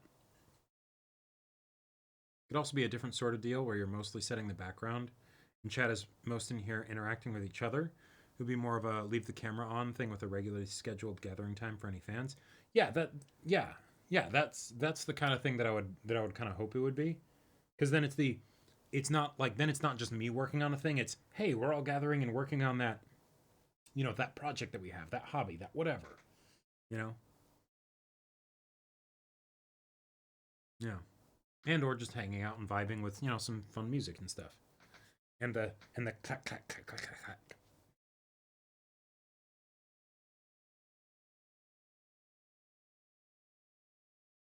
Yes, I am familiar with the colors of Magic and Magic the Gathering, yeah. What music do you listen to?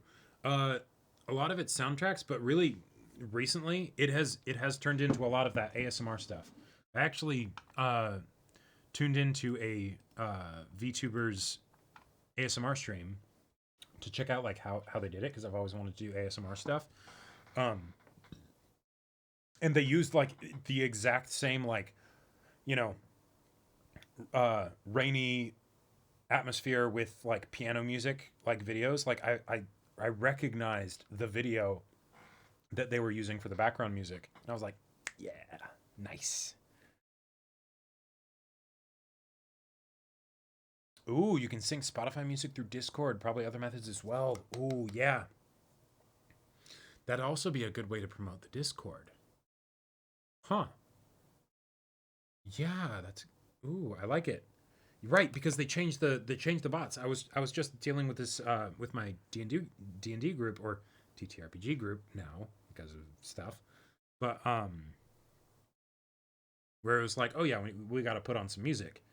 And for a long time it's just like, oh, the bots got taken out cuz copyright reasons and stuff. And then it's like, oh, now the bots just play Spotify.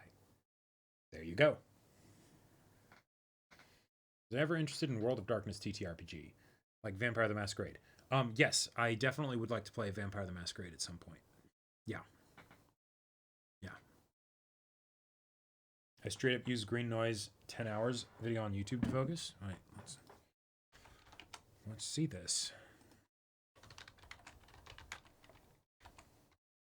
Oh, right, because the different colors of like music is like an ASMR thing, right? For like the different styles. Green noise, not green music.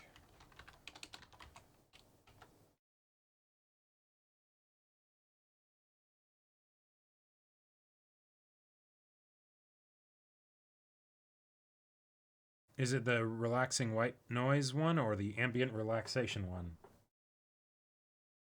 Oh, you know what? I'm just going to check it out. Sounds like you're on a train or airplane.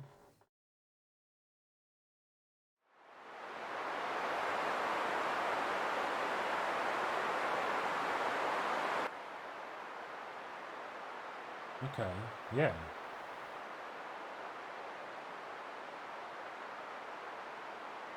Matching music to the scene you're trying to write is also fun too, Sicker. That happened a lot with battle lines. Like a lot of the times I would be writing a scene and I had a particular, like, oh, it's a bit deeper. But I would have like a particular idea of how I was expecting and like wanted the scene to go. And then because of the music that I was listening to, it would change. Oh, I posted on the Discord. Okay, perfect. But like a lot of it was like, oh, I'm listening to Lost My Pieces, and then the scene takes on a whole new direction, and it's wonderful. Like I would love it, you know. Or I'd be listening to like, ooh, that's fun. Here's what it looks like for everyone in chat, so you can find it.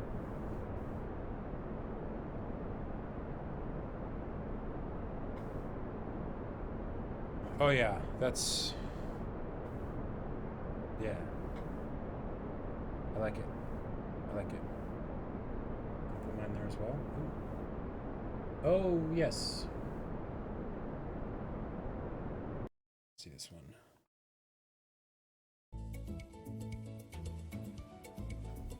Okay, cool. Berserk OST 10-hour version. Yeah, I mean, my brother, come join me.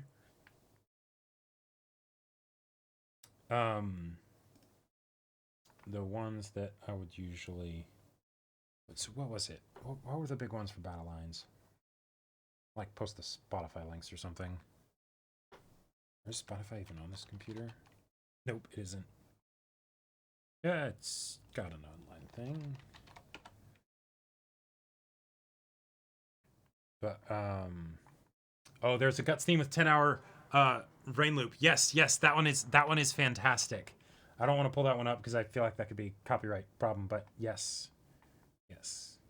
With the vocals and everything. Yeah. I was gonna do it, and then I was like, wait, no, y'all don't want to see that or hear that.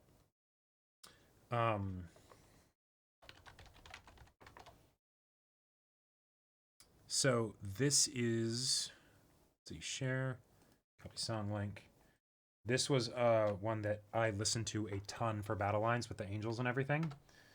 And like them, you know, their whole arc and struggling against the antagonist and stuff. That was a favorite of mine.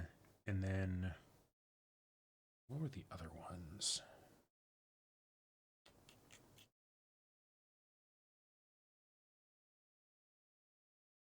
I forget. Wait, can we talk about the Beast of Calm Sleep OST? Hmm? What's that?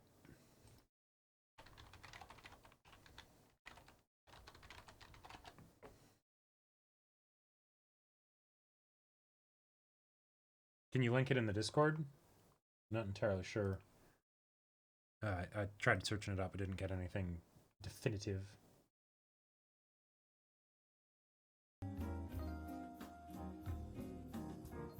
Oh, wait. Yeah, it's a jazz and piano mix. It's probably fine. Well, better not risk it.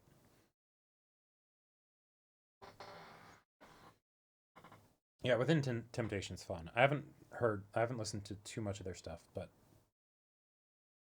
I really like that song. I first heard of it because, okay, if you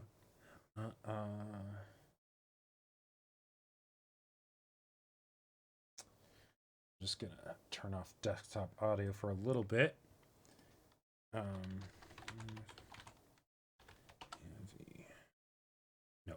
No, not Demon's Fate. No, that's not what it's called. It was shoot.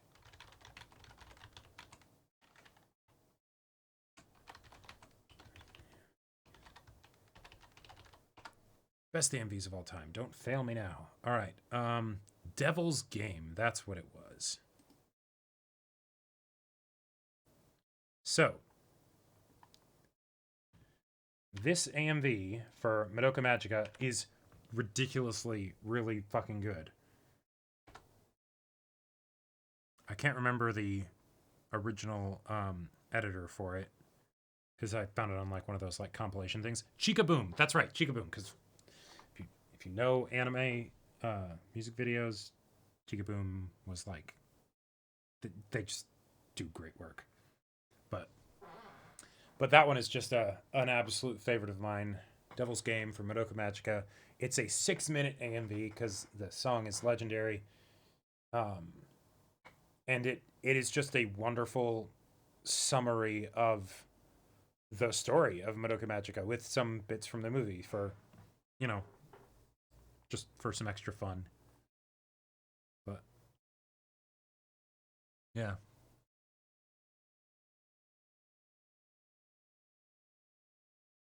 Oh, that was the other one.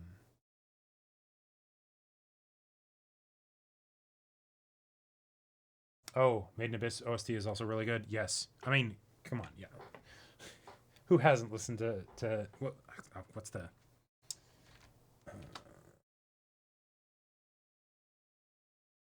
what's the name of the song? Oh wait, there it is. There it is. Hanaziv Karadina. Yeah. I literally just typed in Made in Abyss OST, and the second one is that song. Yeah, yeah. It's just it's beautiful. It's yeah. Mm-hmm. There are multiple the songs in Made in Abyss. Yeah, but that's like the First Layer is my fave.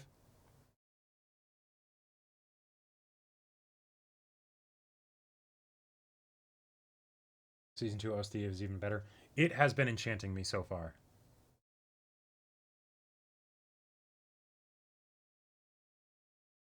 Yeah, the algorithm gets it. Exactly. Oh, check Discord.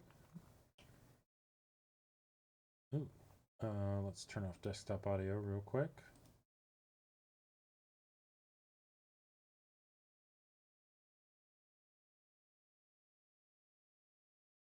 Okay, that's cool. Yeah.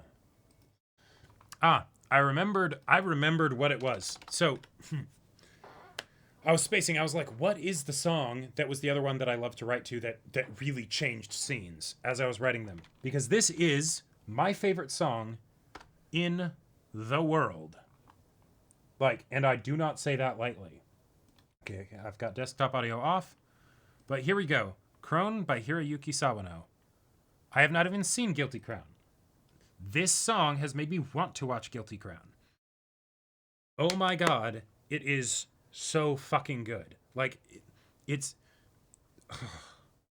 like, I feel like it's Sawano before he got his Sawano brand, you know? And so, like, it's just... It is beautiful. I will show this song to people that don't like anime, don't have anything to do with anime, and I'm just like, nope, this thing is really fucking amazing. Funny story, actually. Funny story. So, Crone. My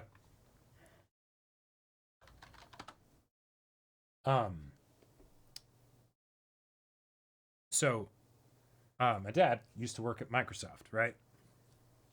And there was a point where he was like he had like a, like he was a lead on like a team or something, right?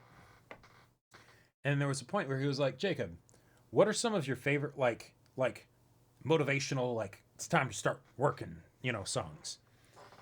Because he knew I was like really like into that, right? And I was like, oh, well, I'd say here's my main list, you know, and it's like 5 or 6 of them. And the first one at the top, and I was like, this is my favorite by far, absolutely, was Crone. And I didn't realize this, but the reason that he asked me was because he was going to send all of this to his team.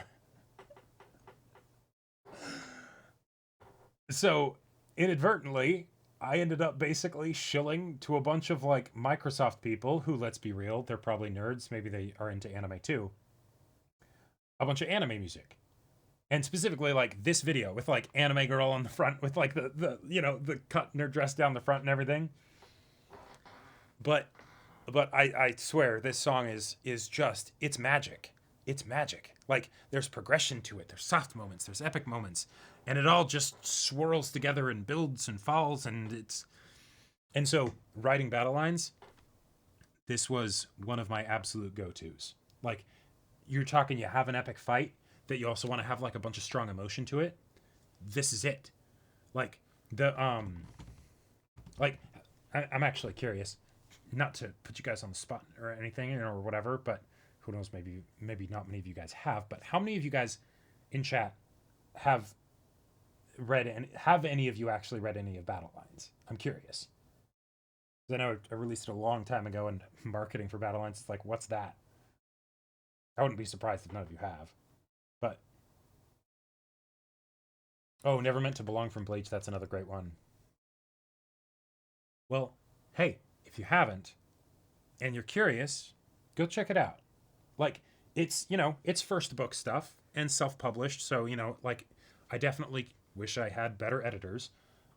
You know, and there's some rough patches for sure, but like there's a lot of fun stuff that I do in there.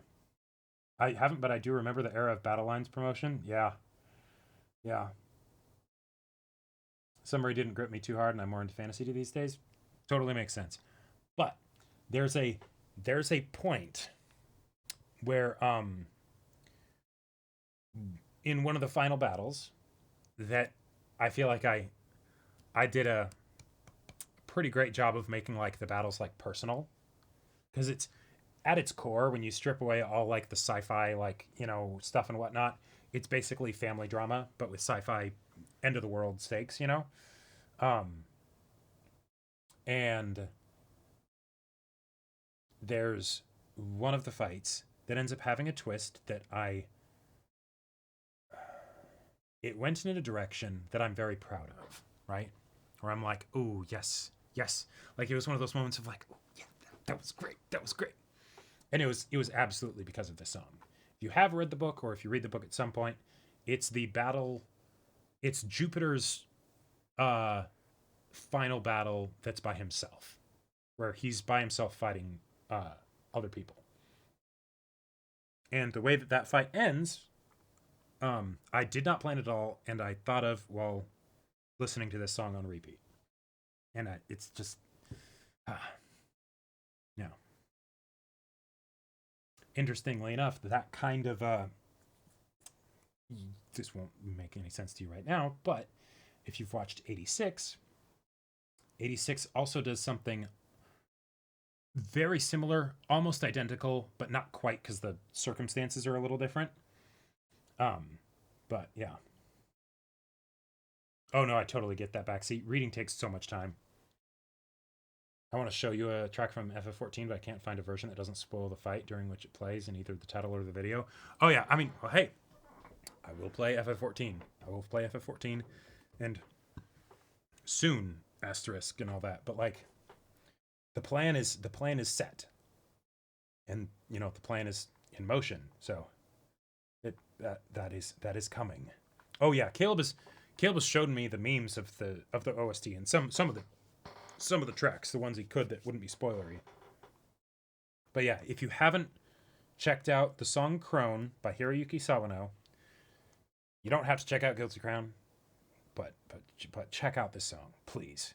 Like, coming from someone who adores Sawano, right? Who loves the Inferno soundtrack, is an Attack on Titan fanboy to the highest degree. This is not just my favorite Sawano song, it is my favorite song. Even more so than Lost My Pieces, and it hurts me to say it.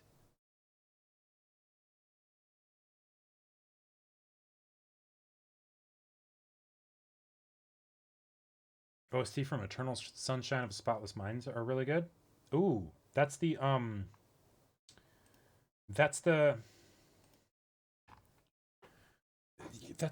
who's the lead? Who are the two leads? I forget. Sunshine of the Spotless Mind. Is it yeah. Right. Yes. Yeah. Jim Carrey and Kate Winslet. Yes. I haven't seen all of that movie. I walked in when Caleb was watching it, and then I watched the rest because it was enchanting, and I loved it. I absolutely loved it.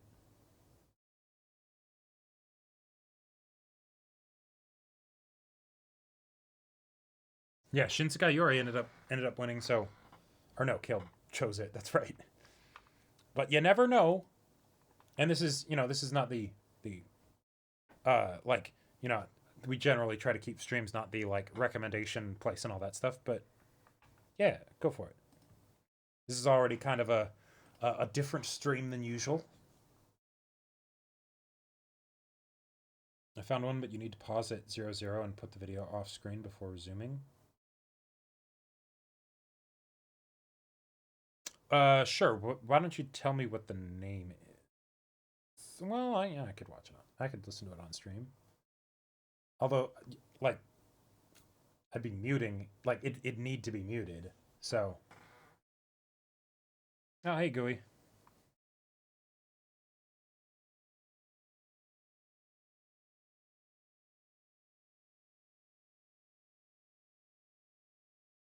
Oh, that could be a fun thing to try out, Psych. Sure.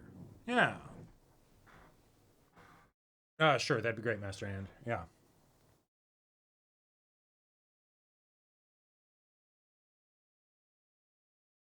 Yep, exactly. Exactly, FN. It's based on what we're feeling in the moment, because like I did Bochi, right? Super popular show. Granted, I didn't realize how popular, but like super popular show that hadn't even been on a poll. But it's like, I think we really need this one. Okay, so mute desktop audio. Oh wait, what is it? Okay, here we go.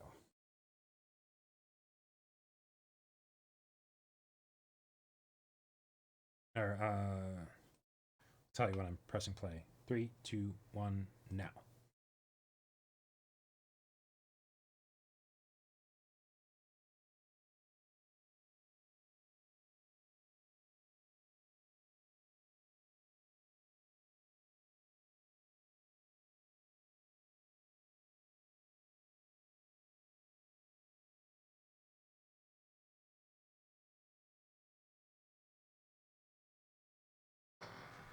I like it.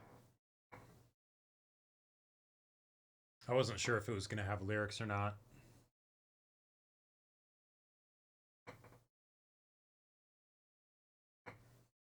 I guess this kind of has lyrics.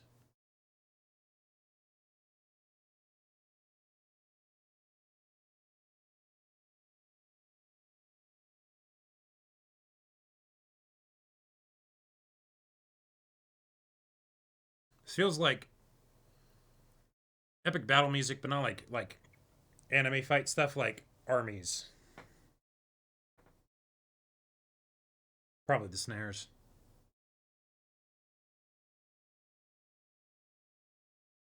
Song I'm listening to, I don't actually know. That's what it looks like, but I can't read that.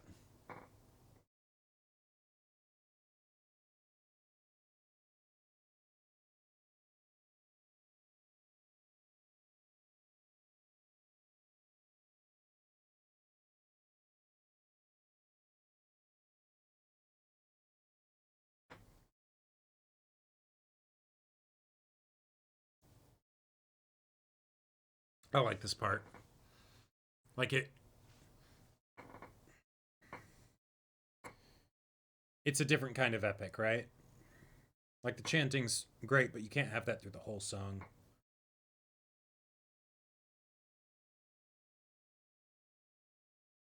Like when it goes into that other part, it feels like it brings to mind like flying above the clouds kind of a thing. Like just breaking out of a storm, you know? And then suddenly it's clear skies. Say that part, but you wouldn't necessarily know. I mean, maybe you have it synced up. Gotta do this so that way you guys can tell what part of the song I'm at.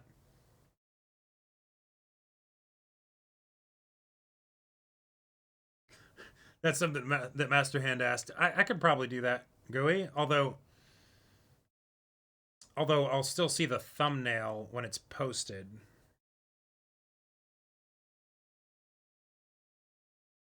Okay, cool. I do love chanting in music. I have listened to answers so many times. So many times. And watched the video. Like when I watched the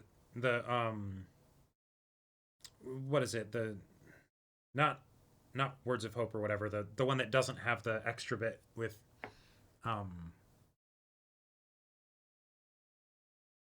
I was just enchanted, and like someone gets it. Big Giga Dragons. Thank you.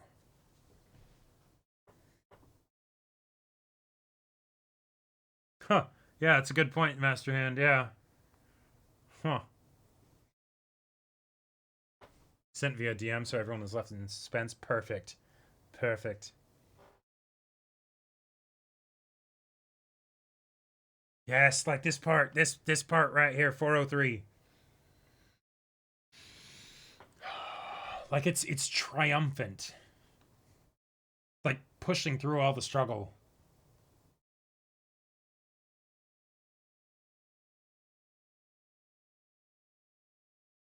I do know some stuff about FF14 because I did play through a bit of A Realm Reborn, but I was kind of like skipping through a lot of the dialogue because, you know, of the issues with like the voice acting and things like that, and just sort of like speed reading and stuff. So I'm gonna be like, I still don't know a lot about it, but I do have experience with the game.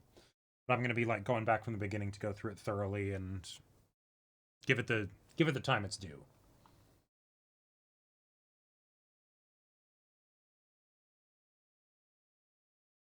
Oh, that is the leitmotif of the expansion, by the way. Silken loves putting the leitmotif of the expansion into the boss music. Okay, cool. Oh, that triumphant bit that I was talking about where it felt like it's soaring. Leitmotif, my beloved. Okay, so. All right, and so for this, I do not look at the actual. Okay. stuff. So I'm gonna have it full screened here so you guys can see it. And then I'm gonna keep the mouse moving around so you can see the timing of everything, you know? But I'll just have my eyes closed the whole time.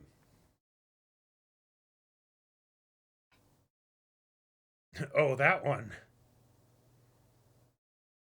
has gameplay, so it doesn't need mute. Okay.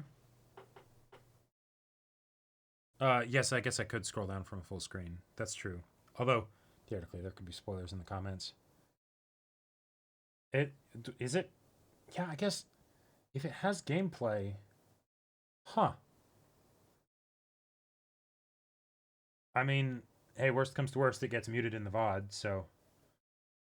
All right, let's do it.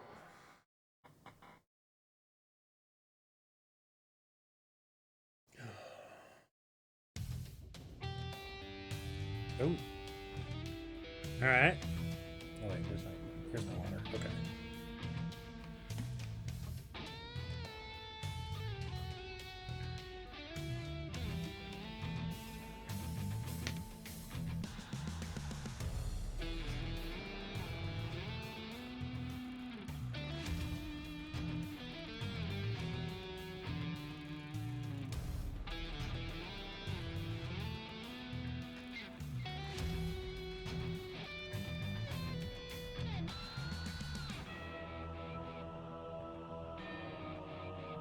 Oh, that's fun.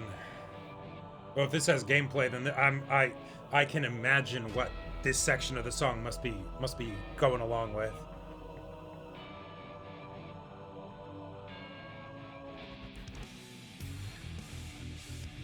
This is a boss fight song, isn't it?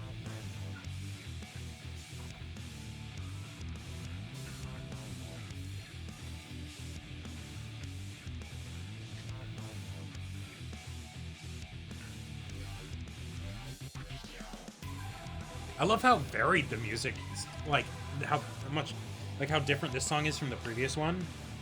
Like, I know that the game in general has all kinds of variety with its soundtrack, but, like, it's really fun to listen to and actually get to hear rather than be told about.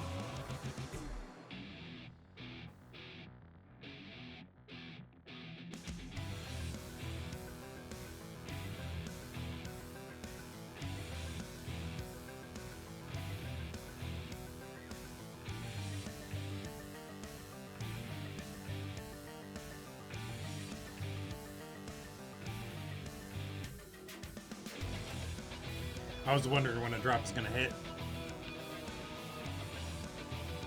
But I guess this is build up.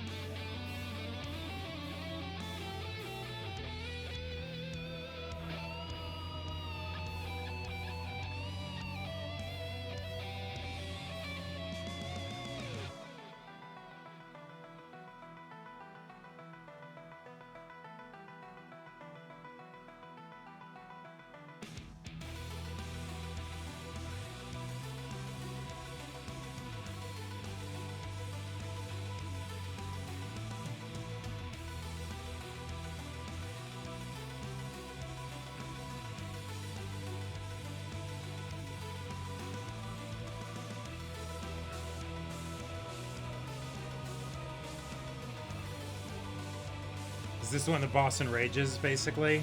Like the voice is taking on that different tone? It's like the, oh no, you're fighting a god now. Like this shit just got serious.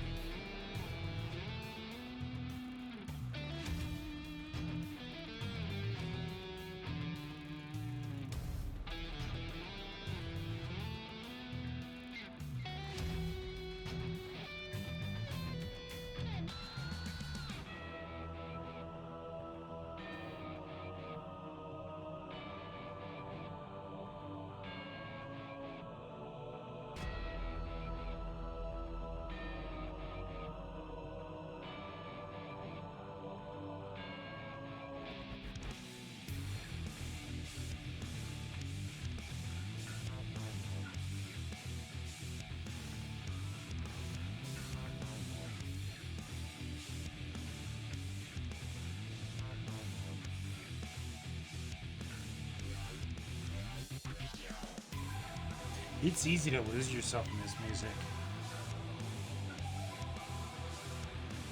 Which feels weird to say, because usually when I think of that, it's like the more atmospheric tracks and stuff, you know? But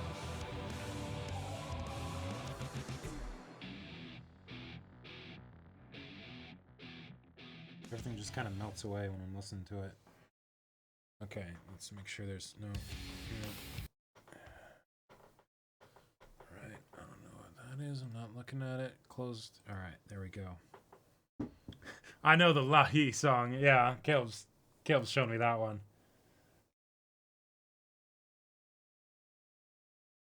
Yeah, Caleb has also described it as that. Yeah, FF14 is an album with a full free game. Yep. Mm-hmm. Now for the fun part, so many people haven't done this trial since it's Giga optional. Oh, for the previous song. But latest FF14 patch added a song that is my current jam. Want to try that one out too? Completely different genre. Sure. Yeah. Let's see what was actually posted in chat. Catch up on it since I was keeping my eyes closed. Okay. Cool.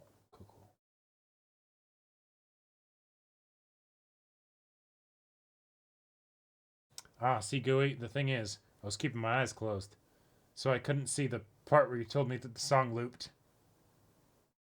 It auto-played into the Effervescence raid song? Oh, really?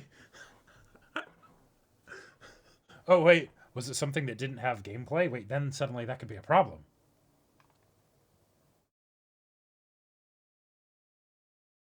I should probably turn autoplay off. Where is that even?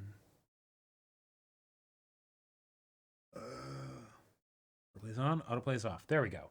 There we go.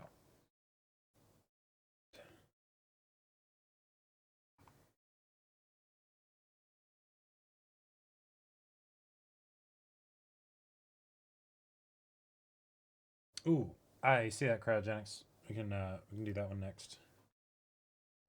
Now, is this a okay? Is this one to not look at? Do not watch the video as with the last one. Okay. Are the lyrics gonna, like, no spoilery lyrics though, right? Tell you what, I'll just minimize it. Well, I guess then that'd take away the gameplay footage, which would make it not be... Not sure about this one? Okay, well, better safe than sorry. Yeah, if you won't get it? Okay, that's fair. That's fair. Alright, and I'll just look away, I guess. Wait. I'll close my eyes again. Autoplay's turned off. Hopefully that won't be a problem.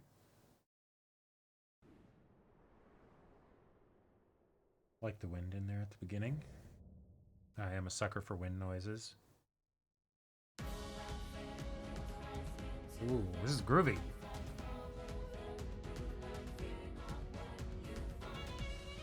Like, my hips really want to shake when I hear this. Love the violin.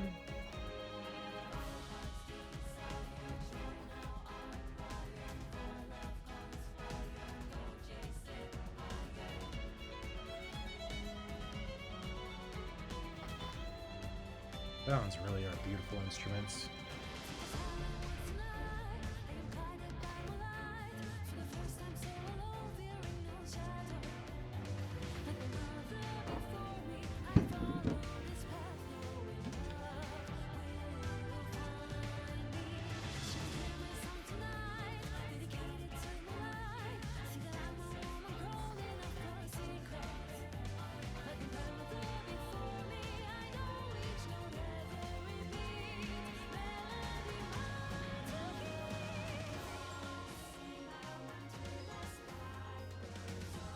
Like, this is such a happy song. Like, it's just a vibe, a bop.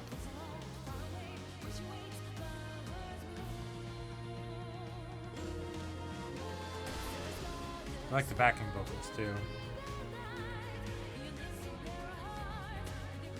Like, this feels like the kind of thing that you could totally have in a slice of life moment where it's like the characters have fought the good fight, and now it's time for respite. It's the victory dance party at the end, you know?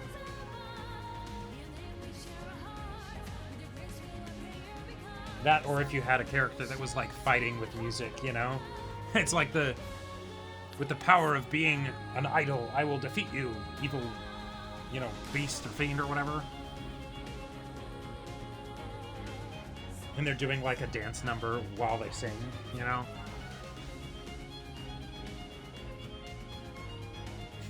And then like bright pink light is like disintegrating the eldritch abomination or whatever.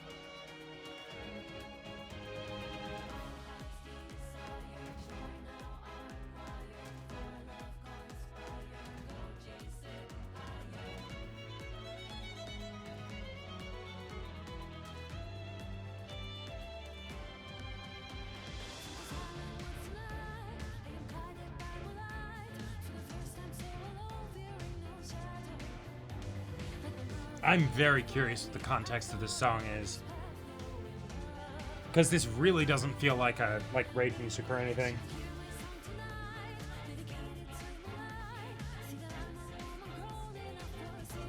And I can see this being like a character song. Like it's not just something in the background, but like a person is actually singing it in universe.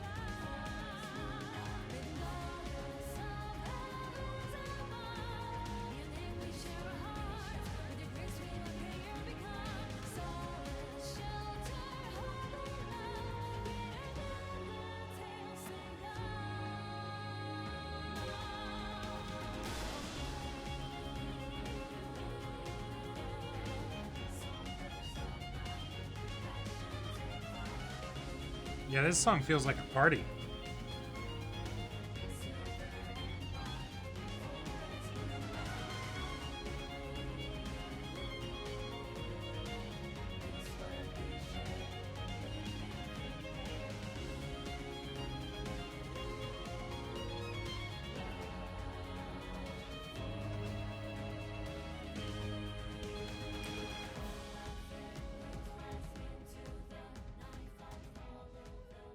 Okay, I was gonna say, like, wait, is it building up to a whole new section of the song again?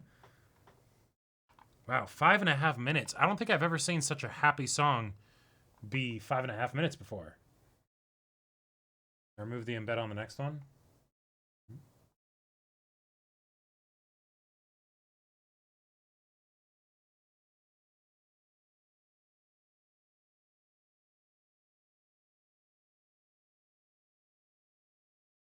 Wait, what do you think the bosses were for each of the last 3 songs?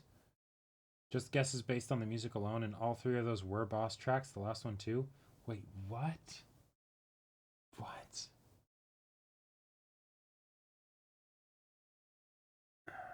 Okay. Alright. So, I'll go with the one I just listened to, because that's the freshest in my mind. That is a, it's still a Triumph song, but this is like the, so this is like the, because I know that FF14 does some kind of like ending, you know, like even though it's an MMO and stuff. This is like one of the ones at like the very end where it's like,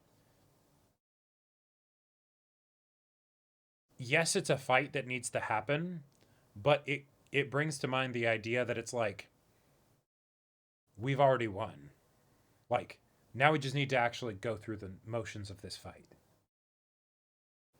Because it's all about, like, it has all the stuff of, like, you know, the not giving up and things like that, where it's like the emotional character struggle has already happened. And now it's just, you know, the victorious late third act song. Yeah, basically. Yep. And then as far as, oh gosh, the other two,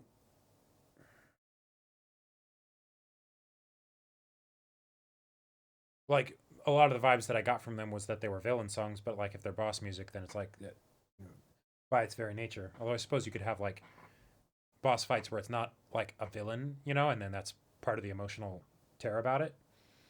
But this is stacked against you from the start. Yeah, I mean, going just from a song and being able to like piece together what kind of boss it is, and like with the other two, like it's, I don't know, they're more like, they feel more like traditional boss music. Not that they aren't good; they're fantastic, right? But like,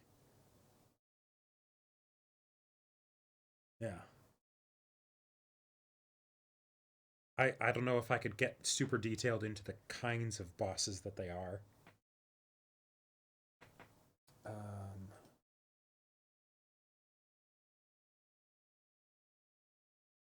Okay, so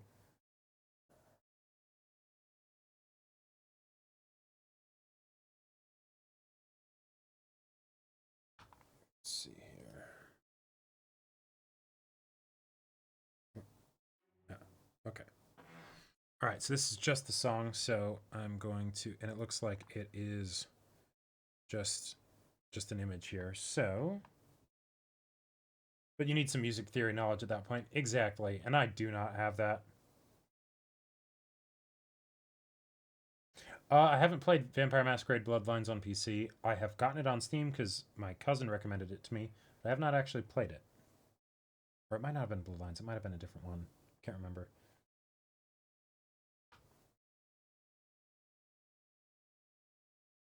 Oh, okay. Well, yeah, like being able to piece together like moments of like when like it goes into like its enrage mechanics or things like that. I feel like that's fairly straightforward. But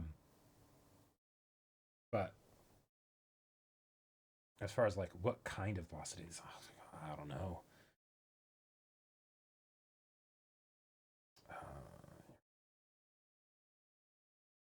Flight simulator game? Okay. Gotcha. All right, so keeping it muted, but here we go. Oh, 7-minute song. Oh, wow.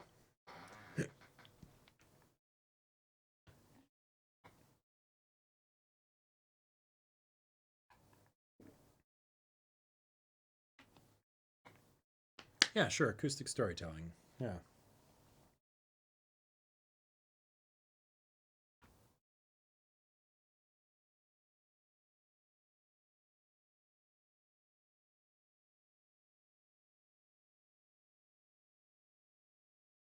Oh, yeah, because it's a form of writing. You're just not using words, you're using notes.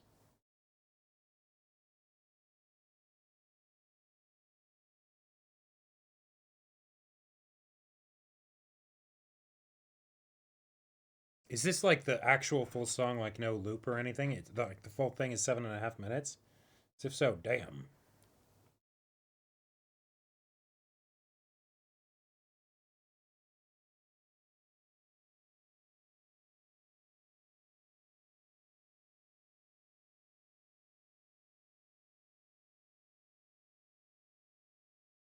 Totally gooey. Yes. Yes. Yeah. That's one of the things that I've, like, I don't know a lot about it, but I've started thinking about a lot more with like TV shows and movies and things because I'm like interested in writing and everything, picking up out all the things that aren't actual like, you know, traditional like writing that are being used to tell the story, like music beats and sound effects and all that stuff.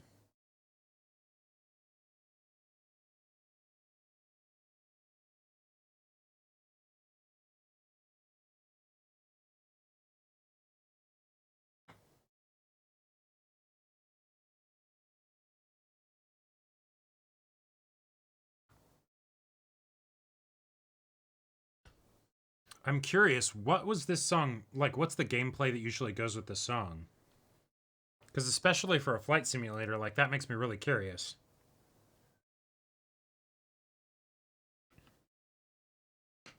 For context, this is what the Latin is saying. When history witnesses a great change, Razgriz reveals itself first as a dark demon. As a demon, it uses its power to rain death upon the land, and then it dies. However, after a period of slumber, Razgriz returns, this time as a great hero. Huh.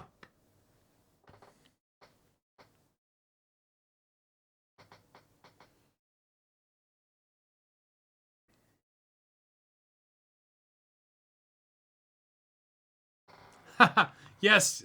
Oh, yes, Gooey. I feel ya on that one. I feel ya. Yeah. It's... Oh. My biggest pet peeve, one that bothers me to no end. Ending an anime episode on a slow, emotional moment, then hard cutting to their happy-go-lucky ED rather than changing the ED song. Yeah. Yeah. It's... Sometimes, especially when it's, like, painful, and then it goes into the happy-go-lucky, it's like, no, fuck you. You should have played the ED. I think Prosody did make a skit about that. Although, I will say, the opposite of that is one of my favorite things ever. When the end of the episode blends perfectly in my mind into the ED. Ooh. And Black Lagoon is my favorite example of that in anime. I adore it so much.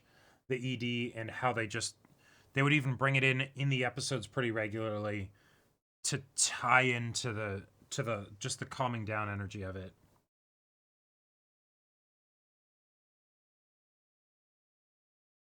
Especially in episode 7. That was one that hit me a lot.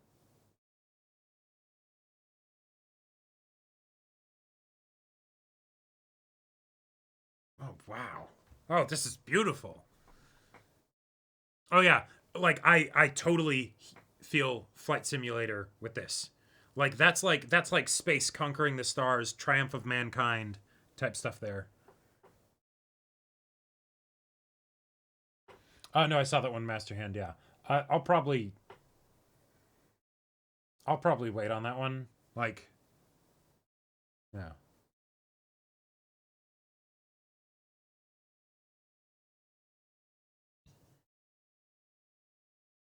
Oh, that sucks, Gooey. It's, yeah. Yes, exactly, Psychronia. Yeah, flying into a sun, or dawning sun, yeah. Mm-hmm.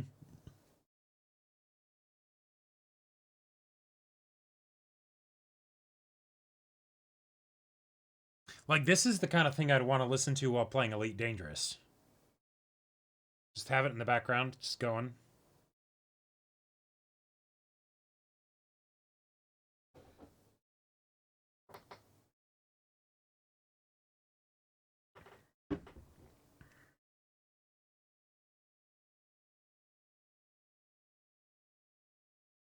Just play Star Set on loop for Elite. I'm not familiar with that one. Oh, Cryogenics. If you want to know the story for this game, basically there's two countries that suddenly go into war with each other. During the war, they deploy super weapons against each other, even terrorism. Right before the war could end, it turns out a third country orchestrated everything. The A Squadron, Razgriz, tries to put a definitive end. However, the third country decides to drop a satellite onto one of the country's capitals in a last-ditch attempt at revenge, and this song plays. Oh, shit. Starset is a great sci-fi themed rock band. Oh, okay, cool. Nice.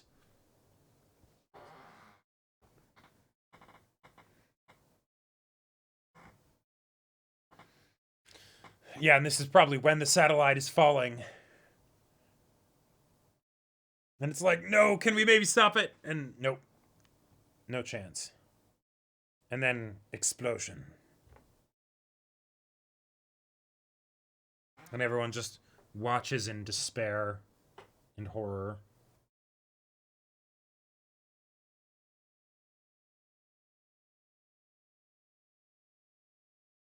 Sounds hopeful enough that it could work, though? Sure. Yeah.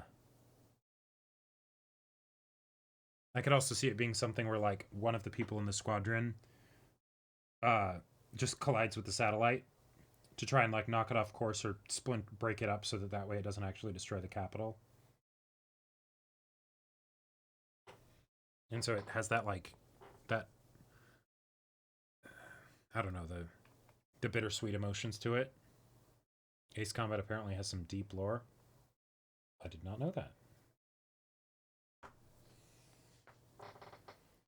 Yeah, heroic sacrifice song. Exactly. Exactly. The culmination of humanity, right? Great barbarism, but also, you know, selfless acts. All right. I think I'm at one of the I think I want that to be it for music for now. I think that was good. Also, it's been 5 hours. Jesus.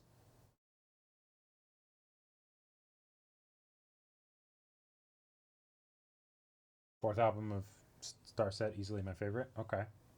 Okay. Yeah, maybe another time. This was great though. I've wanted last Tuesday was over 6 hours. Well, first off, it's a Monday. Second, let's not get carried away here. How about another 5 tomorrow? 5 hours or 5 songs? No, it's more than 5 songs. It's been 5 songs. We'll see. We'll see. I like this style of doing things. I've been wanting to experiment with different like, you know, just different types of streams and stuff. Like one of the things that I want to get more comfortable with is doing solo content that doesn't necessarily need to be tied to a particular like IP or game or whatever. Because, well, yes, I've been doing content creation for 7 years. That's been with Caleb, and that's been anime reactions. So it's something where even though people want to see like, you know, if they become like fans of us, they want to see our takes on things or watch a new show with us.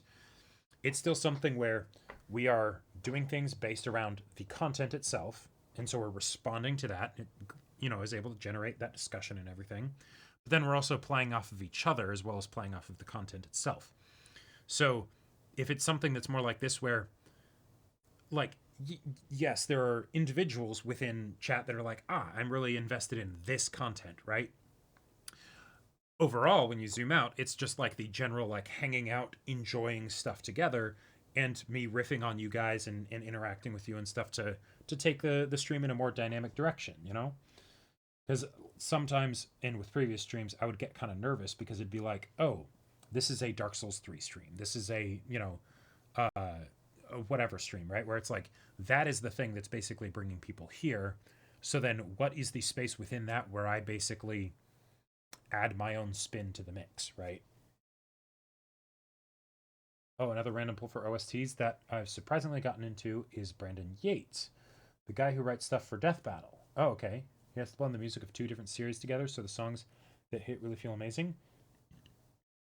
I think I feel like I've heard some of his pieces, even if I don't know the name of him specifically, because I've listened to some pretty great mashups of like, you know, different like music from like different kinds of shows and things like that. Yeah, less pressure to stay on topic. Exactly. In this stream, we had discussing the ins and outs of hentai, right? And then we also had, you know, talking about writing and, you know, all the crazy stuff that comes with that and music and, you know, like this felt very fun and just sort of like freeform, you know? And it's doing this kind of thing is very much a muscle, you know? We stayed on topic before. We kind of did. Like, because it's easy to do that when you're like playing a single game, right? Like with the previous Monday stream, or was it Tuesday? Monday or Tuesday. Even though it was kind of a variety thing, it turned into basically just Tunic. And Tunic was really fun. I got a lot of enjoyment out of playing that game, right? But then that sort of like, it takes up the whole thing, you know? And that's not like it's fun, but and it's good for something to sort of throw into the mix as like a portion of things, but that's not quite what I'm looking for, you know? It's hard to do both. Exactly. Yep. So I like this. I definitely tomorrow I definitely want to be more of this. So you know, be thinking of the kind of things you want to, you want to bring up to take things in fun directions and all that stuff. Yeah, why can't you be normal to give me your shit post to what is a healthy amount of snark to music theory? Yep. Am I late for anything interesting? Oh yes, Parazok. Absolutely. We ran the gamut on this one. Yeah. I'm not sure how many people who actually mind if you talked about sort of random stuff even when playing a single game. Well, the thing that's tough with that. So with certain games, yes, absolutely. But generally there are games that are more tailored toward the entertainer rather than towards like the game itself. So like if you're playing like a story game, right? I don't know what like a super good example of this would be. But like Tales of Berseria, for instance, or Persona 4, right? If I'm playing Persona 4, it's my first time playing this game. I am experiencing this new story. And then all of a sudden I start talking about my favorite hot dogs. That can still be fun, but the people that are there might be like, okay, but come on, we're here to see you talk about like Persona 4 and all that stuff. You're not paying attention to the game, right? Like hang on, you might be missing something or not getting the full context for it because you're in two places at once mentally, right? And then it's like, oh, well, shoot. That's true. Dungeons are a big blank canvas. That is a great point. Yeah, there are definitely elements where that can fit in, but let's be real. Let's be real. And granted, I've gotten better as a streamer since, a lot of the earlier games and things like that. If I'm playing a game where there's dungeon crawls like that, most of the time, if it's not something where the gameplay itself is super engaging, like Dark Souls or whatever, where it like demands your focus and everything, I'm going to be trying to do as little of that as possible.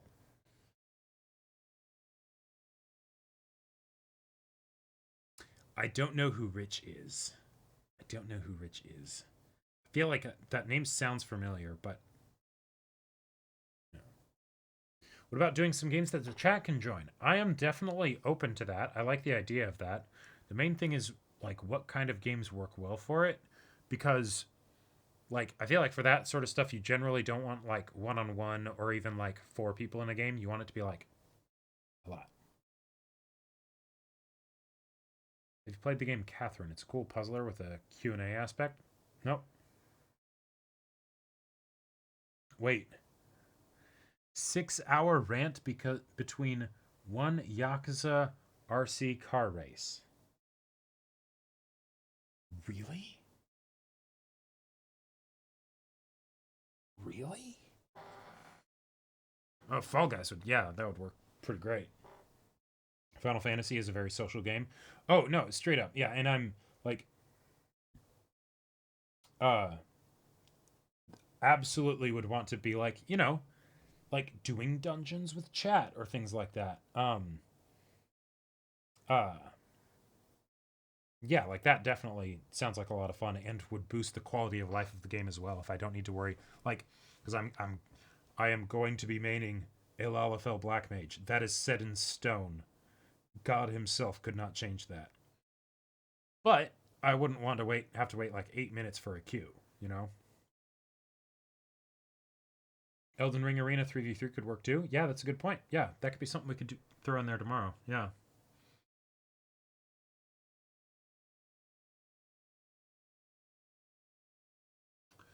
What? Rich also had the uncanny ability to somehow extend one Final Fantasy XIV chat box into 2 hours worth of tangents. One dialogue box. Wow. Fine, but I'm taking your second DPS party slot? I mean, well. To make up for the fact that I'm going to be a black mage and I'm going to be fucking everything up.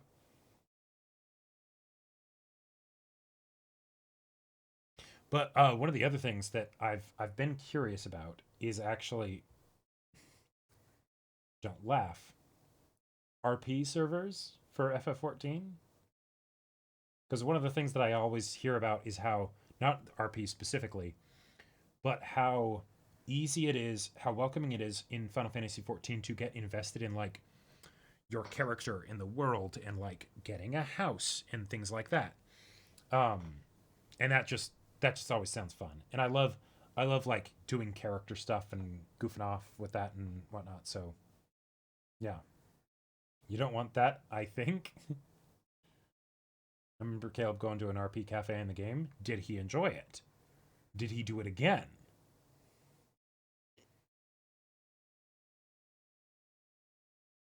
Yeah, no, I know that getting a house is a big joke. Like, it's an actual real estate bottleneck. Don't bring a black light. Oh, that's a way to describe it. Oh, shit. Damn. Time for ERP. Extreme Raid Progression. Yes, that's what that definitely stands for. Well, based on the phrase, I remember. Oh, man. Wow.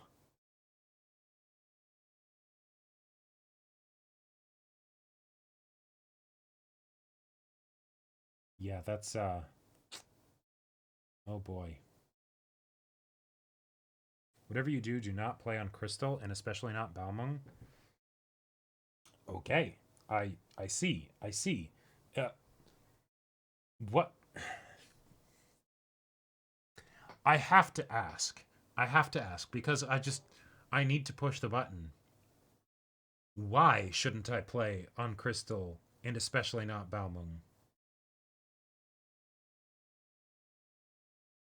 I don't know if he did it multiple times, but he seemed to have fun for the time I remember. Okay, that's cool.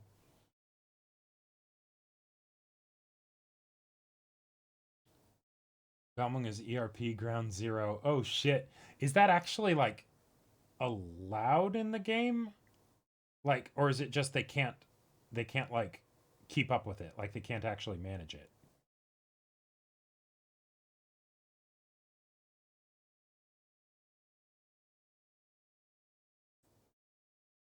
Oh, well, one, even if you wanted to participate, you're a lawless, so immediately off limits.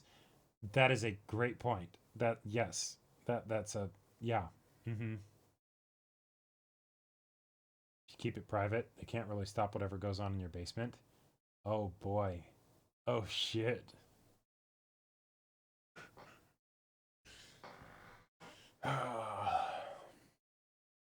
So, I was this close to joining a Red Dead Redemption RP server with some of the people from my D&D group, because like they got really into it as like a fill-in for when we were like in between sessions and stuff for D&D.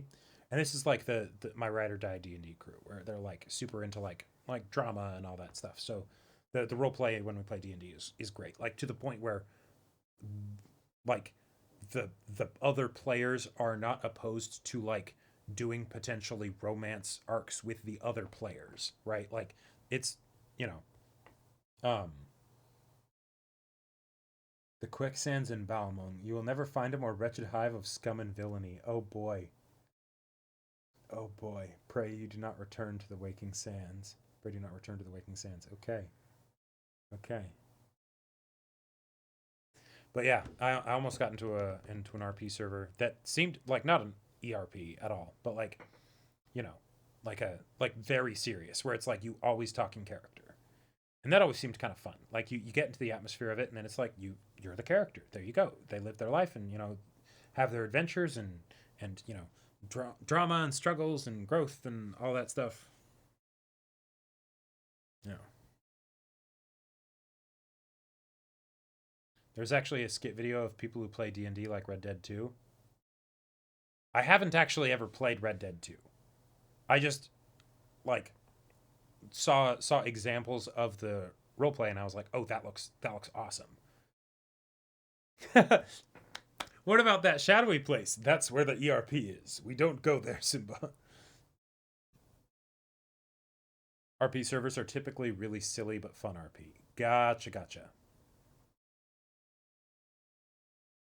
I'm 99% positive if you're on Balmung, you use the nude plugins. I thought you said you lose the nude plugins, where it's like they're just like, if you're on the server, just nope. We specifically put code in there so that you can't use those plugins. Oh, would you consider playing a Doom-like game on stream, like Ultra Kill? I haven't played Doom Eternal before. I've always wanted to. Like, I love the soundtrack, and the idea of just having some awesome action to throw along with that, like, yes. Like, ever since playing Dark Souls, I've really become a lot more interested in gameplay-focused games. Whereas before that, it was much more like narrative-focused games. No, I haven't played the 2016 Doom game. Nope. Nope.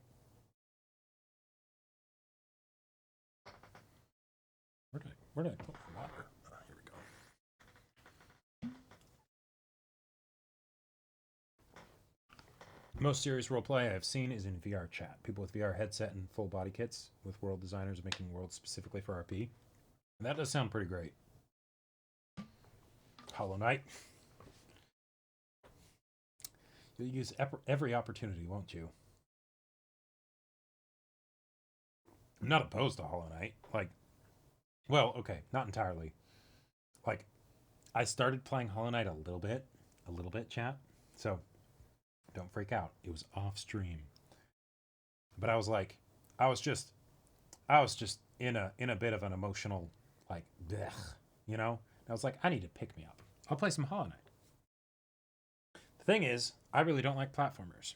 I really don't like them as a game category. And then there didn't seem to be a lot happening. Because I was told that the game was slow, and I realized that, and I was like, okay, and I knew the direction to go to get to the faster stuff, but, you know, I didn't like the fact that I had to unlock double jump. I really didn't like the fact that you have to find and then pay for the map and, like, marker things. And I was just like, nah. And it was hard enough to navigate that, like, I felt like I would need to play it on stream in order to actually get a decent experience out of it. Because otherwise I'd just be looking up things all the time. And no. He hates his fan base. I will tell you, though, one of the things that does kind of scare me about Hollow Knight is the fan base. Like, same kind of thing with Undertale. Like, and not that the fan base is necessarily on the same level or anything, but there is a fear and a pressure that comes along when you know that something is so beloved, right? Like worshipped almost, and it's like, okay, but where's the room if, like, I don't like it, or even don't like it that much, you know, or if there's something that I don't really like about it, you know?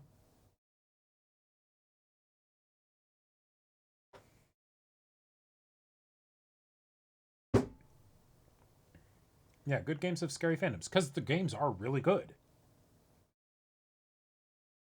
They often hit the toxicity critical mass. Yeah.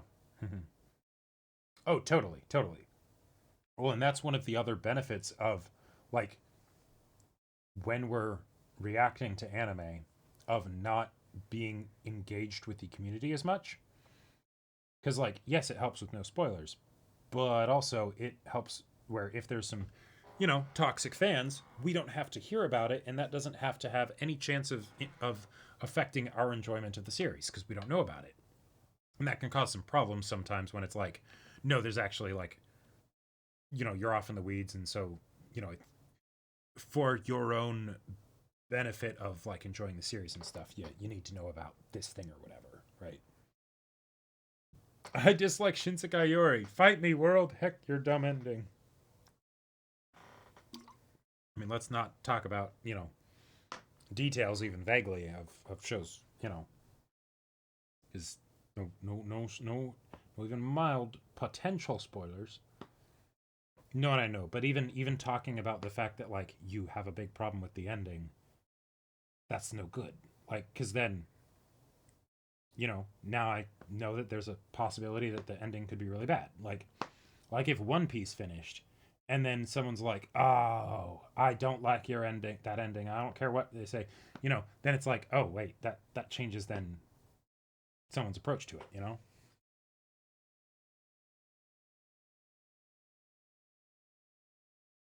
Kind of want to see you do a dramatic reading of some of the old Dwarf Fortress tales.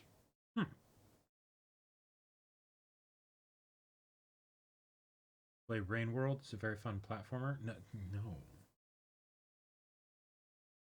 Funny thing, for Chainsaw Man liking the anime is a hot take. Really? Well, okay, for Yu Yu Hakusho, that's a slightly different thing.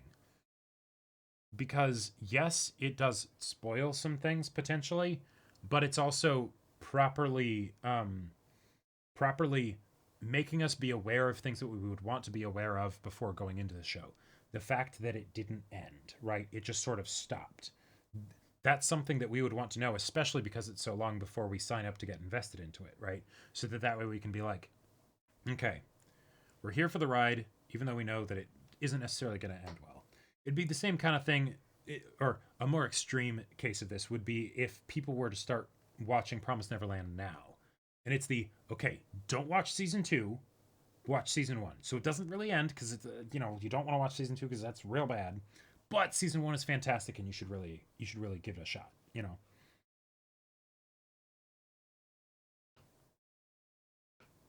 People will use whatever excuse they want. No, they won't even use excuses. They will just complain about CG if it's in there. Like, even if it's fucking fantastic.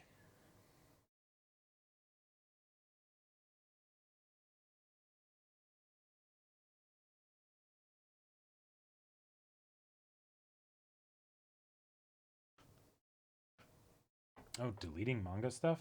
Hey, I've been just watching the anime. I don't know the manga. I haven't been able to tell.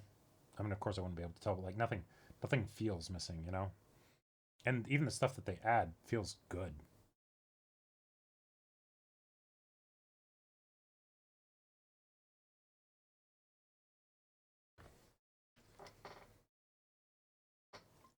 The thing that blows me away is how people are like, oh yeah, by the way, Kaguya, everyone just kind of agrees, Kaguya is objectively much better in the manga, even though it's so good in the anime.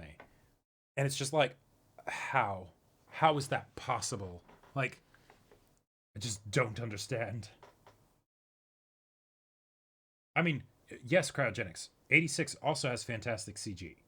But so does Chainsaw Man. So does Attack on Titan. Like, not, that they're all equal or exactly the same or whatever, but like... Oh, you actually like the anime for Kaguya more, Backseat. That's good to know. I can tell you that you are in the minority.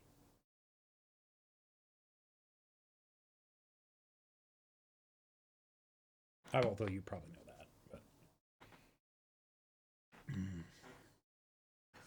Oh...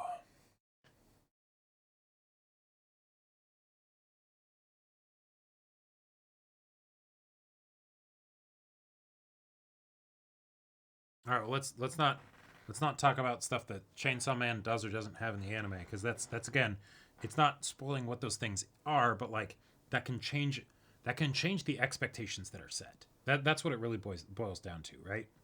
So much of storytelling is based on expectations. So like Chainsaw Man is actually a great example.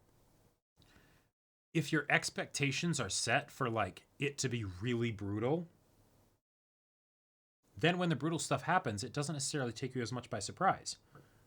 The story itself does set up that it's going to be brutal. But that's totally different than if you hear it from people who've seen it, right? Like, or if, the good stuff is actually what comes next. Well, people don't necessarily know that, and then that might make them see differently the stuff that actually happens in the show.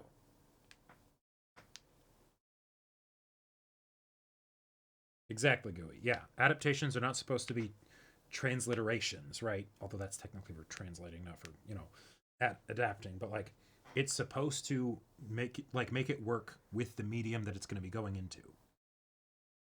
That's one of the reasons why I would say that Lord of the Rings is hailed as like one of the goats, if not the goat, as far as like, written to film like adaptations. Because it changes so much. Like, so much has changed from the Lord of the Rings books. And yet it keeps to the heart of it. And the things that were in the books, while a lot of it is great in the books, it would not work well in a movie. It just wouldn't. So you change it. People might get upset that Tom Bombadil, isn't in it. They might get upset that Aragorn isn't the super confident badass, right? That he is in the books. But That's part of the job, right? Oh yeah. Lord of the Rings movies are just fucking beautiful. That's one of the other things that I love listening to in the background when writing. And it's unfortunate because, you know, it's like that would be the kind of thing that would be so awesome for like stream background stuff or whatever. But Lord of the Rings soundtrack, I love it. The Rohan theme, I listened to that thing on hours on end. Just loop that shit. Like, I don't know if there's anything better for like getting my mind into the like fantasy like mindset. Oh yeah, violin goes so hard for Rohan. Yeah. Yeah.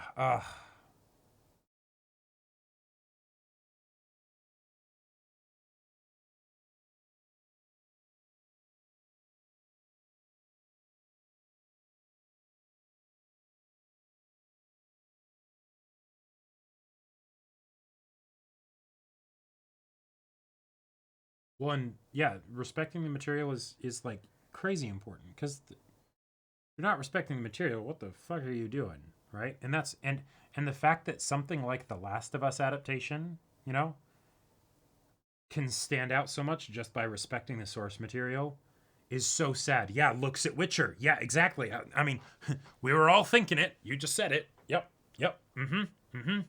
Yeah, or Halo, or well, Wheel of Time. No, I feel like they probably respected it, but it's just it's a weird animal to deal with. Yeah. I'm curious about the Rings of Power because I haven't actually seen it. I know what people have said about it. And there's parts of it where I'm probably like, yeah, sure, but at the same time, I don't know if I would from not having seen it, I don't know if I would chalk that up to lack of respect for the source material or just decisions that didn't pan out, you know?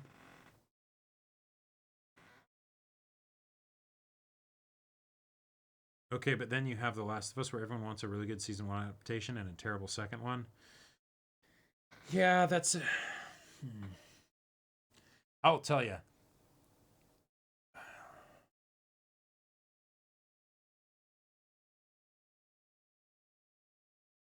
I'm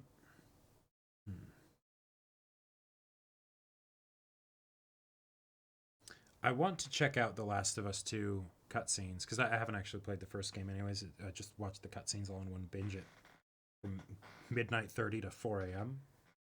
One of the best decisions I've ever made. But I'm curious to see, like, I kind of want to see what the cutscenes are for Last of Us 2 because I know the general beats that they took, and it definitely reeks of the we must subvert expectations kind of a thing. But it might be an interesting stream on its own. Oh, that's a good point because I guess it's still gameplay, even if it's not like the part where you're playing the game. So I guess there's no reason why you couldn't like stream the cutscenes. Yeah. Yeah. But like I'm curious what it's like in those situations for the actors and the fans. But yeah, Henry Cavill, that's a great one. I was thinking of for The Witcher, I was thinking of Ashley Johnson and Laura Bailey for Last of Us 2 because Laura Bailey is the new character, right? And it's like, yeah, if you're going to bring in a new character, have them be voiced by Laura Bailey, right? But for like Ashley, like she so knocked it out of the park with the first one. I can't imagine what that would be like to have a project like that you're a part of that so takes off and like where the character becomes so iconic. And you know, you have to be emotionally attached to it and everything. And I know that being emotionally attached, but at the same time holding it with an open hand is part of the actor's job, you know, because they're there to act. They're not to actually make the story. But and because the thing is that like when I hear the stuff about Last of Us 2, I could totally see where they're going for in the story and where it could be really good, but where it's like, oh, but you didn't need to. That wasn't the best call, you know. It wasn't the best call to do exactly that, right? And I don't know what it actually looks like in the execution, so I can't be sure, right? But Yeah, so that's one of those ones that I both want to see to compare, and yet because I don't have like, it's more technical curiosity rather than like, you know, deep excitement. You know, I just haven't really done it yet. Execution, yeah. But yeah, for Henry Cavill, like, I love the brand that he has built for himself because he's just, you know, he's just open about the fact that, like, yeah, I'm a super massive fucking nerd.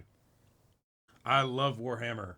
You know, I love the Witcher books and the games and all of that stuff, right? Like, when I found out, and I hadn't even played the games, but when I found out that Henry Cavill was going to be Geralt, I'm like, yes, that's perfect. Like, he is Geralt. Yeah, and he's gonna be in Warhammer, and he's gonna be actually working on headlining it. So, you know, he can make sure he does it justice and whatnot. But yeah, that's got to be so tough when he was so passionate about it, and then it's just, and it's not just it being like a bad adaptation, right? Because, you know, okay, that happens, and then it's like, and I'm sure he'd probably still be on board with that to just help, bring as much energy to it to do what he can to make it as good as it possibly could be.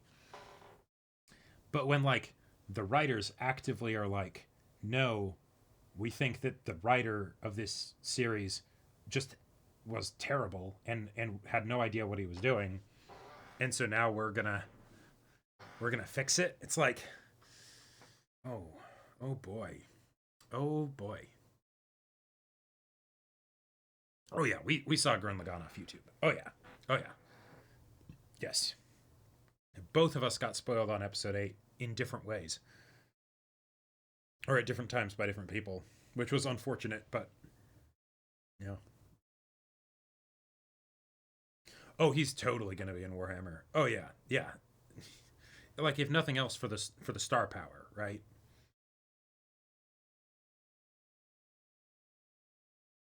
Yeah, and the thing is, and it's tough, FN, because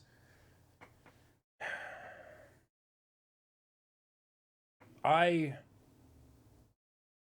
wish more stories, specifically in anime, were okay with going off script, changing the source material. Because, but like in the Lord of the Rings way, right? Where it's we're keeping the heart of it in mind, but there are things that need to be changed in order to be a better adaptation. Or potentially, if there's things where it's just, no, let's be real, you should ignore the source material. Like Usagi Drop, for instance. Granted, they finished the anime before it even got close to where the manga went all down the dumpster and everything. And it was only towards like the very end of the manga, and who knows what the situation was with that author, that mangaka and stuff. But like, imagine if they just decided, we're actually going to continue this anime because it's a really good anime. I know there'd be production reasons for that, why that wouldn't work.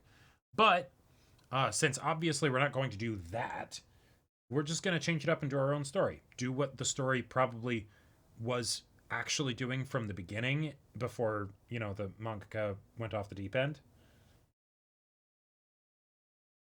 Like, or Haruhi in a lot of ways. Will Haruhi season 3 ever happen? Hell no. Like, no. I mean, we've had some crazy situations with, you know, sequels and things like that. But in a lot of ways, I don't think Haruhi season 3 should happen. And if it did happen, I would hope they divert from the source material. Because after something like the Disappearance movie, it wouldn't make sense to just go back to the regular formula.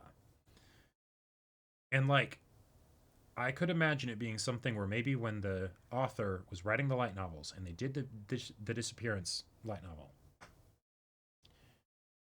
like, even when I read it, because I did actually read the Disappearance light novel, I could see it being something where it was much more like casually done, where it's like, we're gonna do something and we're gonna take it in this different direction to, you know, like that seems like it could be a fun, good idea for a light novel, because a lot of the foreshadowing to the events of the Disappearance movie were put in future light novels after the Disappearance light novel. So it's like, but because of time travel and all that stuff in the adaptation, they were able to just put it in beforehand, right? But like with the anime, if after all of that stuff you get in the Disappearance movie, if it just goes to, and now we're doing more club activities, this time we're going to a cabin, this time we're going to, you know, there's a new character that gets introduced. It's like, that wouldn't really feel right, you know? And so if somehow we magically got a third season of Haruhi and they decided to have it be anime original, I would totally be okay with that. I'd be like, yep, there you go. But there's such a low amount of slices of life that have defined endings. Yeah. Yep. It's true and it's sad and I wish it was different. Am I early? Nah, we've been going for 5.5 hours now. I recommend watching the VOD because we've gone into some crazy territory.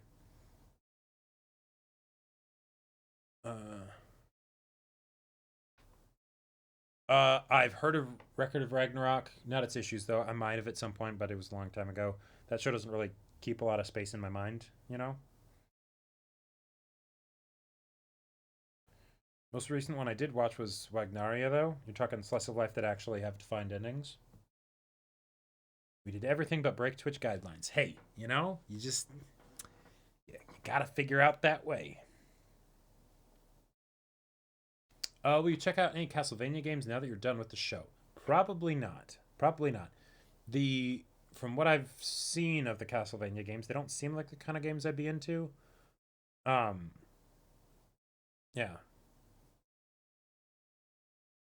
It was a huge bummer, Record of Ragnarok. Oh, okay. The adaptation was so bad that the manga felt like it had smoother animation. Wow. Oh, wait, yeah, I did hear about this. Right. The name didn't stick out to me enough for me to, like, keep it in my mind, but I believe I know what you're talking about. Yeah. Let's take a historical character, a mythical god, give them both cool powers, make them fight to the death, the anime. Made it a slideshow. Damn. Ouch.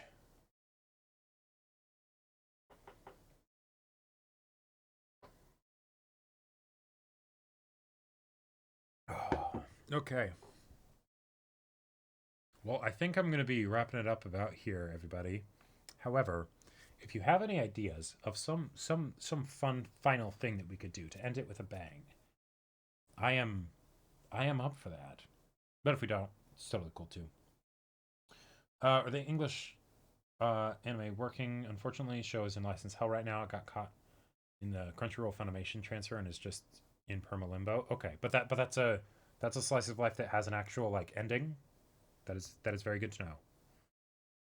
Incidentally, how would you submit the digits? So the digits are not submitted yet. I highly recommend you make a list, and then there will be a point. It will be on a separate channel where the digit submission will be available for the tournament arc and getting past the preliminaries and all that stuff. And we will be doing that then. So take note, stay tuned. That kind of stuff will be starting in about 3 weeks or so. Yeah. If you ever react to Record of Ragnarok, then manga only. Okay, good to know. We will probably not be doing any more manga reactions. Manga, it's this whole kerfuffle I talked about it in a previous stream. Hopefully there was a clip made of that. But manga reactions are this whole separate animal that can work for very specific types of manga. Because they're just super draining and stuff in general. So we kind of decided let's stop. Have you seen Baki? Nope, but I know it is absolutely crazy. Is the anime adaptation like really good? Like, is it worth watching? Because I can't remember if it was Baki or like Kengan Ashura or something. But like one of those like big like fighting manga that's legendary. But then the anime adaptation was said to be like not very good. Baki anime is horrible. Manga is good. Okay, it was Baki. Yeah, might have also been Kengan Ashura. You don't have to react, but post manga discussion would work. Sure. Yeah, that's fair. yeah, if we're not going to be doing manga reactions anymore, and if it's something that like definitely isn't getting an anime, or like the anime is bad enough that you would never want to react to it, then yeah, we could totally, like, I suppose that would make sense where we could just read it on our own time if we feel like it, and then that could be something like just approach it like a regular anime or manga fan, you know. Ashura anime was only slightly better than Baki, I'm guessing. Okay. Yeah, exactly. Just do a video afterwards to decompress and discuss. Because, like, there is a lot of fun that can come from just being like, oh, hey, Caleb, I found this thing. Like, and oftentimes we'll do that with, like, non-anime stuff. That's one of the reasons, like, we'll try and, like, try and keep things on the channel in a lot of ways to anime with, like, some, Western animation. So that way we can still, like, you know, explore stuff outside of that. It's easy to grind through a manga series in a night. Yes, yes, yes.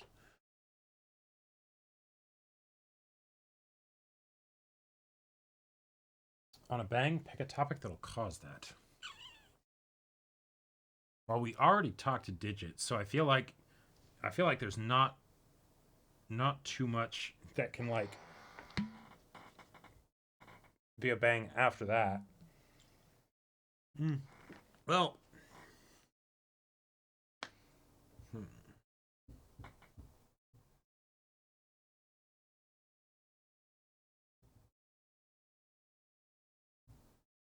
Vagabond, Pun Pun, and Berserk will never get a good anime. I mean, hey, you know, the Castlevania people, when they did the Day Armor, they were chomping at the bit.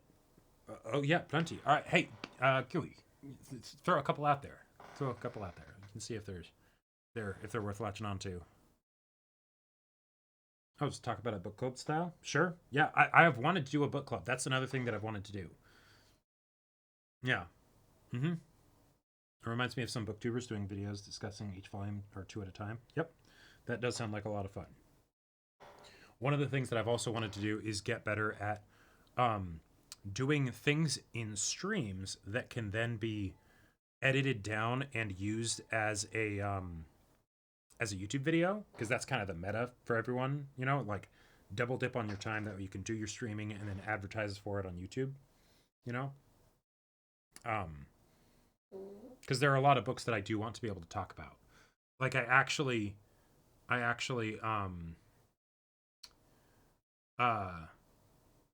talked about, I recorded stuff for Pratchett reviews actually, just by myself solo. But I didn't end up doing anything with them for Mort. I believe guards, maybe? I'm not sure. But I didn't do anything with them because I didn't really like how they turned out, but I do want to do stuff like that. How about the 10 plus armor class crit is not great? You talking Pathfinder 2e? GUI, I will have to strongly disagree with you on that one. That is probably one of my favorite things that Pathfinder 2e does. Like, it makes all the modifiers actually mean something. You know? Like a +1, suddenly that's 5% more chance of crit. Fighters having 2 more attack than everyone else. That's a plus 10% chance of crit. And not like 10% off of what you have, but like flat 10% onto whatever your numbers are. You know what's weird, Jacob? I can almost always predict you and your brother's reaction to any show or anime. I believe it. Because, like, we already share this, like, Caleb and I already share the same brain cell. If you've watched a lot of our stuff, oh yeah. Oh yeah. I disagree, Gooey. I disagree. Yes, it does give bosses a chance to crit, but maybe, you know, I haven't looked at the numbers exactly, so I could totally be wrong about this. And we're talking Pathfinder 2e, people, if you aren't familiar. It's a great system. If you don't want to play 5e because of all the shit that happened with Wizards, even though they made the OGL or the 5.1 SRD common, like Creative Commons, which personally I don't. I which sucks because the D&D movie is around the corner. But since it's all tied to level and stuff, yes, you could have a DM that throws things that are way higher level at you. But if I recall correctly, the way the bosses generally work is they have like better stats, but it like, you know, it's still going to be around your level as far as scaling goes.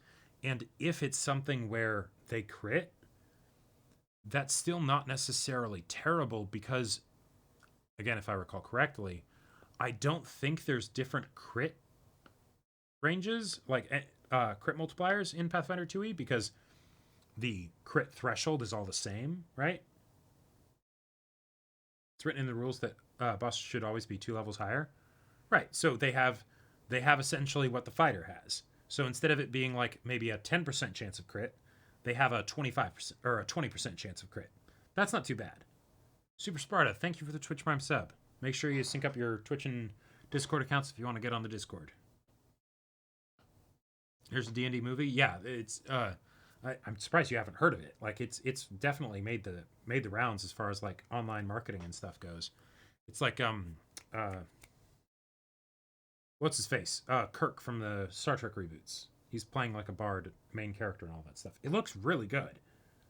But if you edit stream to video, how do you show what chat is saying? Usually it's gaming video or face-to-face discussion that are easier to edit into video. So, well, just look at like what Ludwig does. Like, there you go. Chris Pine, thank you. I was thinking Chris Pratt, and I'm like, no, that's not what it is. Oh yeah, I've seen that one before, Cycronia. Yeah, having a character die and then someone who really resembles them, or even is the same actor, shows up in the next town. Yep. Oh, thank you, Super Sparta. Great to see you.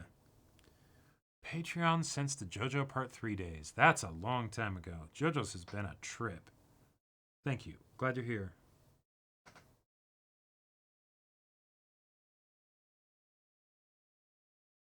And of course, going off Triumph Monk's game with GM Rules Lawyer, and he gets one-tapped by the boss on a 13 roll. Only lived because of what I think was called a hero point. Oh, damn. That's... Yeah, that feels like the DM was like over-optimizing things, which like you can totally do, but I feel like I don't know if that works as well in Pathfinder, because like in other systems, like 5e for instance, your ability scores aren't fixed, right? In Pathfinder 2e, you build them piece by piece from the ground up, and it's very set. It's very set in stone. But like, for instance, with 5e, I played in a campaign where the DM had a bunch of ability packages that you could take. And they were definitely tuned up more than the base ability package by far. But some of them would get very swingy, to where you would have, the one I ended up picking was, you got an 18, 17, and 16, and then you got an 8, 6, and 5. And that was your ability scores. And a lot of people in the campaign took those ones, because it's like, hell yeah, right? Why not? And then because of that, and because it was a party of like 7 players or whatever, you could have these really high-level enemies and encounters and things like that. But that's because the DM was introducing the power spike, and so then the DM has to account for that, right? And also because, you know, we'd been playing for a long time, so like we do a lot of like janky, like powerful stuff, especially me. I like to do that. And so you need to account for it. But in something like Pathfinder 2e, I feel like that's a lot more set in stone, because Pathfinder is a very mechanically balanced game, in ways that kind of impinge creativity in my mind. So the idea of getting something where it crits on a 13, unless you just have like really low AC, right? Like if you're one of those characters where you're kind of the glass cannon, then okay, sure, right? That kind of comes part and parcel with what you're dealing with. I heard that Pathfinder 2e prioritizes good teamwork much more over D&D 5e. I could see that, because like, well, you do have the bounce back thing. Since you have the wounded trait, you can't healing word forever, right? And if you have people with lower AC, like that's the crazy thing, is if you have someone that has 4 or less AC than like another party member, that's an extra 20% chance that they'll get crit. Oh, sir, it didn't take long for me to break it? Really? Because like Pathfinder has almost, like, when I look at it, like, yes, you do a fighter with power attack, and then you do the archetype feats to get rangers, meteor swing, meteor weapon, or whatever. You're doing 4d12 damage, you know, at level 4 or whatever, you know, with your first attack every round, you know, every round for a minute, you know. But like, it's so rigid. I don't know. No, I haven't actually played Pathfinder 2 in a long form campaign though. Just like a one shot. But Martial 15-foot cube AOE stun prone on enemies that smart targets and doesn't hit allies. But stun doesn't even do nearly as much in Pathfinder as it does in 2e as it does in other systems. It just like removes an action from them. And I guess prone is another action to get up, but I don't know, that doesn't seem like, that seems good, but that doesn't seem busted. Although I haven't actually played a campaign, so I don't know how that would affect it. I don't know why I had my headphones on. I'm not actually listening to things anymore, but all right, we will call it there. I'm out of fluids. Well, I'm out of fluids, which says a lot because I checked. This is a 50-ounce cup, 50-ounce mug. So even accounting for some room at the top, that's about 48 ounces of tea. And I drank that this stream. And then this thing also full of water. And I am not going to be using this as fluids because that would be a bad idea at this point. Yep, 50 ounces. Yep. But it's nothing, you know, that giant mug I got for my dad for Christmas was 1.5 gallons. So that's, you know, 128 plus 64, 192. Yeah. It's barely a quarter of that other mug, which actually, now that I think about it, I'm not sure if it makes this seem big or that other one seems small. But, and not having to go to the bathroom for 6 hours. Yes, when having this much liquid, that's one of those things where it's like you realize, I'm a big guy. Me and Kilbert are tall boys.